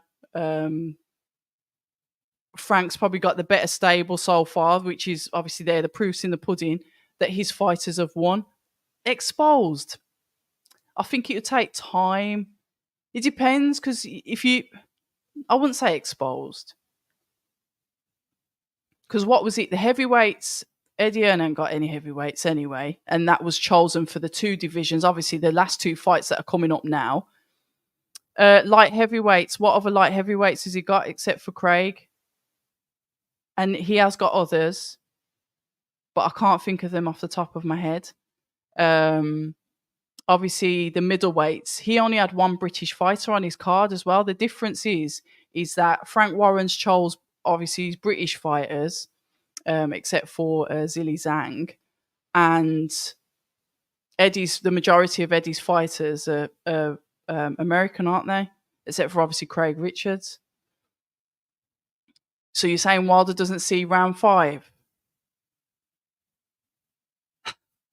You lot are nuts. I bet young lady won't be up at 7. Mate, I usually go swimming on a Sunday. at 7 a.m.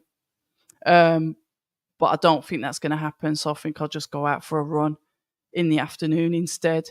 But I will be coming back here 7 p.m. tomorrow night, and that's probably going to be about an hour. It's just a live boxing debate, and it's with Danny from Fight Fan TV, who's Craig Richards' cousin, Base the Kid, and our US correspondent Maestro. So all four of us will be back discussing all things 5v5 tomorrow evening at 7. Yeah, those days are gone when I can go to bed at like 2 and wake up at 6. I'll probably wake up at 7 though. I wouldn't say Matchroom are getting exposed. The fights have been real good, yeah. Real 50-50 fights. Like I said, I think if there was like 5v5s and Queensbury's coming out on top in all of them, then it's like, yo, you need to start asking questions. But as it is now, nah.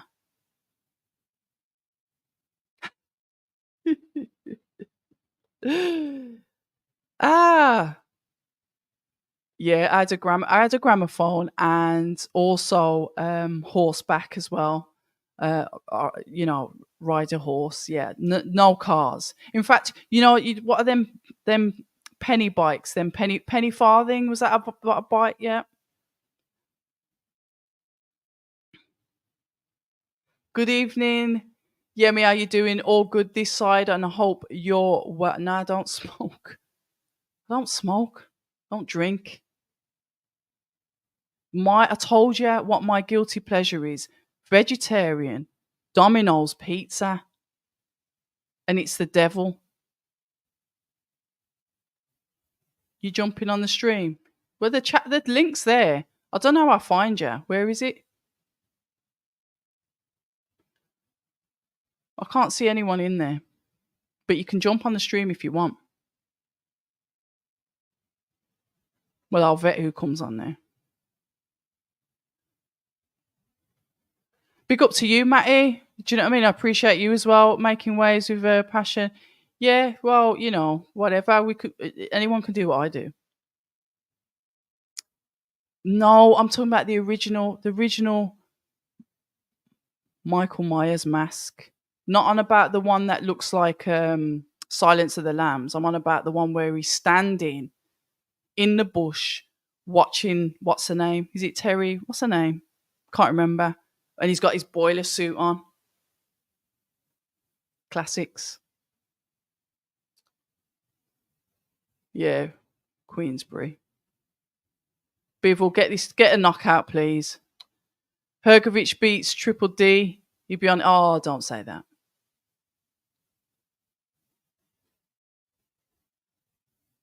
And I love Use Lot Company. Come on, Bivol, get a knockout, man. Come on, you can do this. You can do this. I was going to say something extremely inappropriate, but I won't. But I'm sure he can get the knockout if he really wants to.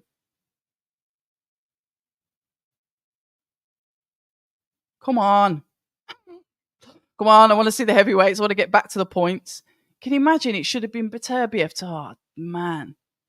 Right, come on. Here we go. Zinad straight into the centre of the ring, throwing out the jab.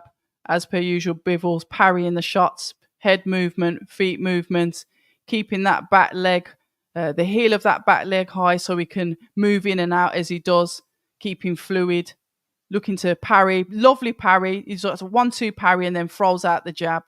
Lovely boxing from Bivol so far. Zinad takes that pause and has a look so to make sure that he can throw the jab as he does land it and throws the backhand afterwards. Nice, lovely jab landed from Zinad once again. If this Zinad wins this fight, here we go. Better from Bivol. Some nice counters coming in from Bivol there. Zinad once again flicking out the jab. Not flipping, flicking out the jab. Bivol throws his own and throws the hook. A double jab with a hook on the end of it coming out from Bivol.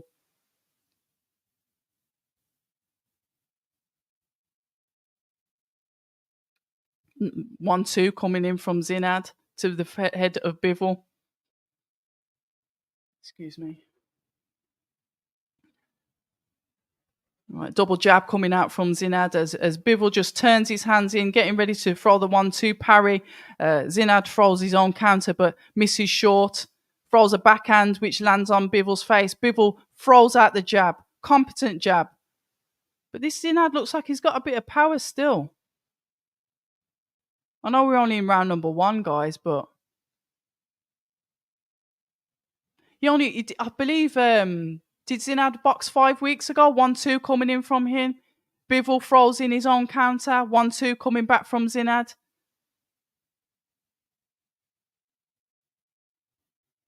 He's fast. The jab once again as Bivol throws a 1-2.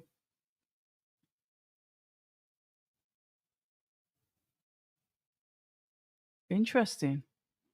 The jab comes out once again from Zinad. Bivol lands his own, goes 1-2-3, and Zinad is down.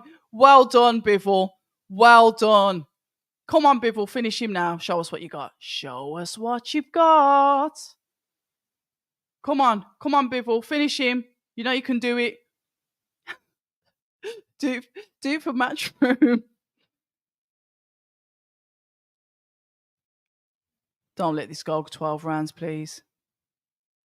1-2-3 coming back in. Bivol throws his own combinations back out to Zinad, but there's a pause. There's a pause as the reset.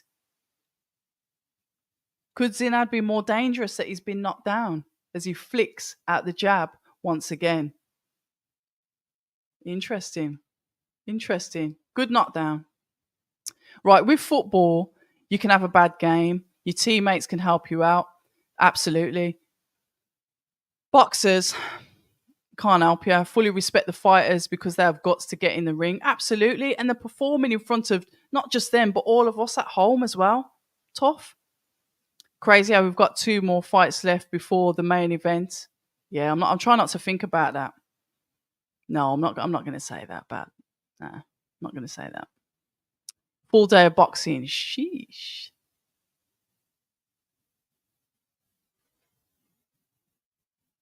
What are you saying? Frankie's going to be walking off into the Riyadh sunset hand in hand with Turkey and his cards. Spot on, mate. Bivol turning up. Let's have a look. Come on, round number 2. Zinad throws out the jab once again. Bivol, like I said, he keeps his hands there ready to parry and to throw the jab. He does that. He does it quite quickly as well. You can hear the crowd or the fans of Dmitry cheering his surname. Zinad, once again, is literally throwing out this jab at will at the moment as Bivol comes back with his own. I'd like to see him use that parry. You know, he's got those hands up there ready to parry, but to get inside. But Zinad manages to push through that guard of his. Round number 2 of 12. I don't want this to go to points. Come on, Bivol, just get him out of there. Someone get someone out of there.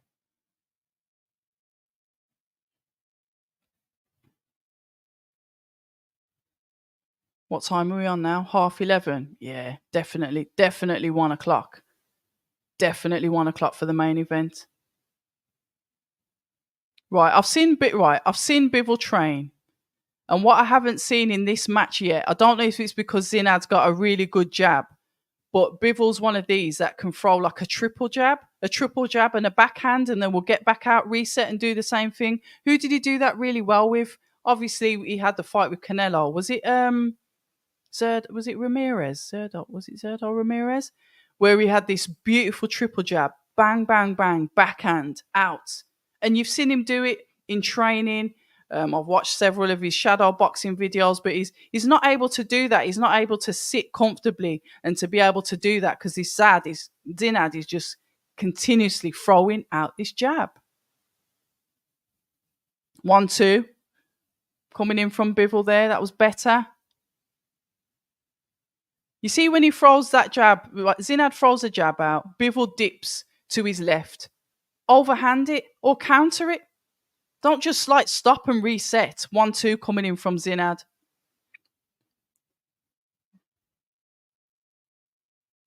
1-2 once again from Zinad.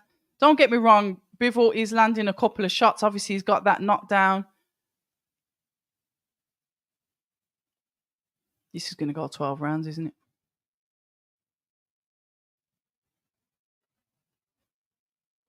And you've got to think about it as well. I'm absolutely convinced Zinad had a fight the other day. So he's fresh. Been in camp for how long? That's better. More pressure coming in from Bivol. There we go. There we go. Bounce, bounce, bounce. Zinad able to land the jab again. Right. 1-2 from Zinad. Jab from Zinad. Jab to the body from Bivol. Jab cross. Okay. Let's have a look. It's time once again. I think Eddie speaking for them made them sort of a little too complacent. And then, yeah, it's only a thing that the fighters can know, innit?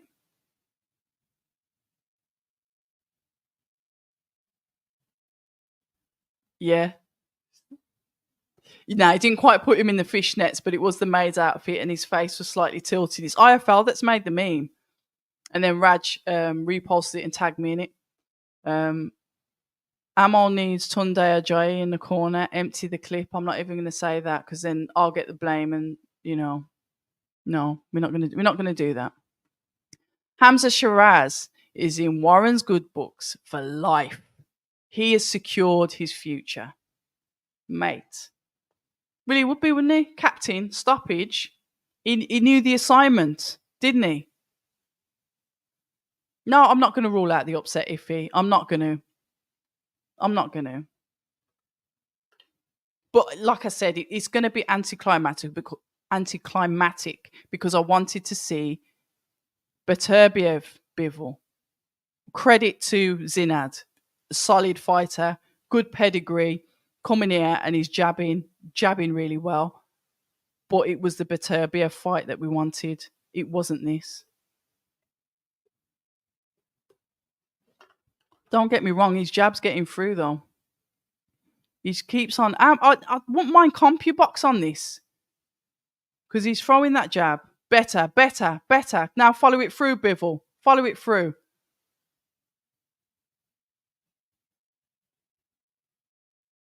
Oh.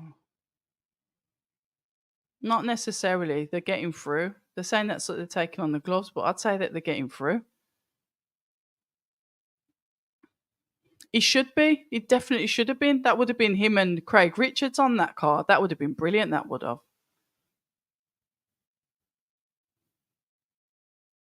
Barry Hearn will take Eddie out and become the head honcho now. Can you imagine that? Eddie won't let him. Yeah, he is fast, isn't he? Fast jab.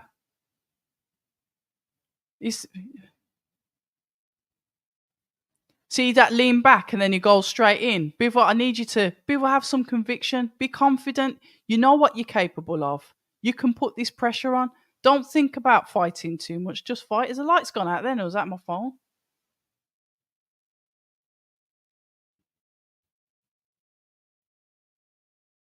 Right. All right. You okay. Let's get inside. Let's work. There we go. Zinad is throwing out the jab. Bivol's coming forward. Looking to obviously go through his shots and throw his own back, but he's literally throwing a 1-2. I want to see a 1-2-3-4, a bit more variation. Let's go to the body. Let's whip in an uppercut. Let's just not headhunt with the shots when you're coming back with the counters. I'd like to see just a little bit more from Bivol. Show us what you got. I just get frustrated.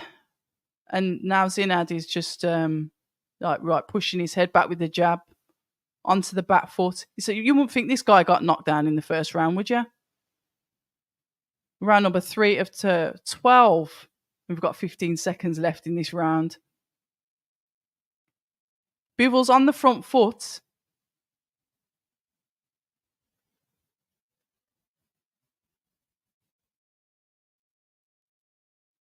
I want to be excited, but I just can't feel it. Or Callum Smith. Yeah, Callum Smith, but he's probably headlining from the Arthur. Yeah.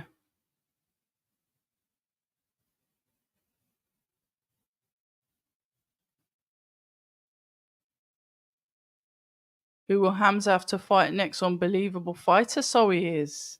Jim's back.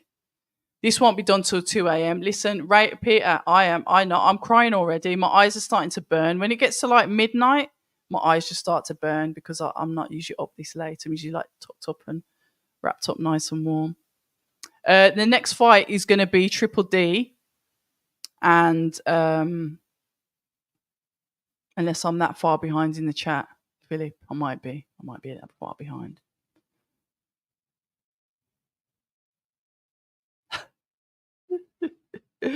Penny farthing. Mr. Tone, it's shown that Frank has nurtured, I love that word. It's shown that Frank has nurtured the British fighters. Eddie has neglected the British market. Do you think there's a lesson to be learned here then when it comes to like looking after your garden and making sure your flowers bloom the brightest rather than hopping the fence and going next door and seeing what you can do to their bushes? I do always think it's better to look after your own bush than it is to go and look after somebody else's. So yes, Mr. Tone, I'm inclined to agree. Do you know that the original Michael Myers mask is an... Yes, William... No, I didn't. No, I didn't, but thank you for that. William Shatner's from... Oh, interesting. Weird. So a bit of recycling going on. Where's Ingolf? Where have you been? Problem with Bivol is that he never knocks anyone out, but a great boxer. He is a great boxer, but he did drop him, but let's see if he drops him again. I'm going to mingle in the chat for a bit while this fight goes on in the background. If Bivol is Eddie's only, that is peak. Well, somebody's shouting Bivol, but... Oh no, they're both shouting different fighters. We see this a lot. The unknown fighters do well early on, then start making silly mistakes. I agree. I like it though. Zinad looks like he isn't there to pad Bivol's record. Yeah, he's definitely he's earning his money. And remember, he only fought 5 weeks ago.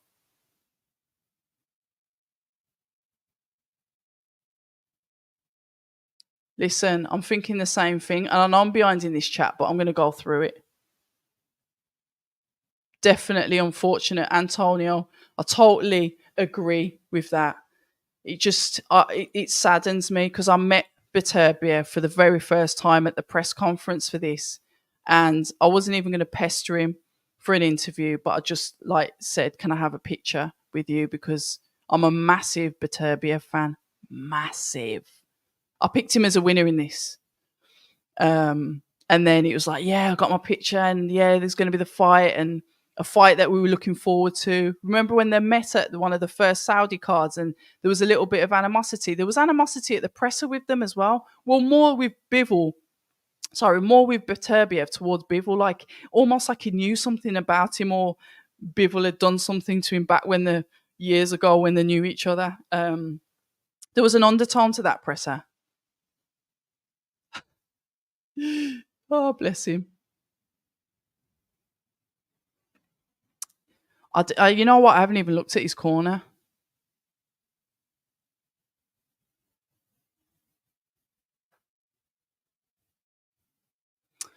Right.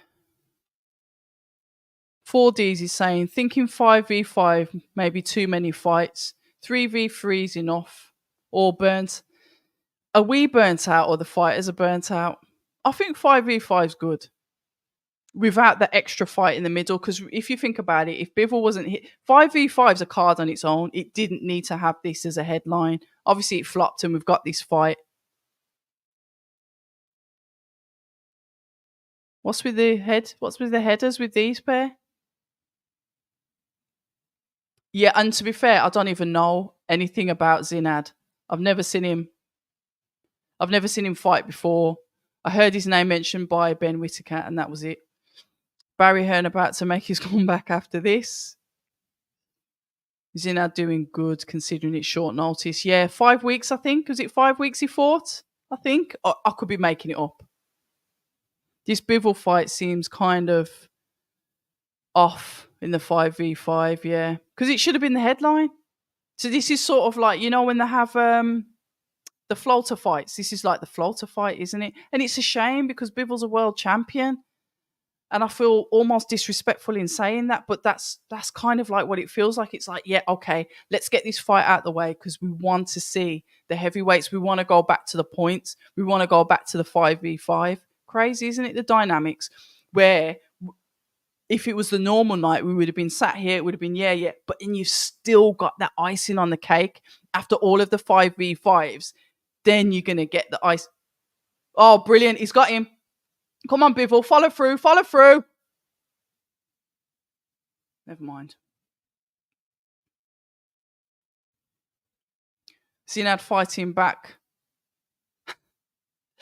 Yeah, some of these comments. Yeah. Daniel looks absolutely hench. He's massive, isn't he? Big lad, isn't he? Based on Hrgovic, last opponent Dubois by stoppage. Interesting. What is it? Dempsey McKean? Did he fight last? Who did Hrgovic fight last? I can't remember. Oh no, he was on one of these cards, wasn't he? Hrgovic not really convincing, all honesty. What is a good fighter. I think to be fair, and see when I think his father passed away, and he had a little bit of a lull then, because obviously that's not obviously nice to go through that, and that's when he fought Zhang, wasn't it?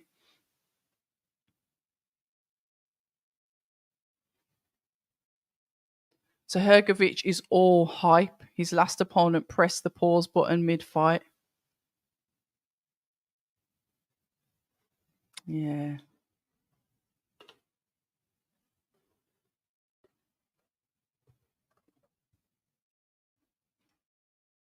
Right, I'm gonna have a quick hunt.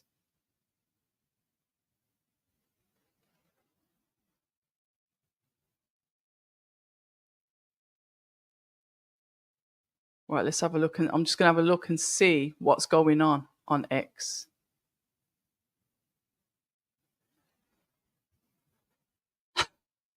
What's Peter up to?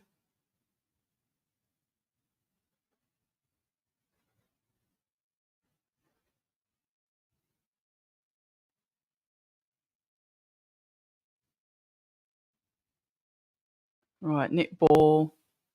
Right, Fraser Clark's tweeted more promotion needed. Do this in the UK, and I'm telling you now, it's going to absolutely sell out. Just don't know how it gets done over here. It gets done over here, Fraser. You know how it gets done over here. Frank Warren and Eddie Hearn do the same thing in the UK. It gets done over here. Oh, Richard Rapport's tweeted, money talks every language 35 minutes ago. What do you mean, Richard? Everyone's got a price, Richard. Is that what you're saying? With respect to His Excellency, get on with the fights.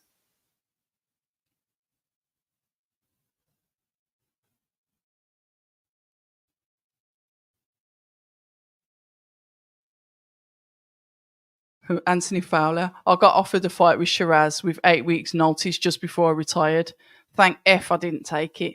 Laughy emojis. Matchroom's having a nightmare. For entertainment reasons, it's been ideal. For entertainment reasons, been ideal if it was closer. Obviously, they're talking about some of the fights.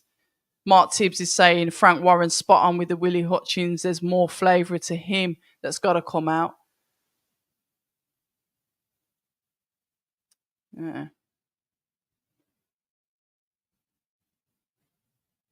Yeah. X is kind of quiet.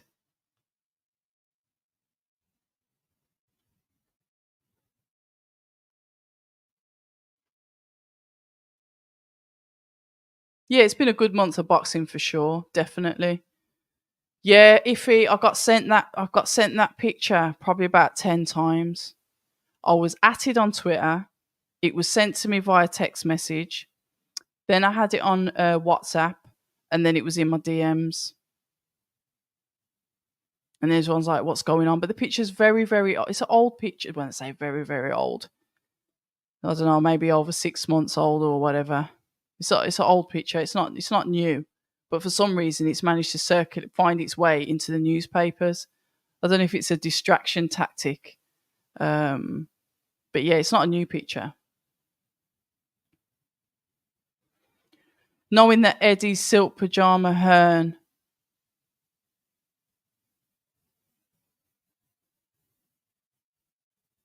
round number 6 of. Thought he got knocked down. This Zinad's tough, man. Make sure he stays on the books. He's still in there after getting knocked down. Knowing that Eddie silk pajamas hern, he will end up getting a draw. Oh, here we go. He's hurt him. There we go. Get the stoppage. Bivol. Go on. Come on. You can do it. Get the stoppage. Do it, Bivol. Well done.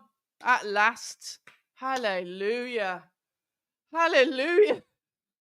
He's got the stoppage. Well done. I'm so happy for him. I'm happy. Congratulations to Dmitry. Well done.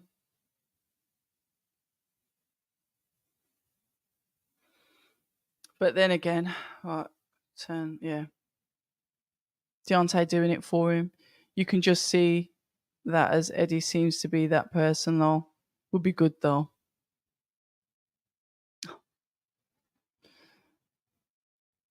Bivol battering him.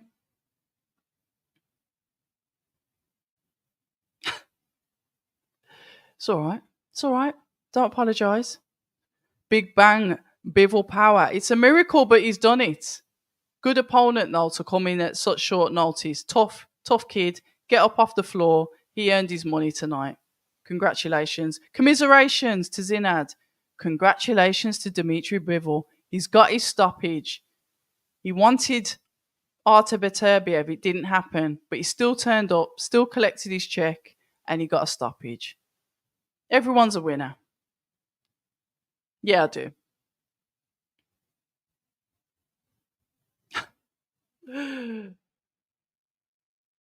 Yes, a stoppage.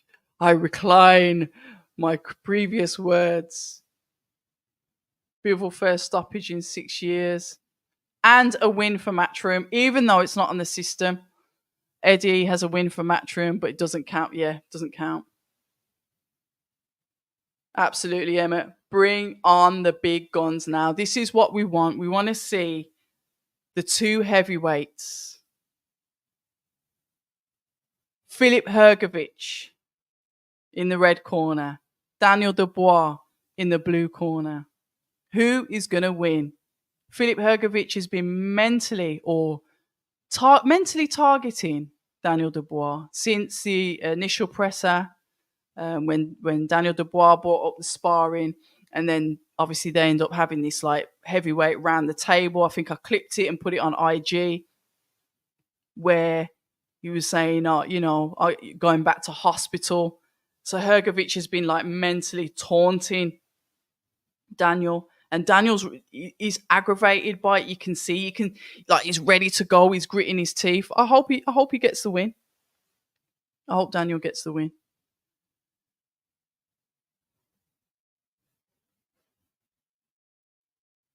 Kyoshi, you never lied. That's that stoppage. Bivol must have heard what Chris Mannix said. I'm more happy for you, October Red, to get the fights you need. Need your sleep. Yeah. You know what my mum used to say to me? And she's getting plenty of it now. She says, I'll sleep when I'm dead. So, yeah. Sort of one of the mottos that I live by. I don't think he'll beat Beterbiev. I think Beterbiev will beat him. Knee pads at the red. Oh, no, stop. No, we're not doing this. I'm still not convinced about Triple D, even though he did good versus Big Baby. It's one of them, isn't it? Let me see if I can get better Twitter thing on this, because on the laptop it's rubbish. Let me see what is going on with X.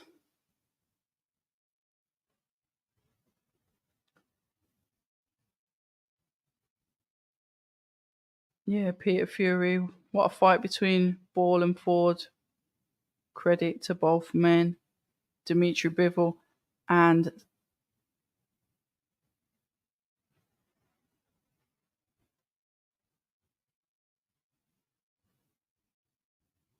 Bivol. And still WBA and IBO light heavyweight. It looks like the media sat quite far back from the ring for these fights. Then probably got a better view of the fights here. No, we're not mentioning the C word in golf. We're not doing this. We are not doing this because do you see this flickering background that I've got? That's what you'll be staring at with, yeah, because no, and you'll be listening to some relaxing yoga music if they're going to do the C word. We're not doing the C word. No.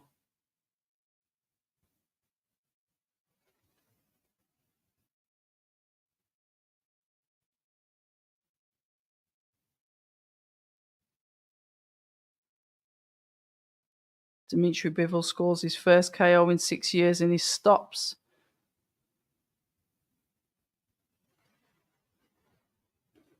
Right, I need to see what's trending. Let's see what's trending in the boxing world.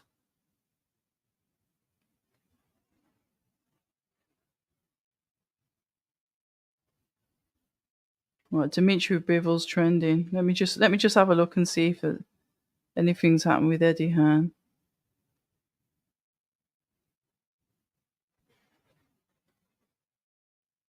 Having a look on the old Twitter, toxic Twitter. Right, latest. No, just people arguing.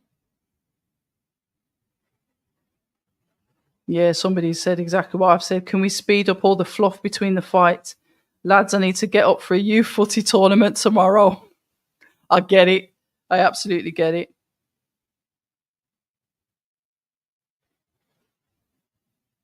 Frank has better fighters. Eddie is Frank's T-boy. I'm just looking at the comments on Twitter.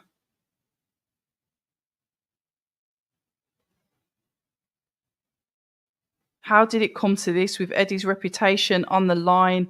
It's depending on Wilder, a fighter he's taken the mick out of for years. Laughy emojis. Good luck, Eddie. And that comes from Twitter user D.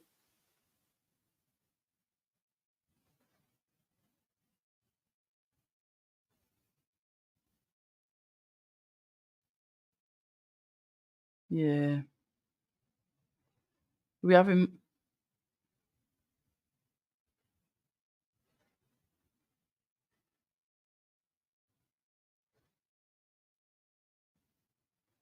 Oh, yeah, because he fought Lyndon Arthur, didn't he? Yeah, this is children. What's he saying?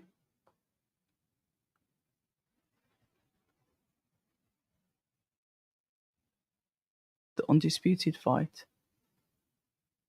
12th of October. Yeah, it's fighting Beterbiev, 12th of October. Come on, Beterbiev. Come on, Beterbiev.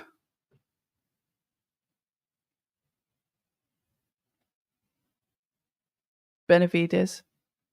Opataya.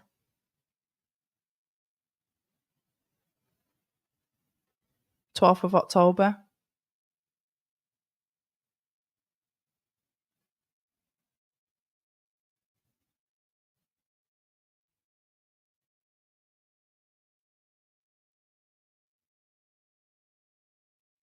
Interesting. So, 12th of October for the Undisputed with Artur Beterbiev. Then he says he wants to see him in the likes with Jay Opataya and David Benavides. Benavides that's recently come up to 175. So what is Opataya going to go down then, or is he going to go up to cruiser? Interesting. Interesting. How's that work? But it's like, the thing is, everyone's saying, "Oh, look at the fights that are getting made." You remember how we was twiddling our thumbs? Do you remember when we were saying, "Oh, get these fights made. Why don't you let such and such fight such and such?" Same again, going back to the toxic Twitter cesspool, and then all of a sudden now, yeah, money does talk. It does talk, but we're getting the fights, aren't we? It's happening. Oh, Wilder's warming up his legs. He's stretching his legs. Deontay Wilder is stretching his legs in the changing room. And Daniel Dubois is also getting ready. We're getting the fights. So now we've got 20, is it the 24th of December? What date was it for Usyk Fury rematch? Was it the 21st or 24th of December? I mean, you got to look, there's probably a grace window of maybe about a month. The other side of that, if you're going to like be realistic about it. Now we're getting Beterbiev in October. I'm not complaining. And the way he says, yes, I want to keep you for 4 fights. In other words, I'm going to keep paying you to come back and fight with us, Riyadh season. Yeah. And you're going to have certain amount of fights. You imagine that? You know, you just sat there and it's like, great. I'm getting some good fights and I'm going to be obviously very well compensated for it.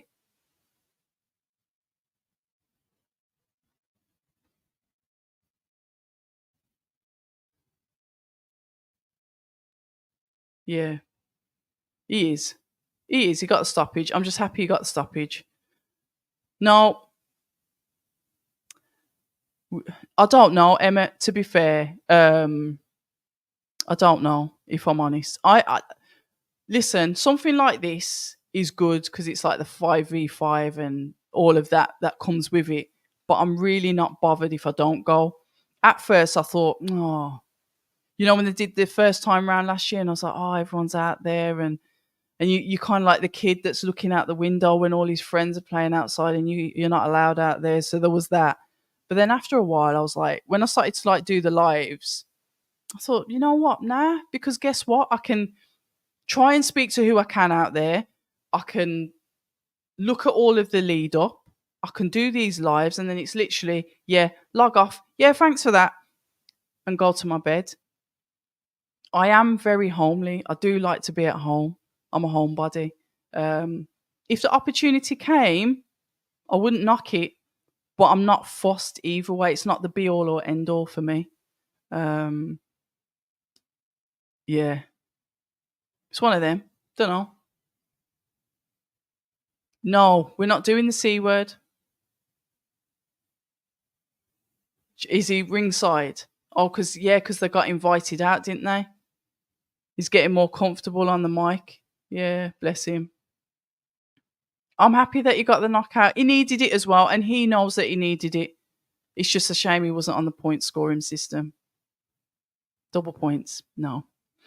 Yeah, he is. He's handing out them fights. Absolutely, like free samples in a beauty store. Yes, fights, fights, fights. Yeah, I'm happy about that, Kyoshi. 12th of October, best month for Beterbiev to get the win. Right, it's midnight now. My eyes are starting to burn. You can't complain because he's. Yeah, that's what I was thinking. What weight would that be at?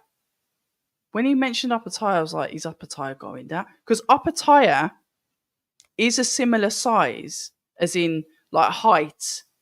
Obviously, the body composition is probably slightly different, but he is similar to Bivol. He's like quite short for like a cruiserweight, or shorter than most cruiserweights. Usually quite tall, aren't they? I'm not reading that. Oh, okay. Wilder is to Eddie. No, we're not doing that. We're not doing that. He is. He's done really, really well.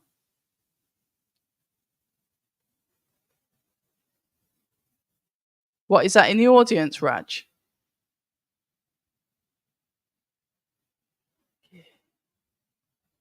Benavides. You've been ripping everybody for this. But you know what? In his country, in the kingdom, that's his salutation, isn't it?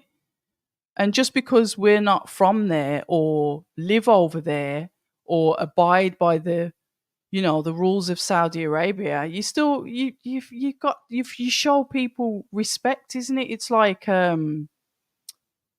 what our royalty over here, you'd address them with the correct your majesty or whatever.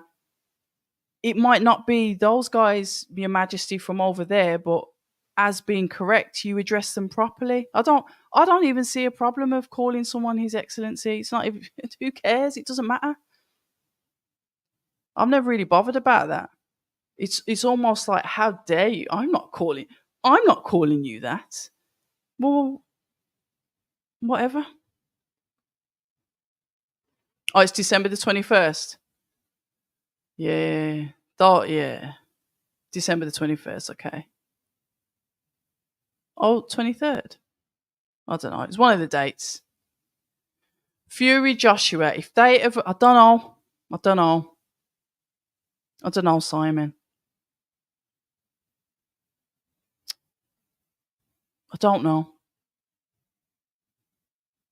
Don't know. You could argue that with the trajectory that AJ's on, how he's come back, he's been on a really good, winning streak. You could argue that he could get it, could get the win. I don't know, and the reason why I say I don't know is that styles make fights. You're only as good as your last fight, and it depends on so much. I think on paper it would possibly be Anthony Joshua as the favourite, but I don't know. I don't know. I really don't know. Yeah, he's just got really slim legs. Oh, where's my accent from? Where you from? Accent is crazy. I'm from a place called Birmingham in the United Kingdom, AJ. Where are you from? And your grammar's a bit crazy. Because it should say, where are you from? Comma. Your accent is crazy. Does that sound better? Do I sound like a robot now? Would you like me to speak like that? Yeah, Birmingham, UK. Where are you from, AJ? And if you're from the UK, that's disgusting that you haven't clocked my accent. But welcome. Yeah, I don't know. His legs have always been like that, haven't they? Zidane gave a good account of himself. Would have liked to have seen him throw some uppercuts, though. Fair play to him. Literally 5 weeks. Turkey's like a big kid who loves boxing with an unlimited budget. Crazy combo. It is. It's a kid in the candy store that's got all the money to spend on whatever he wants. He can buy all of the candy if he wants. And guess what? The fighters, the promoters, the teams, they are his candy. Yep. It's gonna be 1 a.m., isn't it? It's midnight now. Frank for Prime Minister. If Turkey did something with the scoring in boxing and the belts, I'd be happy. He's I think he linked up with the WBA. Was it the WBA? One of the belts he's actually linked up for. I wouldn't be surprised. I said this ages ago that they'll probably scrap the belts and they'll have like a Saudi belt. Here we go. Tailor the tape. Dubois versus Hrgovic. 26 years old to 31, 6'5" to 6'6". I've missed the rest of it. Wow. And they put betting odds up. I'm not interested in that because I don't bet.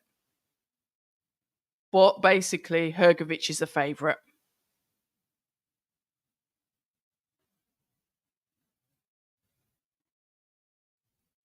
What have I missed there, Star Fox? Without Turkey, I don't know where the state of boxing would be. Would be a lot of American boxers that are waking up to boxing politics. Well, we're getting a few of them that are like jumping ship now, aren't we?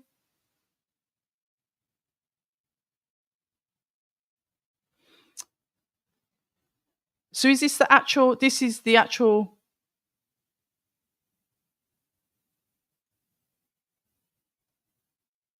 This is for in process to fight for the IBF, isn't it? The Eliminator. I don't know. We need the heavyweights to do knockouts. Deontay Wilder said, "You're in heavyweight boxing to get the knockouts. This is what we want." And Croydon Steve has piped up and said, "Let's go, Triple D." It's been later. We've had later ones than this, Flizzy. Wilder's going to use that excuse. He felt tired. It didn't Ngannou say that? Calling another man. I don't find it weird. I don't know. Or maybe I just don't deep it like that. It's just like, if that's what you want to be called, if that's what you're called in your country of residence, I haven't got a problem with that. Your rules, your country, your rules. My God, look at the empty seats. Is it empty? Yeah, Daniel Dubois walking out to "I'm Bad" by Michael Jackson. You could not write this.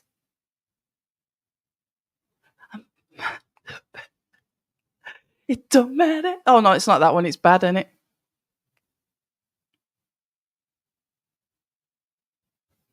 He's calling out to Michael Jackson. Bad.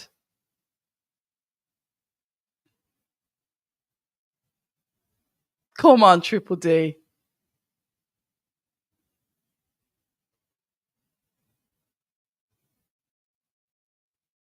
Oh, where's AJ from? You are not from Leeds. Hold on a minute. You're from Leeds and you're taking the mick out of a Brummie. Get out the chat. Be gone. How dare you? You're a northerner as well. No, I'm not having that. Are you from Wolves, Simon? Dudley's a bit stronger. Yeah, he is tall. Yeah. Oh no, you're having pizza. Oh no. Oh, I'm so hungry. Who cares about Fight Zone? What the hell's that on the... Oh God, I could just literally murder a pizza now. But all the shops are shut, aren't they?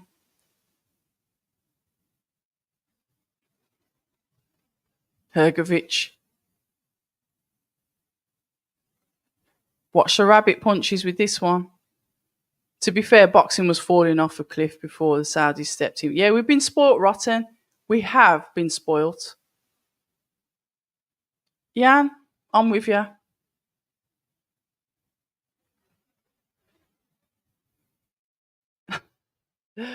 I'm not going to be standing up, but yeah, I'm definitely with you. Yeah, it's 2 a.m., 2 hours ahead. That's it.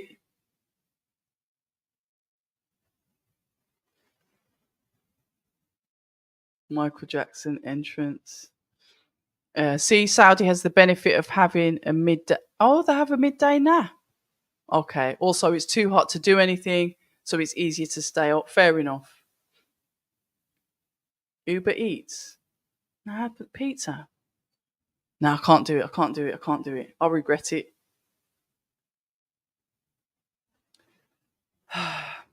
You know what? I might accept that if he was coming from somewhere else except for Leeds. But no. Be gone. And there's nothing wrong with the Scouse accent, actually. And we're tough as well, us Brummies and us Liverpoolians. Don't know. Call me Motormouth. The last live that we did, I think, was it Fury and Garnu? That was like 5.5 hours. So this is not. Well, this will be 5.5 hours as well, won't it? Yeah, the Fury and Garnu one was ages. No, not yet. They're in the ring though. Flizzy's saying, come on, Triple D is going to wreck him. Coffee. I had a coffee earlier, but I was naughty because I put marshmallows in it. But now it's just back to good old water.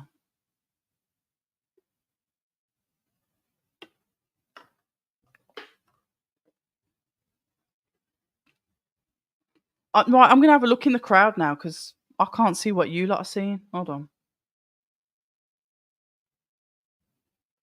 Yeah, there's a few empty seats, I think, yeah. But there might be still people coming in, I guess. I don't know. Who knows?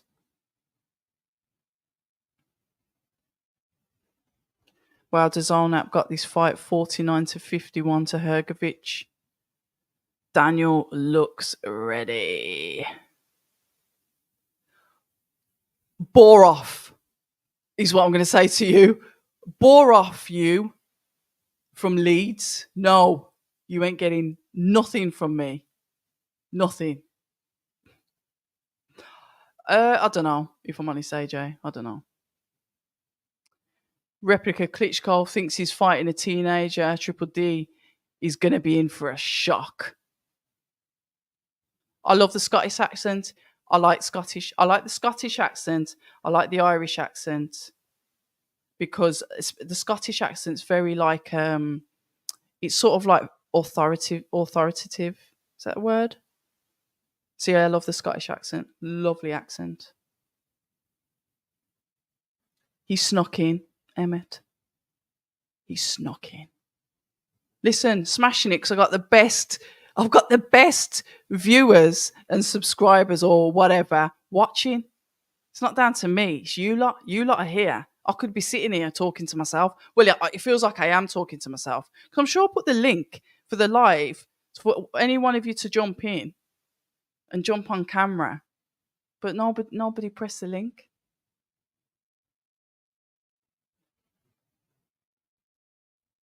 Come on.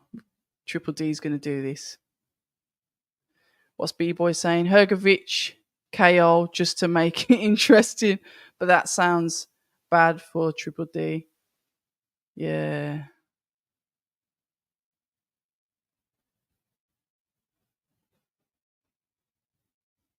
Right, I'm leaving the positivity from We Are Robots on the screen.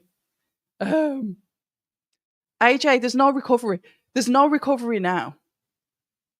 But thank you. But there is no recovery. Yeah, bless him. I get on really well with Peter. That's why it was good. It's because I get on well with him. Get on really well with him. Right, here we go. Round number 1. Right, straight away, Dubois is in the center of the ring. He's ducking and he's diving and he's looking to throw out that jab. His guard is high. He's quite, flighty on his feet. Good jab. Knocks Hrgovic back.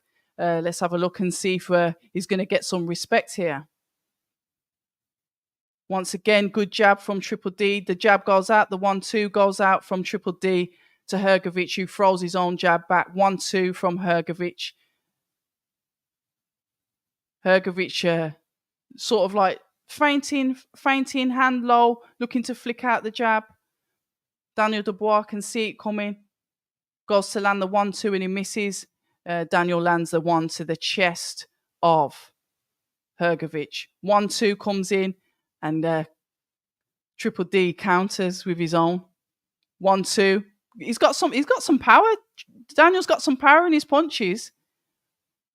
Double jab. 2 from Hrgovic. Oh, okay. Backhand comes in from Hrgovic.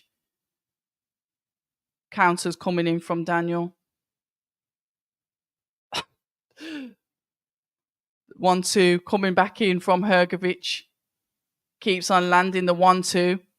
He's going to keep landing the 1-2. I need some defense. Daniel, what are you doing? You've got a counter. Dip it and counter. There we go. Dip it and counter. Counter! That's better. Slip the shot. You know what he's going to do? He's going to throw that 1-2. Circling around to his left. That's a good overhand there from Daniel. But Hrgovic lands the 2 on the chin of Daniel. Be careful, because when Hrgovic gets on the inside, he likes to throw the shots to the back of the head. Ref gives him a warning. Nice, good slip in there from Daniel. 1-2. What, you're going to have to watch Hrgovic with them shots at the back of the head.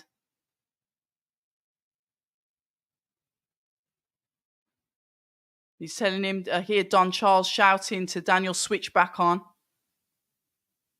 Hrgovic throwing it's literally a battle of the 1-2s here, but Hrgovic goes for a variation, sort of like a slight uppercut. Lands the 2 once again on Daniel. Bloody hell, 15 seconds left. This 3 minutes has gone rapid. Come on, Daniel. Start to push through. Use that double jab, backhand. But we're getting a lot of overhand stuff. Pouring out the jab from Daniel. 1-2, but Hrgovic misses the target. Right, let's see what I want to hear what the corner's saying.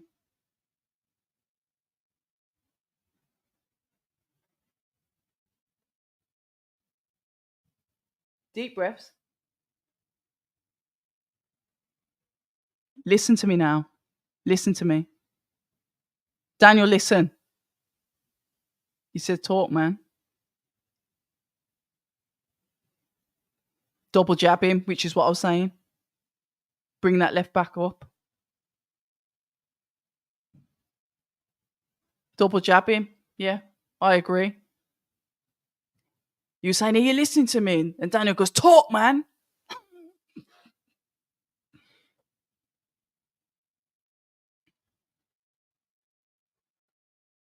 Right, here we go. Soulstar saying, my prediction is Hrgovic will start very well and control the tempo. Then his work rate will let him down and Dubois stops it getting.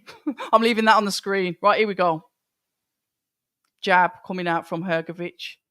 Jab coming back out from Dubois. Get inside. Double jab. What this? There we go. Put that pressure on him, Daniel. Not bias. 1-2. 1-2-3 coming in from Hrgovic.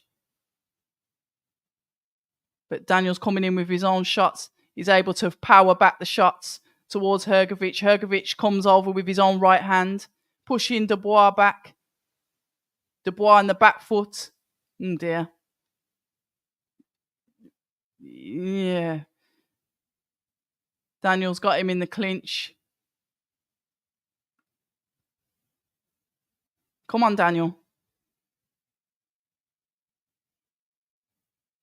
Oh gosh, so lovely shots landed from Hrgovic on the chin of Daniel once again. He's just like rooting him with this 1-2, 1-2. There's not even really any variation to the way that he's hitting him. So you know that he's going to come with the 1-2. Do what he was doing earlier. Slip the shots, roll under, get him with an overhand, slip the shots. Literally, Hrgovic is landing on the chin of Dubois at will. And if you clinch him, he's going to hit you at the back of the head. We've seen this. Like your coach said, double jab, backhand. Keep that hand up.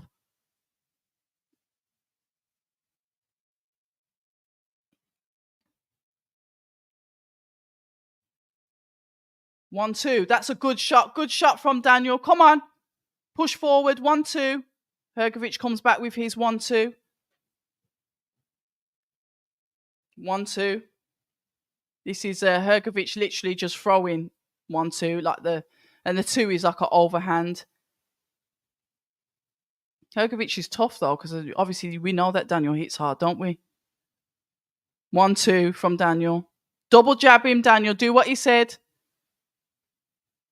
Okay, so he's slipping the shots.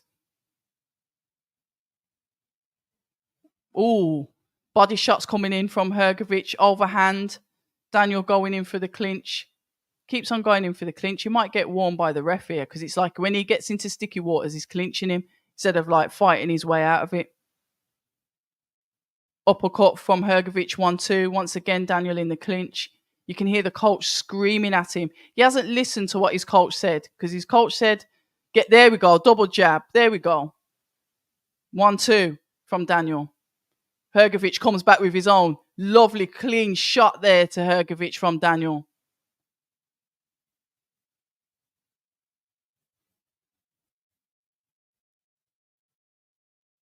Hrgovic looks tired, you know. Look how he's walked back to his corners, guys. Right, Raj is saying Triple D looks angry and ready, so this might not last long.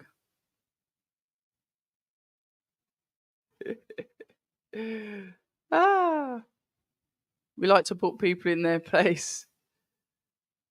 And that's what you mean. Yeah, I love Scots. The Scots are great, man. Never had any problems with any Scottish people.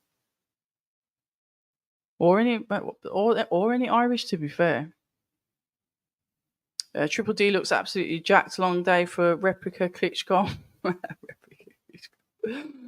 Heavy punches, some real heavy punches, yeah. Hrgovic is in control.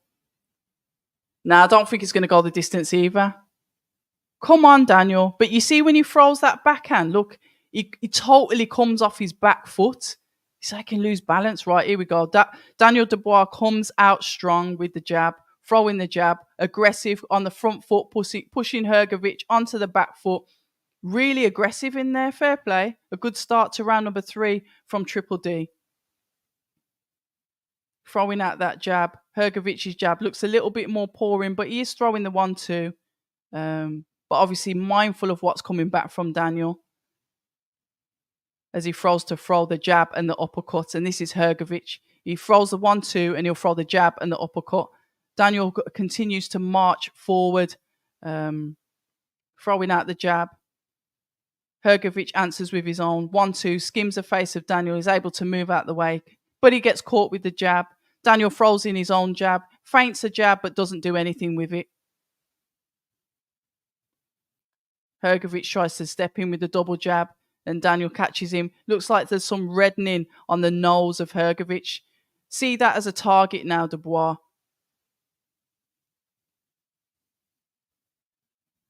One, two. Good fight so far. Good work from both guys in this round. Daniel looking more aggressive, more determined. Shoulders are relaxed. We're not seeing anything stiff from him. Throwing the 1-2-3. He's proving that, you know, he's ready to go into a war if he has to, which is good. First 2 rounds might have been a bit shaky, but it's like, yeah, he's starting to believe in himself now. The 1-2 once again from Hrgovic.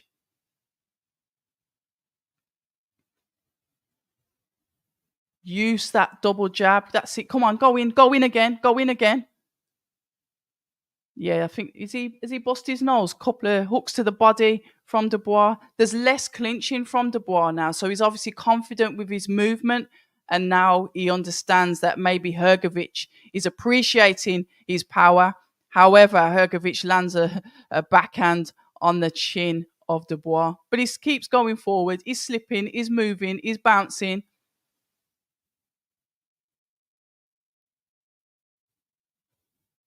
Right, a 1-2. Let him burn himself out. All right, okay, I can have this. Let him burn himself out. But when Hrgovic comes in, start to counter him hard. Don't just do the 1-2. 1, 2, 3, 4. We have got 20 seconds left in round number 3. This fight's going rapid. Once again, the 1-2 being the uppercut. Daniel throws in like the overhand. Was it that the left? While they're in the clinch. 1-2. Lovely jab from Daniel there. 1-2 from Hrgovic. Third round ends. Triple D will be on a bonus from Eddie. Yeah. Yeah, good fight. Is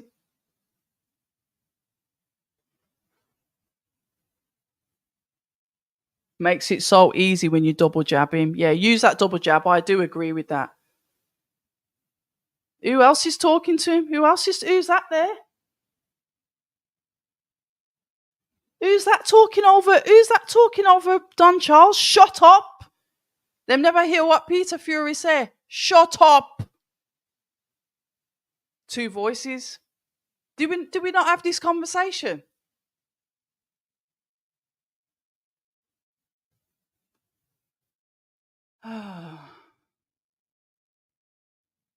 Yeah, his defense isn't the best, is it?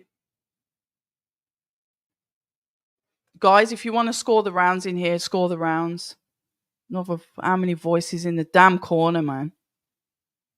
Lovely jab from Dubois, knocking the head back of Hrgovic as he jumps to go in. But like I said, utilize that double jab. There we go. There we go. You have that success. Double jab backhand. 1-2 as Dubois backs Hrgovic up on the ropes. 1, 2, 3, 4, 5. Letting the shots go. Hrgovic lets go his own hook.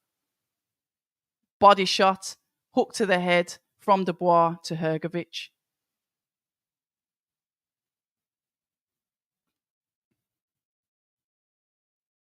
Nice, lovely hook, Hrgovic through there to get out of the clinch.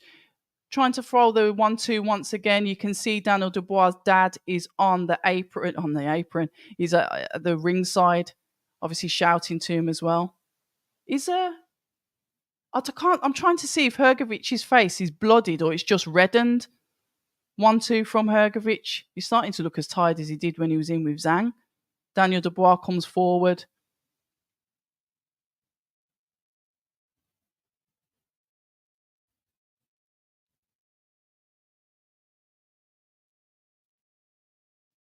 But work on that head movement. The two's landing, the backhand's landing from Hrgovic. Right, you double up on that jab, Daniel. 1-2, 1, 2, 3, landing from Hrgovic. Right, you punch output slowed down. There we go. Jab, get inside.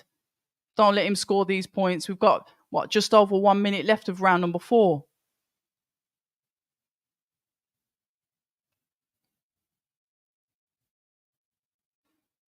He's walking forward. He's pacing forward. Crouches down, throws a nice jab. And this is Daniel Dubois throwing a really good jab to Hrgovic. Hrgovic comes back with his own. Hrgovic looks a little bit tired on the ropes there. But he's done this. We've seen this with Zhang when they were both knackered. And that was to-ing and throwing for 12 rounds? Backhand once again landed from Hrgovic as he throws. He's cut. He's cut, isn't he? Yeah, he's cut. Daniel attack his eye. He's cut. This is what we want to see. Step on the gas, Daniel. Step on the gas. Come on. 1-2 once again from Hrgovic. Daniel, use that jab. The jab has bossed up his eye. 1-2 from Hrgovic. Use your jab, Daniel. There we go. Blood pouring from the eye of Hrgovic. Use that as fuel.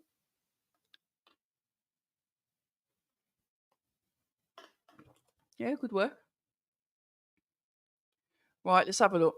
Hrgovic can't mess with the right hand. This won't last long unless Triple D sorts himself out. I think the chat might have changed as we've got further on. Alex, I've told them to put the scores in the round. Somebody should teach. Yeah, his head movement. He is square, but he is. That's him, isn't it? He is very square. Hrgovic will school Daniel Dubois. Emmett's saying this could be a beatdown on Triple D. Matty, stop that. Sounds like it's going to end too soon. Do they have NHS in Saudi? I doubt it.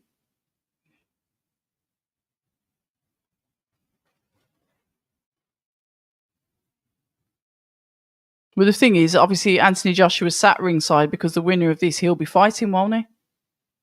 For the IBF. It is, isn't it? So he sat ringside for a reason. I did say that to Don Charles because Don Charles trained AJ early on in his career, innit? I think might have been before you went to the Olympics. And I said, you do realise that if Daniel Dubois wins this fight, beat him, Daniel, come on, that he could be fighting AJ. And he says, yeah. I think we had that conversation about a month ago. So, yeah. Attack the eye. Better head movement from Daniel, better head movement. But when you're doing that head movement, counter, work, get to work.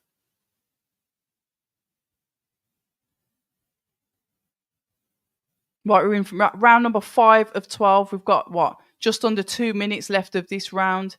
We've got bleeding from the right eye of Filip Hrgovic, who looks slightly tired, but he's still able to, land that 2. Not necessarily the 1, but he's definitely landing the 2 on the head of Daniel Dubois. But Daniel Dubois staying in there, he's planting his feet, he's throwing his own shots. But that was a good hand there from Hrgovic on the head of Daniel. A clean shot landed. But we know that Daniel is tough. What's wrong? Gum shield. Or is he complained about the back of his head? Stop booing. This is what Hrgovic does, isn't it? Right. Jab. Both of them throwing off the jab. The head of Dubois goes back. Both men in the centre of the ring, but Hrgovic is pushing Dubois back, landing, like I said, that backhand at will. You know that's coming. You've got to counter it. Roll, hook. He's been doing the same shot like all through the fight. This is where, the IQ's got to come in. Listen, I know if I was in there, I'd be getting punched up. It's easy for me to say sat here, innit? But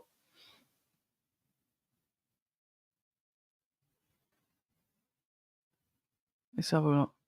The jab coming out from Dubois. Better work from Dubois to finish off the round. I think we've got 30 seconds left in round number 5 of 12. The ref then telling Daniel to keep his hands up. We've got rabbit punches and we've got the potential for low blows. The ref's going to be busy working tonight to make sure the fighters are adhering to the rules. Oh, 1, 2, 3. 1, 2, 3. Daniel Dubois fired back, but he's holding on to Hrgovic. Hrgovic throws more shots in, looking to throw the uppercut, pushing down the head of Daniel Dubois as he clinches him and finishes off the round. Good work from Hrgovic there. Oh my God, my eyes are burning.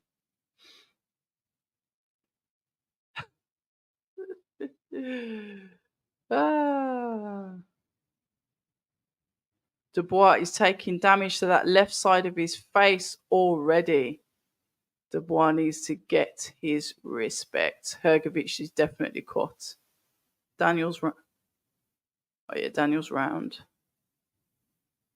No. Dubois is not listening to his corner. He's listening to his dad. Right. So that's the other person outside. Yeah. Dad outside the ring. There's another chap.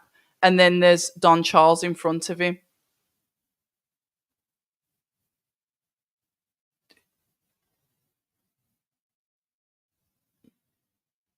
I have no words. I have no words about the corners.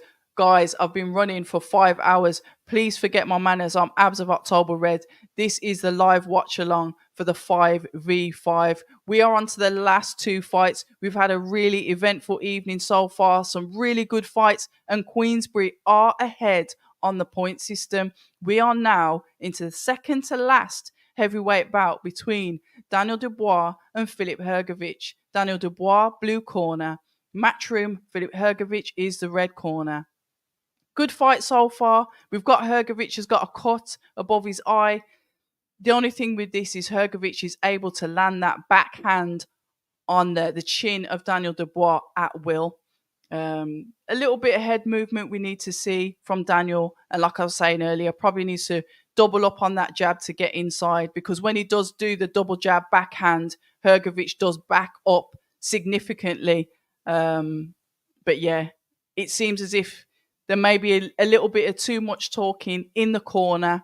I've seen 2 voices and Daniel doing this.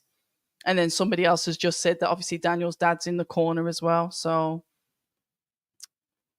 but we are in round number 6 of 12.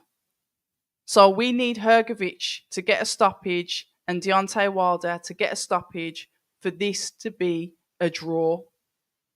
so far, no matchroom fighters have won their fights, and we've had a Queensberry stoppage. Hamza Shiraz got the stoppage in his fight against Amo Williams. Really good fights. How is it going to end? Hrgovic is the favourite going into this fight, so we'll see what happens, won't we?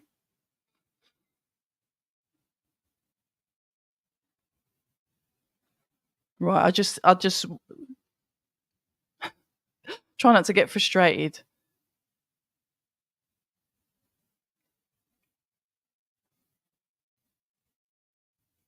Right, Hrgovic once again going to land the 1-2. Dubois. Somebody said it in the comments, to be fair. He goes quite square on, doesn't he? He stands with square feet. How old is Hrgovic? Obviously, Daniel's a younger fighter. He's what? Is he 26?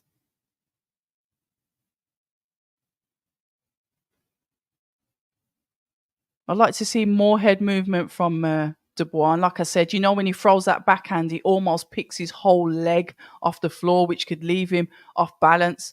And if he gets countered, it could cause problems. But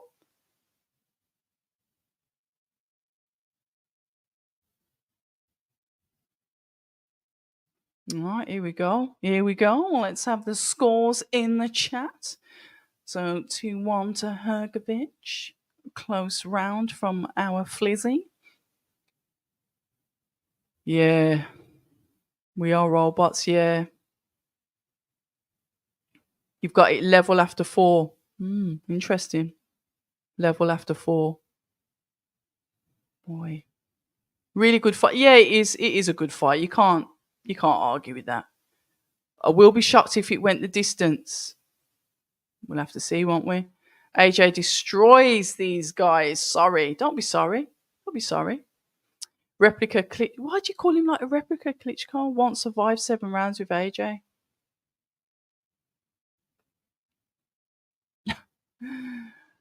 Not world level.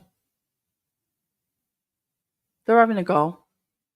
AJ will fight Wilder.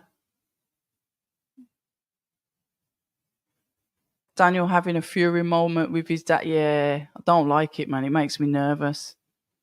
I always listen to, well, you know me, if we've watched lives, and I always like tune into the corners. And one thing I will point out, like I did when Fury was fighting last week, how many people are in there? Right, so round number 7 of 12. We've just got 30 seconds in. 2 minutes, 30 seconds left of round number 12.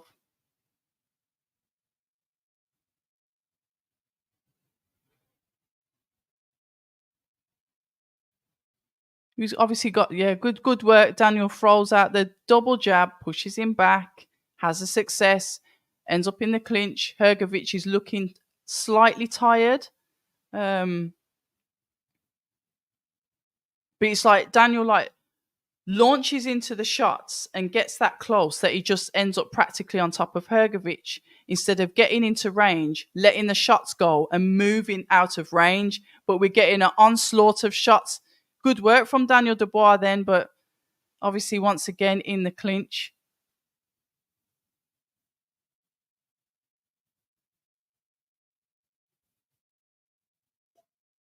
I'm happy. Come on, Daniel. Right, it looks like Hrgovic has got 2 cuts on his face now and he's looking extremely tired. Dubois is starting to look like he's coming into himself as Hrgovic throws the 1-2 back, but like it seems to have lost the zing out of his shots. And Daniel seems to be growing into himself, listening to the corner. Watch your head, though, son. Listening to the corners, cheering him on. He's looking at his corner like he can hear them. Not looking at his corner like he's in trouble, but like he can hear them giving him instructions as he unloads a barrage of shots on Hrgovic. Use your jab now. That's it. Here we go. He's hurt him. He's hurt Hrgovic. Hrgovic is spent. We've got His Excellency's up on his feet. Eddie's probably walked out. They've put the camera on Anthony Joshua. I want to see Frank Warren and Eddie Hearn as Dubois puts that pressure on, goes in with the shots. He's Hrgovic. Are you worried about Daniel Dubois? No. Good work, growing into his strength, but don't get complacent. Hrgovic still can be dangerous, even though he's absolutely knackered. We have got 15 seconds left in round number 7. Beautiful big shot from Daniel. The crowd is on their feet. They are shouting. Hrgovic is spent. What do you mean, timeout? He didn't. Hrgovic's face is pummeled. Look at the state of his face. Are you scared of Daniel? No, I'm going to put you back into hospital. On the bell. On the bell. Saved by the bell. Bravo, Daniel. Bravo. Bravo.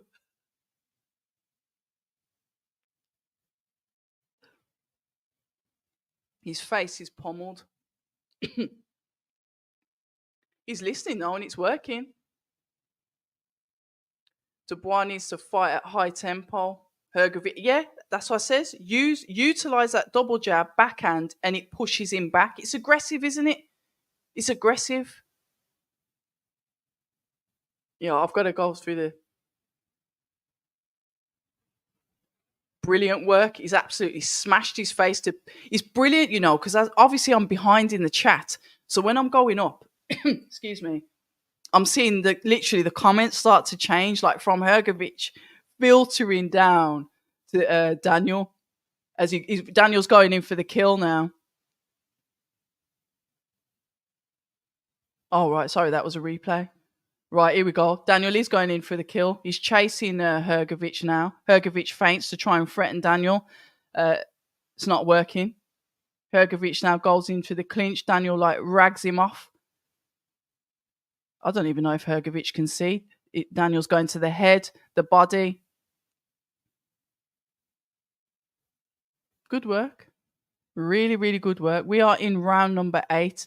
2 minutes, 30 seconds left. Oh, beautiful work. That backhand. He is battered. That ref's going to have to start to take a look at this. He's taking some punishments. His eyes. It's the curse of... Oh, beautiful uppercut there from Dubois.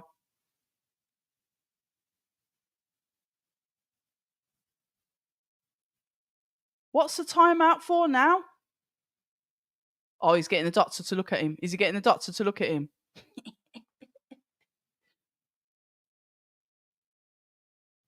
Well, if he wins, he won't be fighting in September, will he? He's whispered. What's he said? Yeah, he's waved it off. Daniel Dubois has run by a stoppage. He has won by a stoppage. Do you understand what this means? Let's go, Daniel. I can't scream because my family's sleeping upstairs. I'm so happy for him. Yes. Oh.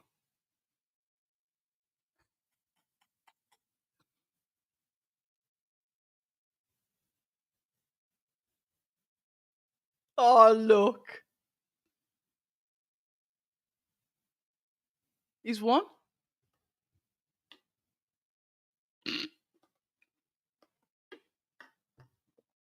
Mate. You know what? What time is it? Oh, I'm so happy for him. Absolutely, congratulations. I did, Matty. I expected it. Yeah, you did, Soulstar. You did. You said that he'd fade because he'd get tired. Triple D. Are you worried about what Daniel's going to do? No. Pummeled. Absolutely. Congratulations. Congratulations to Daniel. A deserved win. Mark, yeah. Triple D. Hrgovic checked out after he threw 3 punches. Clean sweep by Queensbury, yeah. Excuse me. Frank Warren jumping up and down, waving his hands about the place. Oh my days, this is epic. Oh, this is epic. This is epic. Oh, bless him. Got a message, Don Charles. See if I can get him on tomorrow.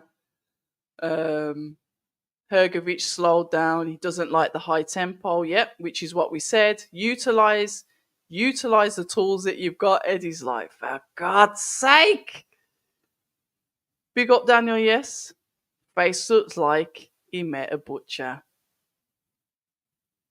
Who says Hrgovic? I didn't think he was hype. I knew he was a good fighter, but I believed that Daniel would do it.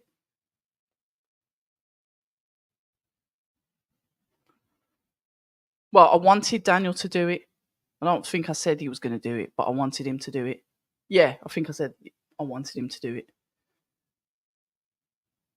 Rummy from Rummy's Corner predicted Hrgovic to win. I thought that this time he must be right, but damn, he was wrong again. After all that talk from Philip, and that's what makes the victory so much sweeter. And absolutely credit to Don Charles. Credit to Don Charles that has resurrected this young kid, give him the confidence, and improved him as a fighter. Shout out Don Charles. I keep saying this. I said it last time on the live, didn't I? Eddie best head to the airport quick. Wow. Oh, imagine Zhang just does this now. You know what? I thought I was going to be tired, but I'm not tired. Not tired. I am absolutely buzzing. Me too, Flizzy. Me too. What did you, at this rate, the shoulder of all Warren. Yeah, of all Warren, we want to get there in there with her. Yeah, they are horrible cuts. So commiseration. Sorry, I beg your pardon. I forgot my manners. Commiserations to Filip Hrgovic, but a beautiful, sweet victory for Daniel Dubois that's been ridiculed for so long. That's been called the quitter, triple knee, all of the horrible things that has been said about him. And he went away, went back to the drawing board, got a new team, worked on what he needed to work on, got the win against Jarrell Miller, and obviously the same again with Hrgovic, and actually beating Hrgovic to a pulp as well. A really good win for Daniel. Truly happy for him. I like to see when... Oh, I'm so happy for him. Do I know how far he's going to go? No, I don't. But what I like to see is the person that was bullied, the person that was picked on. I love to see when they win. I love to see when people take the mick and are nasty to people and then they come back, because that's strength. Because most people would fold and he didn't. So that's why I'm glad that he's won. There. He was a bit cold to start off with. Oh, bless. Yeah, it would be. Well, you would be if not your whole team has lost. I'd be pissed off as well. Excuse my French. Oh, bless him. Hrgovic, Daniel, you're getting smashed. Age like stale milk. Listen, Frank's got another 10 years because of tonight. Listen, he's reversing. I called it the other day. I was laughing at it, and he said it in our conversation. I said, and he called it. He said, Benjamin Button. I said, you're reversing in age. Oh my God. Imagine if Wilder doesn't, right. Can we talk about the pressure that is on Deontay Wilder? Well, it doesn't matter, does it? Because they've lost anyway, ain't they? Well, yeah. Triple D. He tried to bully him. Yeah, he did. He did. And it backfired. Absolutely. Stand up to the British. You absolutely murdered it today. Murdered it. So proud. So proud of the Brits. Shoulder shrugs are going to be in full effect. Look at him. You got to think every fighter on Team Queensbury is going to have a 600k bonus dollars, US dollars, on top of their purses. Now, they didn't know they were going to get that. So, like you said, crying at the ATM, but laughing at the ATM because you get in your fight purse plus an extra 600 grand. That's as a bonus.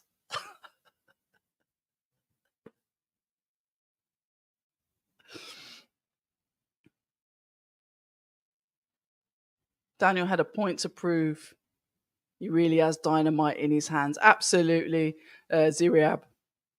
Absolutely. Eddie's roster might. I was thinking that. I was thinking that he might shake up his team. He might shake up his team. I was thinking that. But this is yeah, yeah. I'll ask him about that when I see him. If Zhang wins, Eddie should match you gone.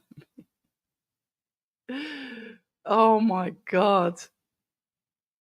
Nah, listen, it's a first leg. My guys have all performed. Shane said no fighter that has left him got better. Oh, with Daniel. Yeah, Daniel. Daniel left him, didn't he? Daniel needed somebody in his corner like his dad. That's what Daniel needs. Sometimes fighters need like a dad in the corner, innit? And I think that he's found that in Don Charles. Frank Smith in a maid's outfit serving Frank tea. Flipping heck. Flipping heck. You know what I'd love, and I know it won't happen, but I'd actually love for them to have a media event around it. And then selfishly, sorry guys, the media could go and we could obviously just be there like it's an event. I don't think that's gonna happen, but yeah.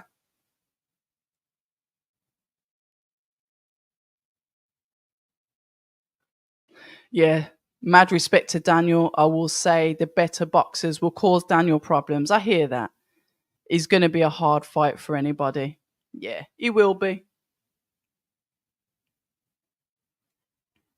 We've got to be honest, AJ versus Daniel will be massive in the UK. Battle between the two buffest dudes in Britain. That's one way of looking at it. But I wasn't even looking at it like that. Even like from a female perspective, I'm looking at it from the history that's there because, like I said, Don Charles trained AJ at one point, and now he's training obviously Daniel Dubois. So me and coaches, me and corners, that's what I'm interested in. I'm interested in how the coaches think, how they talk to their fighters, how they help develop their fighters, make them better fighters. Weird. I know it's weird, but I'm interested in the coaches as well as the fighters. He did. He did. He did. And he needs an award. Well, he's going to get an award, isn't he? He's going to get his bonus, like the UFC bonus. He did it. Yeah, absolutely. Absolutely. Right, here we go. I actually think, Emma, is this the last straw of hope? So you are hoping, you actually think, sorry, Wilder will KO Zhang. Zhang is too static.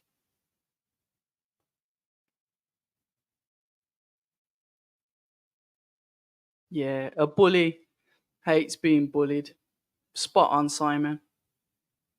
Don Charles has really given Daniel a new life. Very happy for him. We've got to be, haven't we? We've got to be. Frank Warren will push the bolt out and buy Triple D. Oh, no. Excuse me. Is that protein shake? Gross. Wilder can save Matchroom some grace. You reckon he will? You might right. Well, obviously it's going two ways, isn't it? Somebody's gonna get sparkled, and I don't know who it is. This was the only fight from the beginning that I didn't choose a winner, or I said I couldn't choose a winner.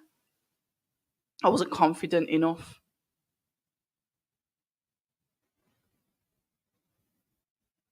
Confidence, Alex, I'd say confidence, practice, learning to overcome your fears, really wanting to be a better fighter. I know people have said that, once you've got the Q word, I call it the Q word. I don't like to say it, once you've got it in you, it never leaves. But maybe he didn't have it in him in the first place. He was just inexperienced and wasn't comfortable with his surroundings. Who knows? We'll tell as the fights get more difficult, as he steps up. We'll see what happens. Do you know what I mean? Adding insult to injury with that song. Another one bites the dust. Shane didn't do anything for Richards. He's just a hater. You don't think? I think he has.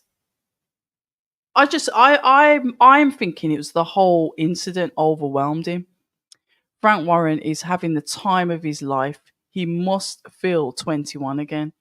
Prohibition must have been wild. Hopefully Wilder wins and saves. Yeah, saves Matchroom. Hrgovic locked aggression. He did well with his punch accuracy and range. Is on point, and he'll bounce back. Maybe he's got to heal his cuts up first. The Hearn. I don't think it'll be. I think there'll be a lot of digs.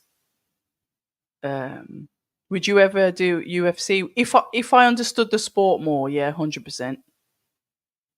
Nah, oh yeah, it's different times, isn't it? And UFC is actually coming to Manchester, but the timing is still on American time, isn't it? Yeah, I'd struggle with the times because I don't like doing late watch-alongs for the American fights. I'm struggling now, sort of, but I'm a little bit buzzing. Oh god, look at this. Zhang's not even throwing pads. What's he doing? So Deontay Wilder's warming up on pads, yeah? And Zhang's just like, yeah, walking backwards and forwards with his coach, Sean George. I hope Zhang wins, but I think Wilder will. Yeah, I don't know how it goes. Emmett's been drinking. Nah. Do you think Queensbury's success tonight might encourage more fighters to sign with them? Yeah, because it's a sales. It is a sales pitch, isn't it? Of course, it is. If you look at the promoters as like a brand, and a brand is based on obviously sales, the product, the fact that they're popular. All of this will it makes you become attractive, doesn't it? Will it blow over? Who knows? But yeah, I'd say so. I think so. Yeah. Turmeric tea, fair play to you. Teddy gonna talk them to the mat. Oh, Miss, where have, where have you been, AP? Where have you been? Where have you been? And why didn't I see you comment on the Peter Fury conversation? I expected to hear from you, and I didn't hear anything. Sounds like a good night of boxing. I picked Ball, Hutchinson, Shiraz to win, but picked Hrgovic and Wilder to win in their fights, but buzzing for Triple D and more so for Don Charles. Absolutely. And so good to see you as well, AP. I ain't seen you for a minute. I get a turkey when I don't see AP. Get a bit like, where is he? We'll have to laugh. No, because we can't have a 12-round snooze fest. We can't. We can't. We cannot. Now, and I'll leave that up to the chat, but now, yes, but I have got my mind set on Jared Anderson and Moses Atuma. That's the only fight I can see. But this one, yes. But I think I see Moses Toom and Jared Anderson. No, I'm not even putting that comment up, AP, but it's good to see you. But I won't put that comment up. Yeah, and so he should be. He deserves to be buzzing. Now we're about to see Wilder get slept. It's his last fight, by the way, peeps. He said if he loses, packing it. Yeah, he's been saying that all week. You know, when you're speaking things speaking things into existence. Why would he? Why would he say that? I don't like it. Oh my god, you're up. I'm up 4 for 4. Okay, Kakachi last week, and you're on a roll. I thought you meant you had to be up at 4 in the morning. I had to read that back. Yeah, we love AP. AP's funny. Uh, Eddie's team is getting mash up. Yeah, it's crazy, crazy. Because I thought, hold on a minute, what did I think? I thought Richards would win.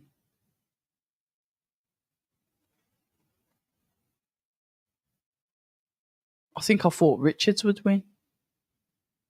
And then I was umming and ahhing about Zhang and Wilder. They are. Good night, Metal Box. Have a good sleep. Oh, I hope you're sorry. Sorry. I hope you're okay. And I'm thinking of you anyway. So I hope you're okay, AP. I think he is, you know. Yeah, I think he is. I really do think he is. I know you might think, oh, crazy, but I think he is. Emmett, I do. Daniel knocks out Jared Anderson brutally. And absolutely fair play on getting those numbers in. Let's have a look. Anderson not ready. His ranking skewed. Past it, Charles Martin almost upped him. Thank you, Mr. Flash. I'm glad you're mentioning this. But got told not to mess up the new American hype job. Daniel and Moses will destroy him. I'm kind of like with Mr. Flash. That's sort of like my trail of thought. So I'm quite confident in our British heavyweights. Moses is a two-man. And obviously now Daniel's like, yeah. It's insane that we're still going. Yeah.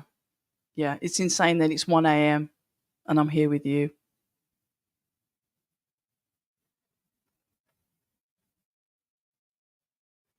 Yeah, these betting, I wouldn't know where to start with bets.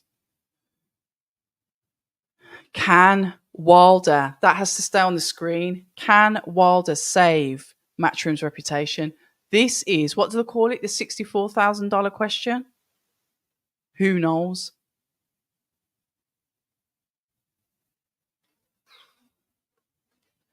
We need more 5v5s. I'd like to see another one this year.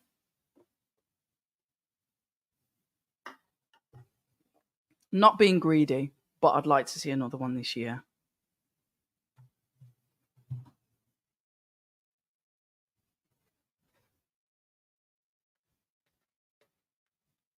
Oh no, Aya. Aya. Wild. AP, what did you think of the corner? For the what did you think? What did you think of the corner for the Tyson Fury fight, AP? Because I thought I said, and I'm not. Nah, it's not working tonight. I can't even see. I said I thought it was, a good fight, a very good fight, and I saw it as a fight as two halves. But that's just me. It's just, is that his brother? No, it's not his brother. It's all right. I was about to say, and he fell out with his brother.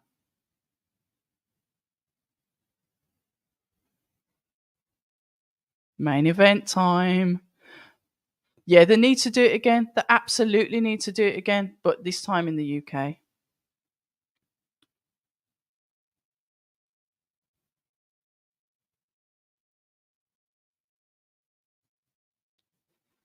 Yeah, but one voice though, don't you think, AP? Just one, just one, just one.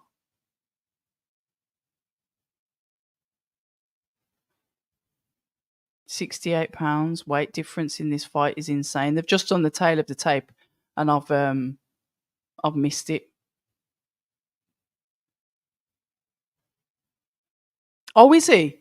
See, because I'm watching this on DAZN. Oh, Denzel's on there. Yeah, I've got a lot of time for Denzel as well.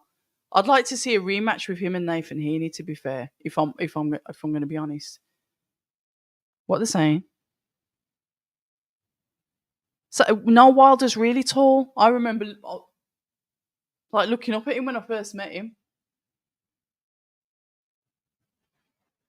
Good, and that's even better to hear. That's brilliant. Because then you know that you've always got a job, then haven't you? You can stay in boxing. Shout out to Denzel Bentley.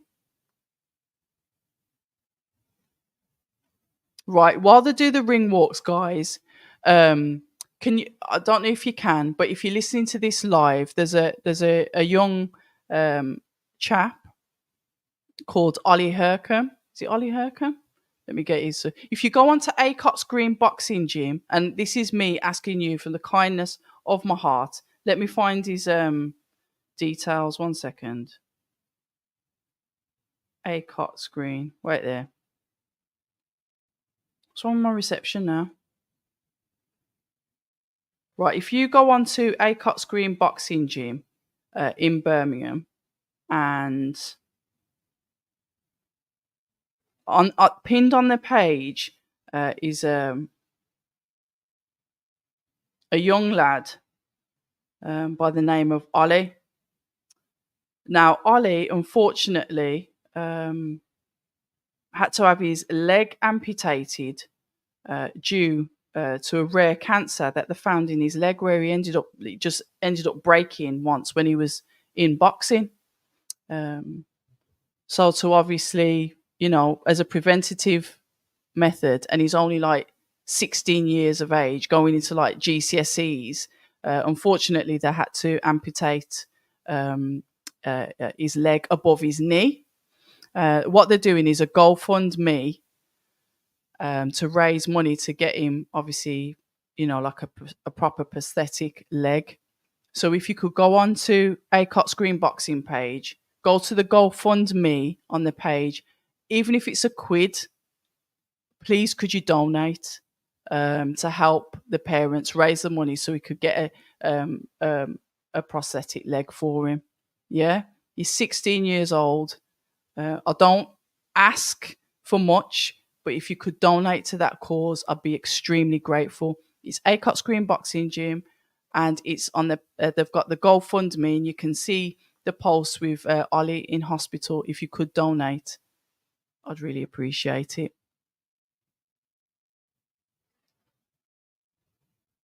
Very much. Is this the end? Look at that. They're even coming out saying, you know what, Deontay Wilder's actually a really nice man. That I like that outfit, to be fair. That's not a bad outfit, actually. No, I don't mind that. As long as he hasn't got anything over his eyes. Right, he's the fan zone are saying he's the favourite. I don't know if I can. Hold on a minute. See if I can put the link in the chat. One sec. If I can do that, I suppose that would be easier, wouldn't it? 1 second. Right, Acott's Green Boxing Club. Let me see if I can copy and paste this. Let's try this. But I sent you over to the page because I'd rather let you have a look at obviously the reason for the GoFundMe. Acott's Green Boxing Gym. Have a look at the pin post, and it's to support Ollie, who's had to have his leg amputated because he's suffering from a rare form of cancer, and his family are looking to get him a prosthetic leg. So if you could donate, I'd really, really appreciate it. It doesn't matter how small it is. There's nearly 300 of you in here. £1 each, whatever, it would help. Any little helps. He's only a kid.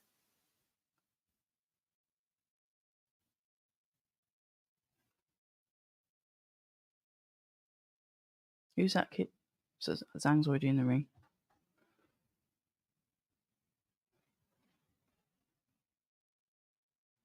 Can I pin that? I can't pin it, can I? No, I can't do it, can I?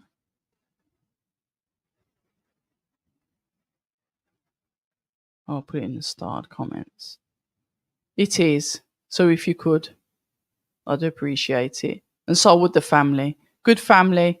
If you could support it, definitely. But we are here. It's the final fight. Oh, just go to the social media page for the ACOT's Green Boxing Gym then and have a look at it that way. I'm not good at putting things in these live chats.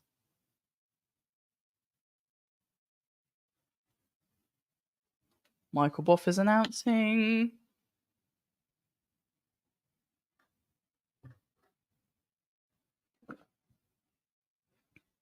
Excuse me. Let's get ready to rumble. We've had no discos, no parties. There's been a bit of in between bits and bobs, but on the whole, the night has been absolutely fantastic. We've been entertained from start to finish. Guys, we started here at what, 7:30? It is now 6 minutes past 1 in the morning. 5 hours, 46 minutes on live. Non-stop, no breaks. With the best company in the world.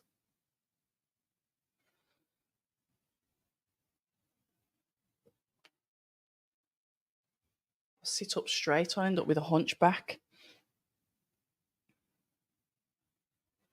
Come on. Zhilei, Big Bang Zhang. Main event time, ladies and gentlemen. I know, Raj, you're always here from the beginning. From the beginning to the very end. 6'7". He's 6'7". Whoever said he's 6'6", he's 6'7". I know he is quite tall.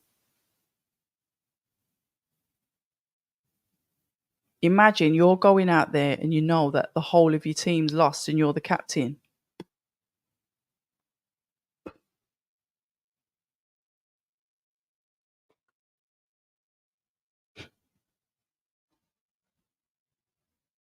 Wilder always looks like that, though.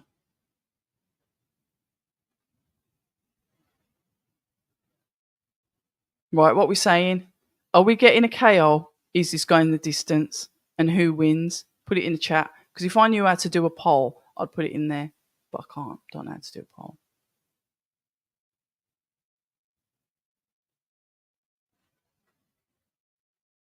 Oh, Zhang looking focused. Zhang looking focused.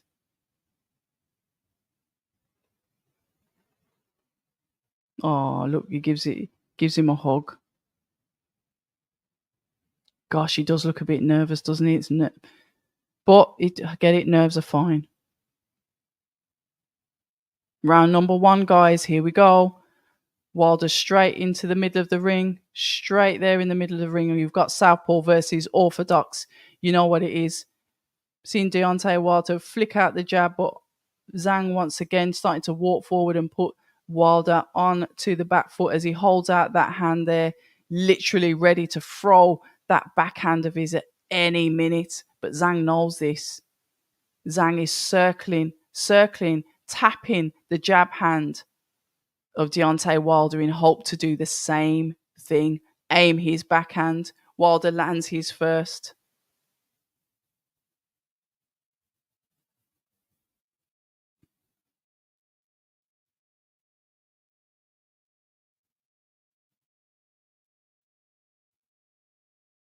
Nice little sort of jab over the parry hand of Zhang. I get it though. Tactically, Deontay Wilder may want this to last longer. Excuse me, than 5 rounds, because then the chances are he's quids in with the fight, isn't he?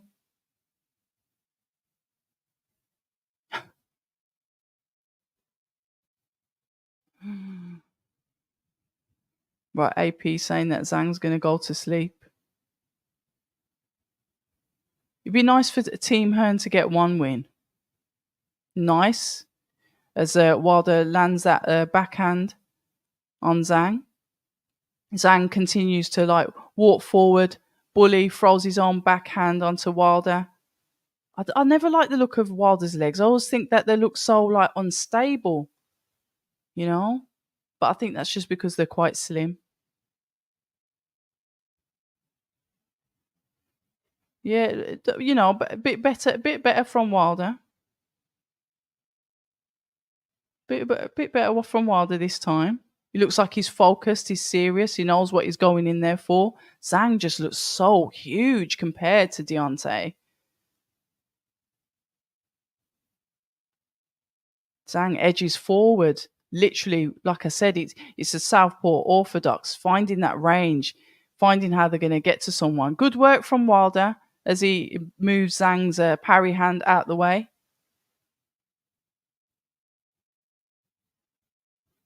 Yeah, better this time from Wilder. I don't know how long it's going to last, but he's looking better. Using that hand as a guide, like I said, to stop Zhang getting close to him. Zhang on the front foot, Wilder on the back foot. And we're hearing the clappers go for round number 1 already. This was kind of like a feeling, not anything, nothing meaningful was landed. Just both fighters just finding their feet. But yeah, not too bad. Willie, well, they've won anyway, haven't they, AP? That's the thing, they've won anyway.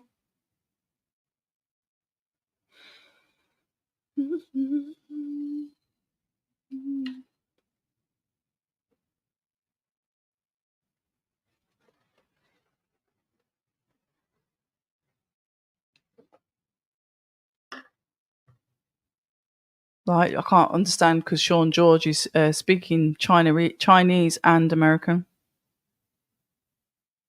No, we can't have a snooze fest. We can't. We really can't. We can't. Guys, no.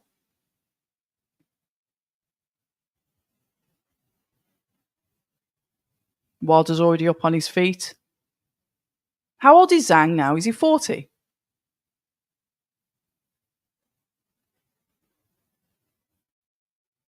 He doesn't look too bad though. He doesn't look too bad, Ziriab. He doesn't. Wilder always backs up, then tries to counter with the right hand. Yeah, I'd say that's his kind of thing, isn't it? That's definitely his kind of thing. Oh, he lands a backhand there though. Wilder landed the backhand once, twice, moved back out the way, keeping that jab hand out to try and avoid Zhang getting anywhere near him as Zhang lands a backhand to the body of Deontay Wilder.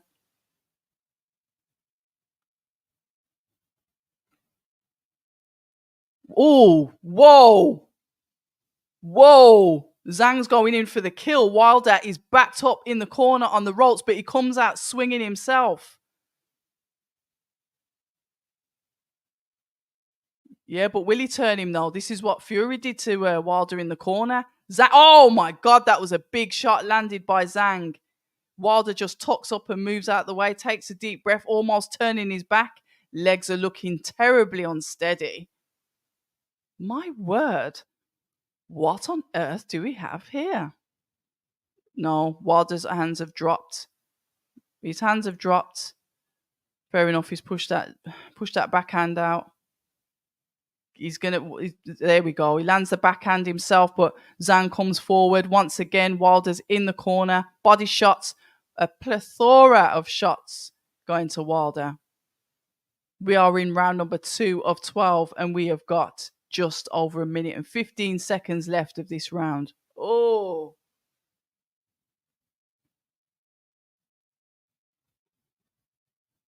But the thing is, Zhang's unloading combinations. Jab, jab, jab. Come on, use your jab, use your jab. 1, 2, better work, but then follow it through, Wilder. I don't know, is he hurt? Is he staggering a bit to you guys? Or is he recovered? Oh dear. That two that came back from Zhang, that was a heavy shot once again. Wilder backed up in the corner. Zhang literally going to push him back up. A plethora, a barrage of shots as Wilder holds on to him. Look at his legs, mate. Look, look, look. Jab from Wilder, jab from Wilder.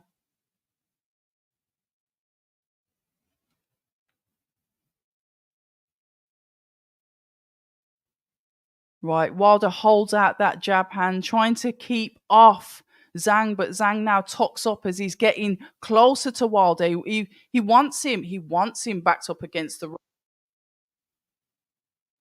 round two done already. Not looking good, is it? He's been doing this. He's been shouting this all night. Oh, what we saying? What we saying? Wilder's.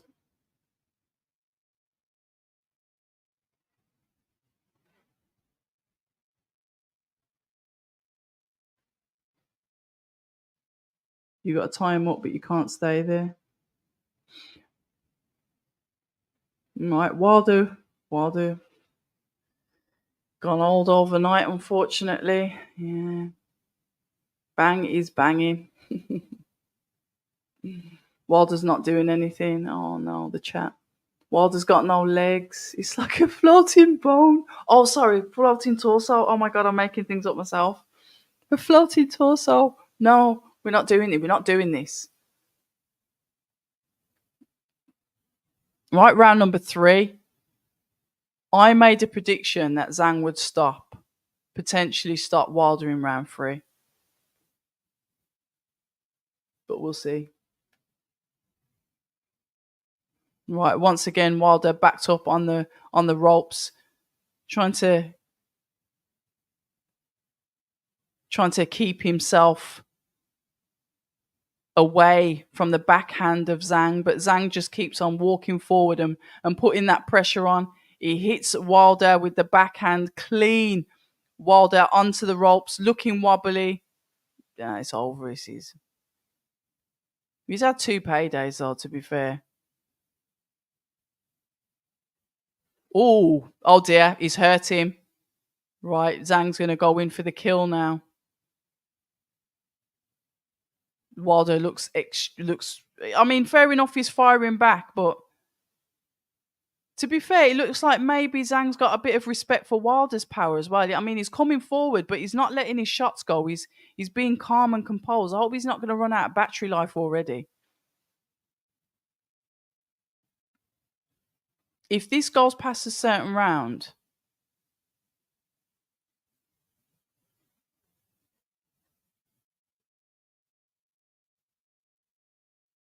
Wilder keeps on holding out this jab hand, but not throwing it, but just keeping it as a margin, almost like to keep Zhang off as Zhang gets on the inside and tries to do the onslaught. But then Wilder just clinches him for dear life, so we can't smother in his work, so we can't get anything off.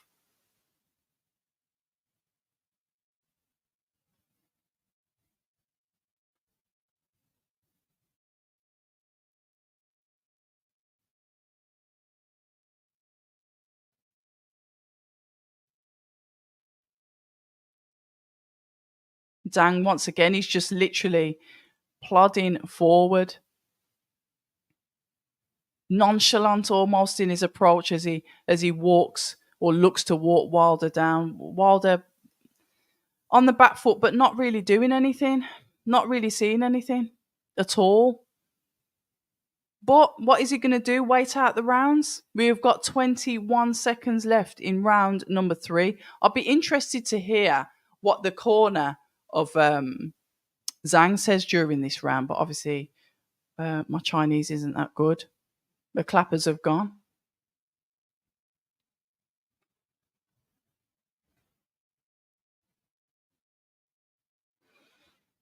Yeah, I wouldn't say any of them's particularly lighting the world on fire so far.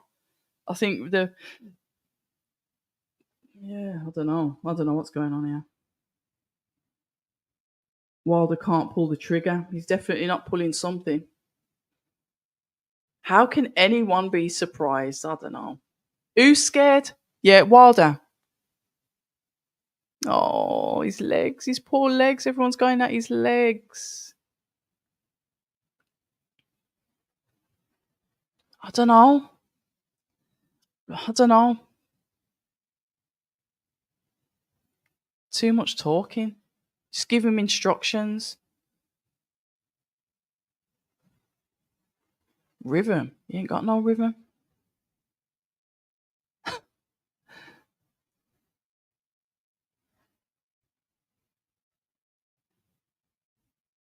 Right, here we go. Jab hand out once again with Wilder. Sort of like using it as a gauge. Uh, not really, not really throwing the jab, but just using it, almost like you're waiting to launch that backhand, which is what we've seen so often in many of Deontay Wilder's fights. He lands that backhand, but it just doesn't seem to have that buzz that it once had. Wilder's only landed 9 punches, but thrown 64, where Zhang, which doesn't look like he's doing much, has landed 23. That was a good 1-2 from Wilder as Zhang licks his lips. And it looks like once again, Zhang caught him.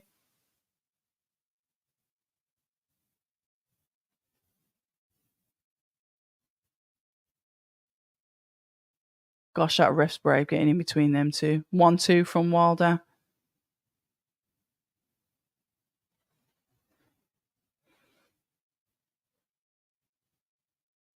Yeah, a bit more active from Wilder. As I don't know what's going on with Zhang. He just seems to once again. We need to see some work from both of these guys. It's who put in the chat that it's going to be a 12-round snooze fest. I really don't want to see that at all. Wilder's just using that hand as a rangefinder. Almost seems like a part of Zhilei's getting, Zhang's getting slightly frustrated that he can't get in. You see what I mean? Once again, we had the fight with Philip Hrgovic and Daniel Dubois. Beautiful fight. You know, a lot of to-ing and throwing, eyes bleeding. And then you get this, and then the tempo drops again. It's like they're playing like the chill out music in the nightclub at the moment, and you're just kind of like, yeah, you're just like relaxed. Yeah, I need you to start upping the game now. Round number 4. I get it, it's a 12-round fight, but somebody needs to throw their backhand. We did have more work from Zhang in the beginning, but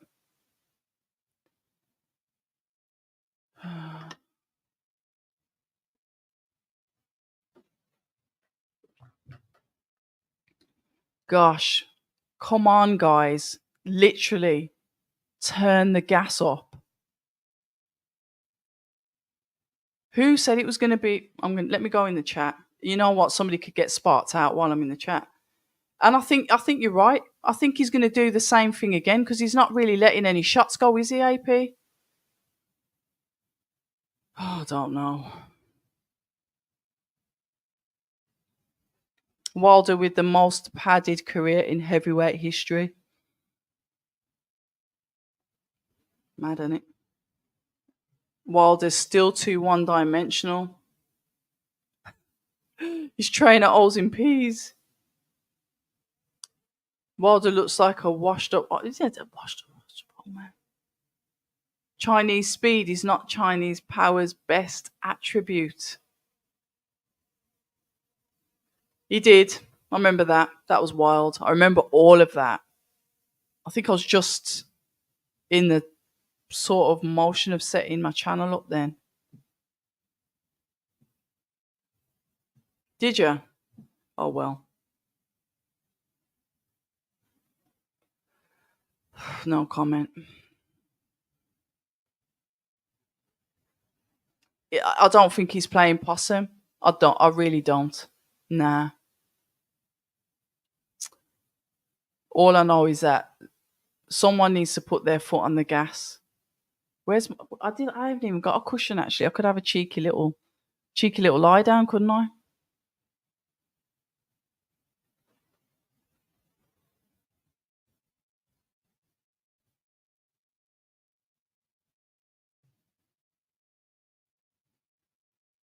I need to see more action. Like, there we go. Wilder through the backhand. Brilliant. Absolutely. There we go. He throws the backhand. Zhang did not like that. Wilder gets stuck in. This is the first time in the fight that we've saw Wilder wake up. Brilliant. Let him have that confidence. Now this is forcing Zhang to wake up. Better work. Better work. Wake each other up. I don't like Wilder's legs. Maybe his legs are just like that naturally then. Get out of the corner, because you know what he was doing with you in the corner.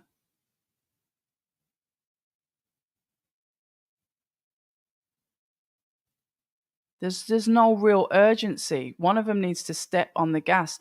The longer this fight goes, it favours Wilder. And I just feel like Zhang's losing his energy again. And what are we in round 5? Did this happen last time with Parker? Was it round 5? Oh my God, Wilder's knocked out cold. Oh my God, he's knocked out cold. Now he's gone. Yeah, it's the end. Knocked out cold. He's rolling over. He's trying to get up. He can't get up. Where's the count? Nah, it's over, mate. Yeah. What round was it? Round 5? And Zhang looked like he didn't even do anything. Oh my God, it's a clean sweep. It's a clean sweep, ladies and gentlemen.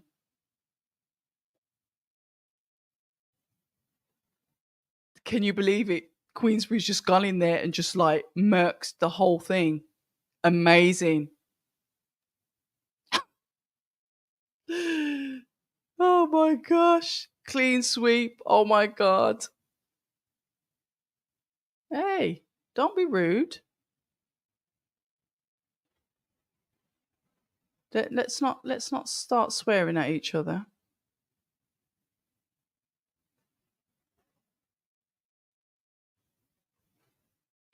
Wilder has so much doubt now that he's waiting for the perfect opening. He's down, he's down, he's down. I think Wilder has just broke his right hand on Zhang's head.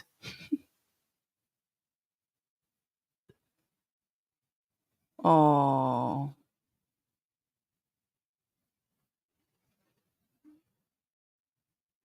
Yeah. I think this is it now, isn't it? He's going to hang up the gloves. Oh, it's painful. It's painful when you see it, isn't it?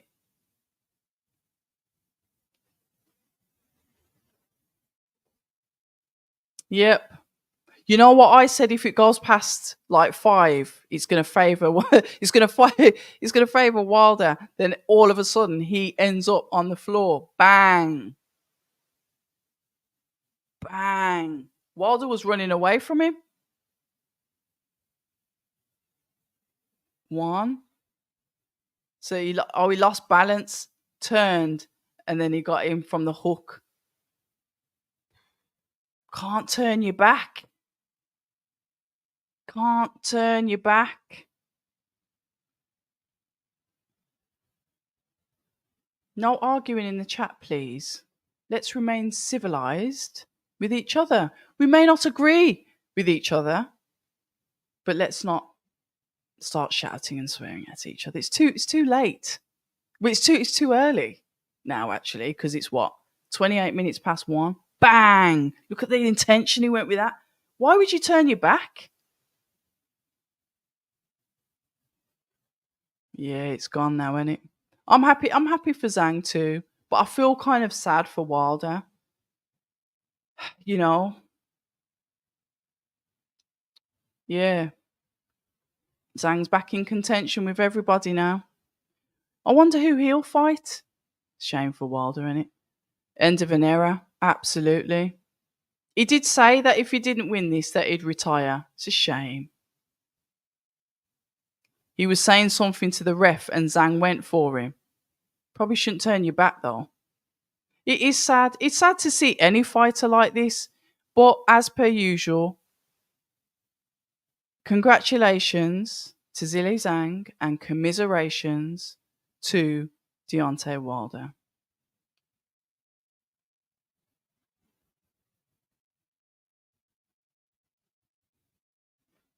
I don't think he will do, to be fair. I don't think he will.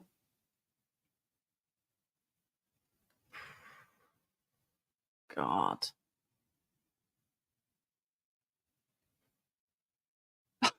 You're just so naughty, you are.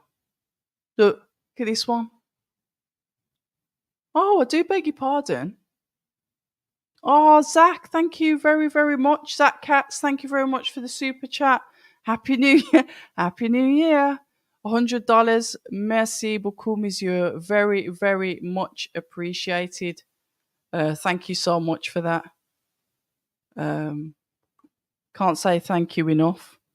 Frank is in his element. I'll message Sean George tomorrow. I'll see if I can get Sean George and Don Charles on tomorrow. Might be able to do something with them. Like I said, tomorrow I'm going to be going live at 7 p.m. with the guys. So I'll see if I can just get these guys to jump in. Kayoshi, thank you very, very much. Listen, you guys keep me company. Thank you very much for the super chat. £5. Hospitality tonight, Red. Always a pleasure watching alongside you. Have a good night. And you. I can't listen. No complaints coming from me. Like I said, best viewers, best subscribers. Lord English Gent. No, thank you. Thank you. Thank you. Thank you. Thank you for listening in. Edit interviews about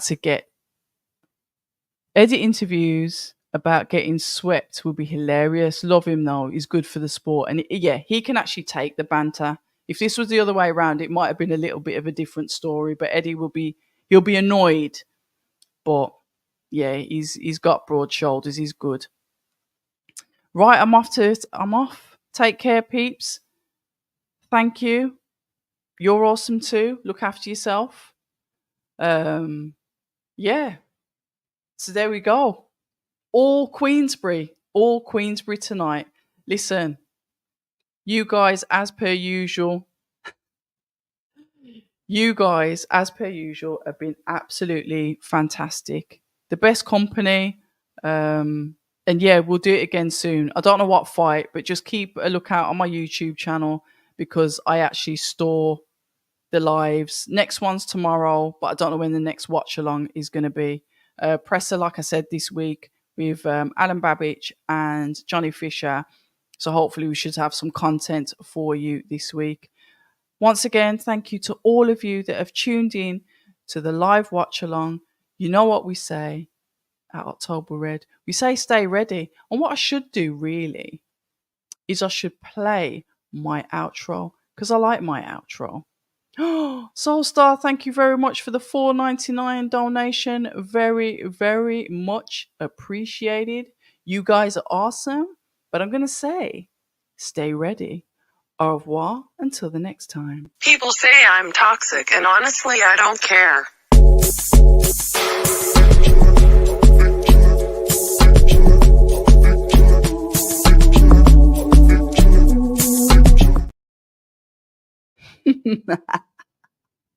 Adios. Adios.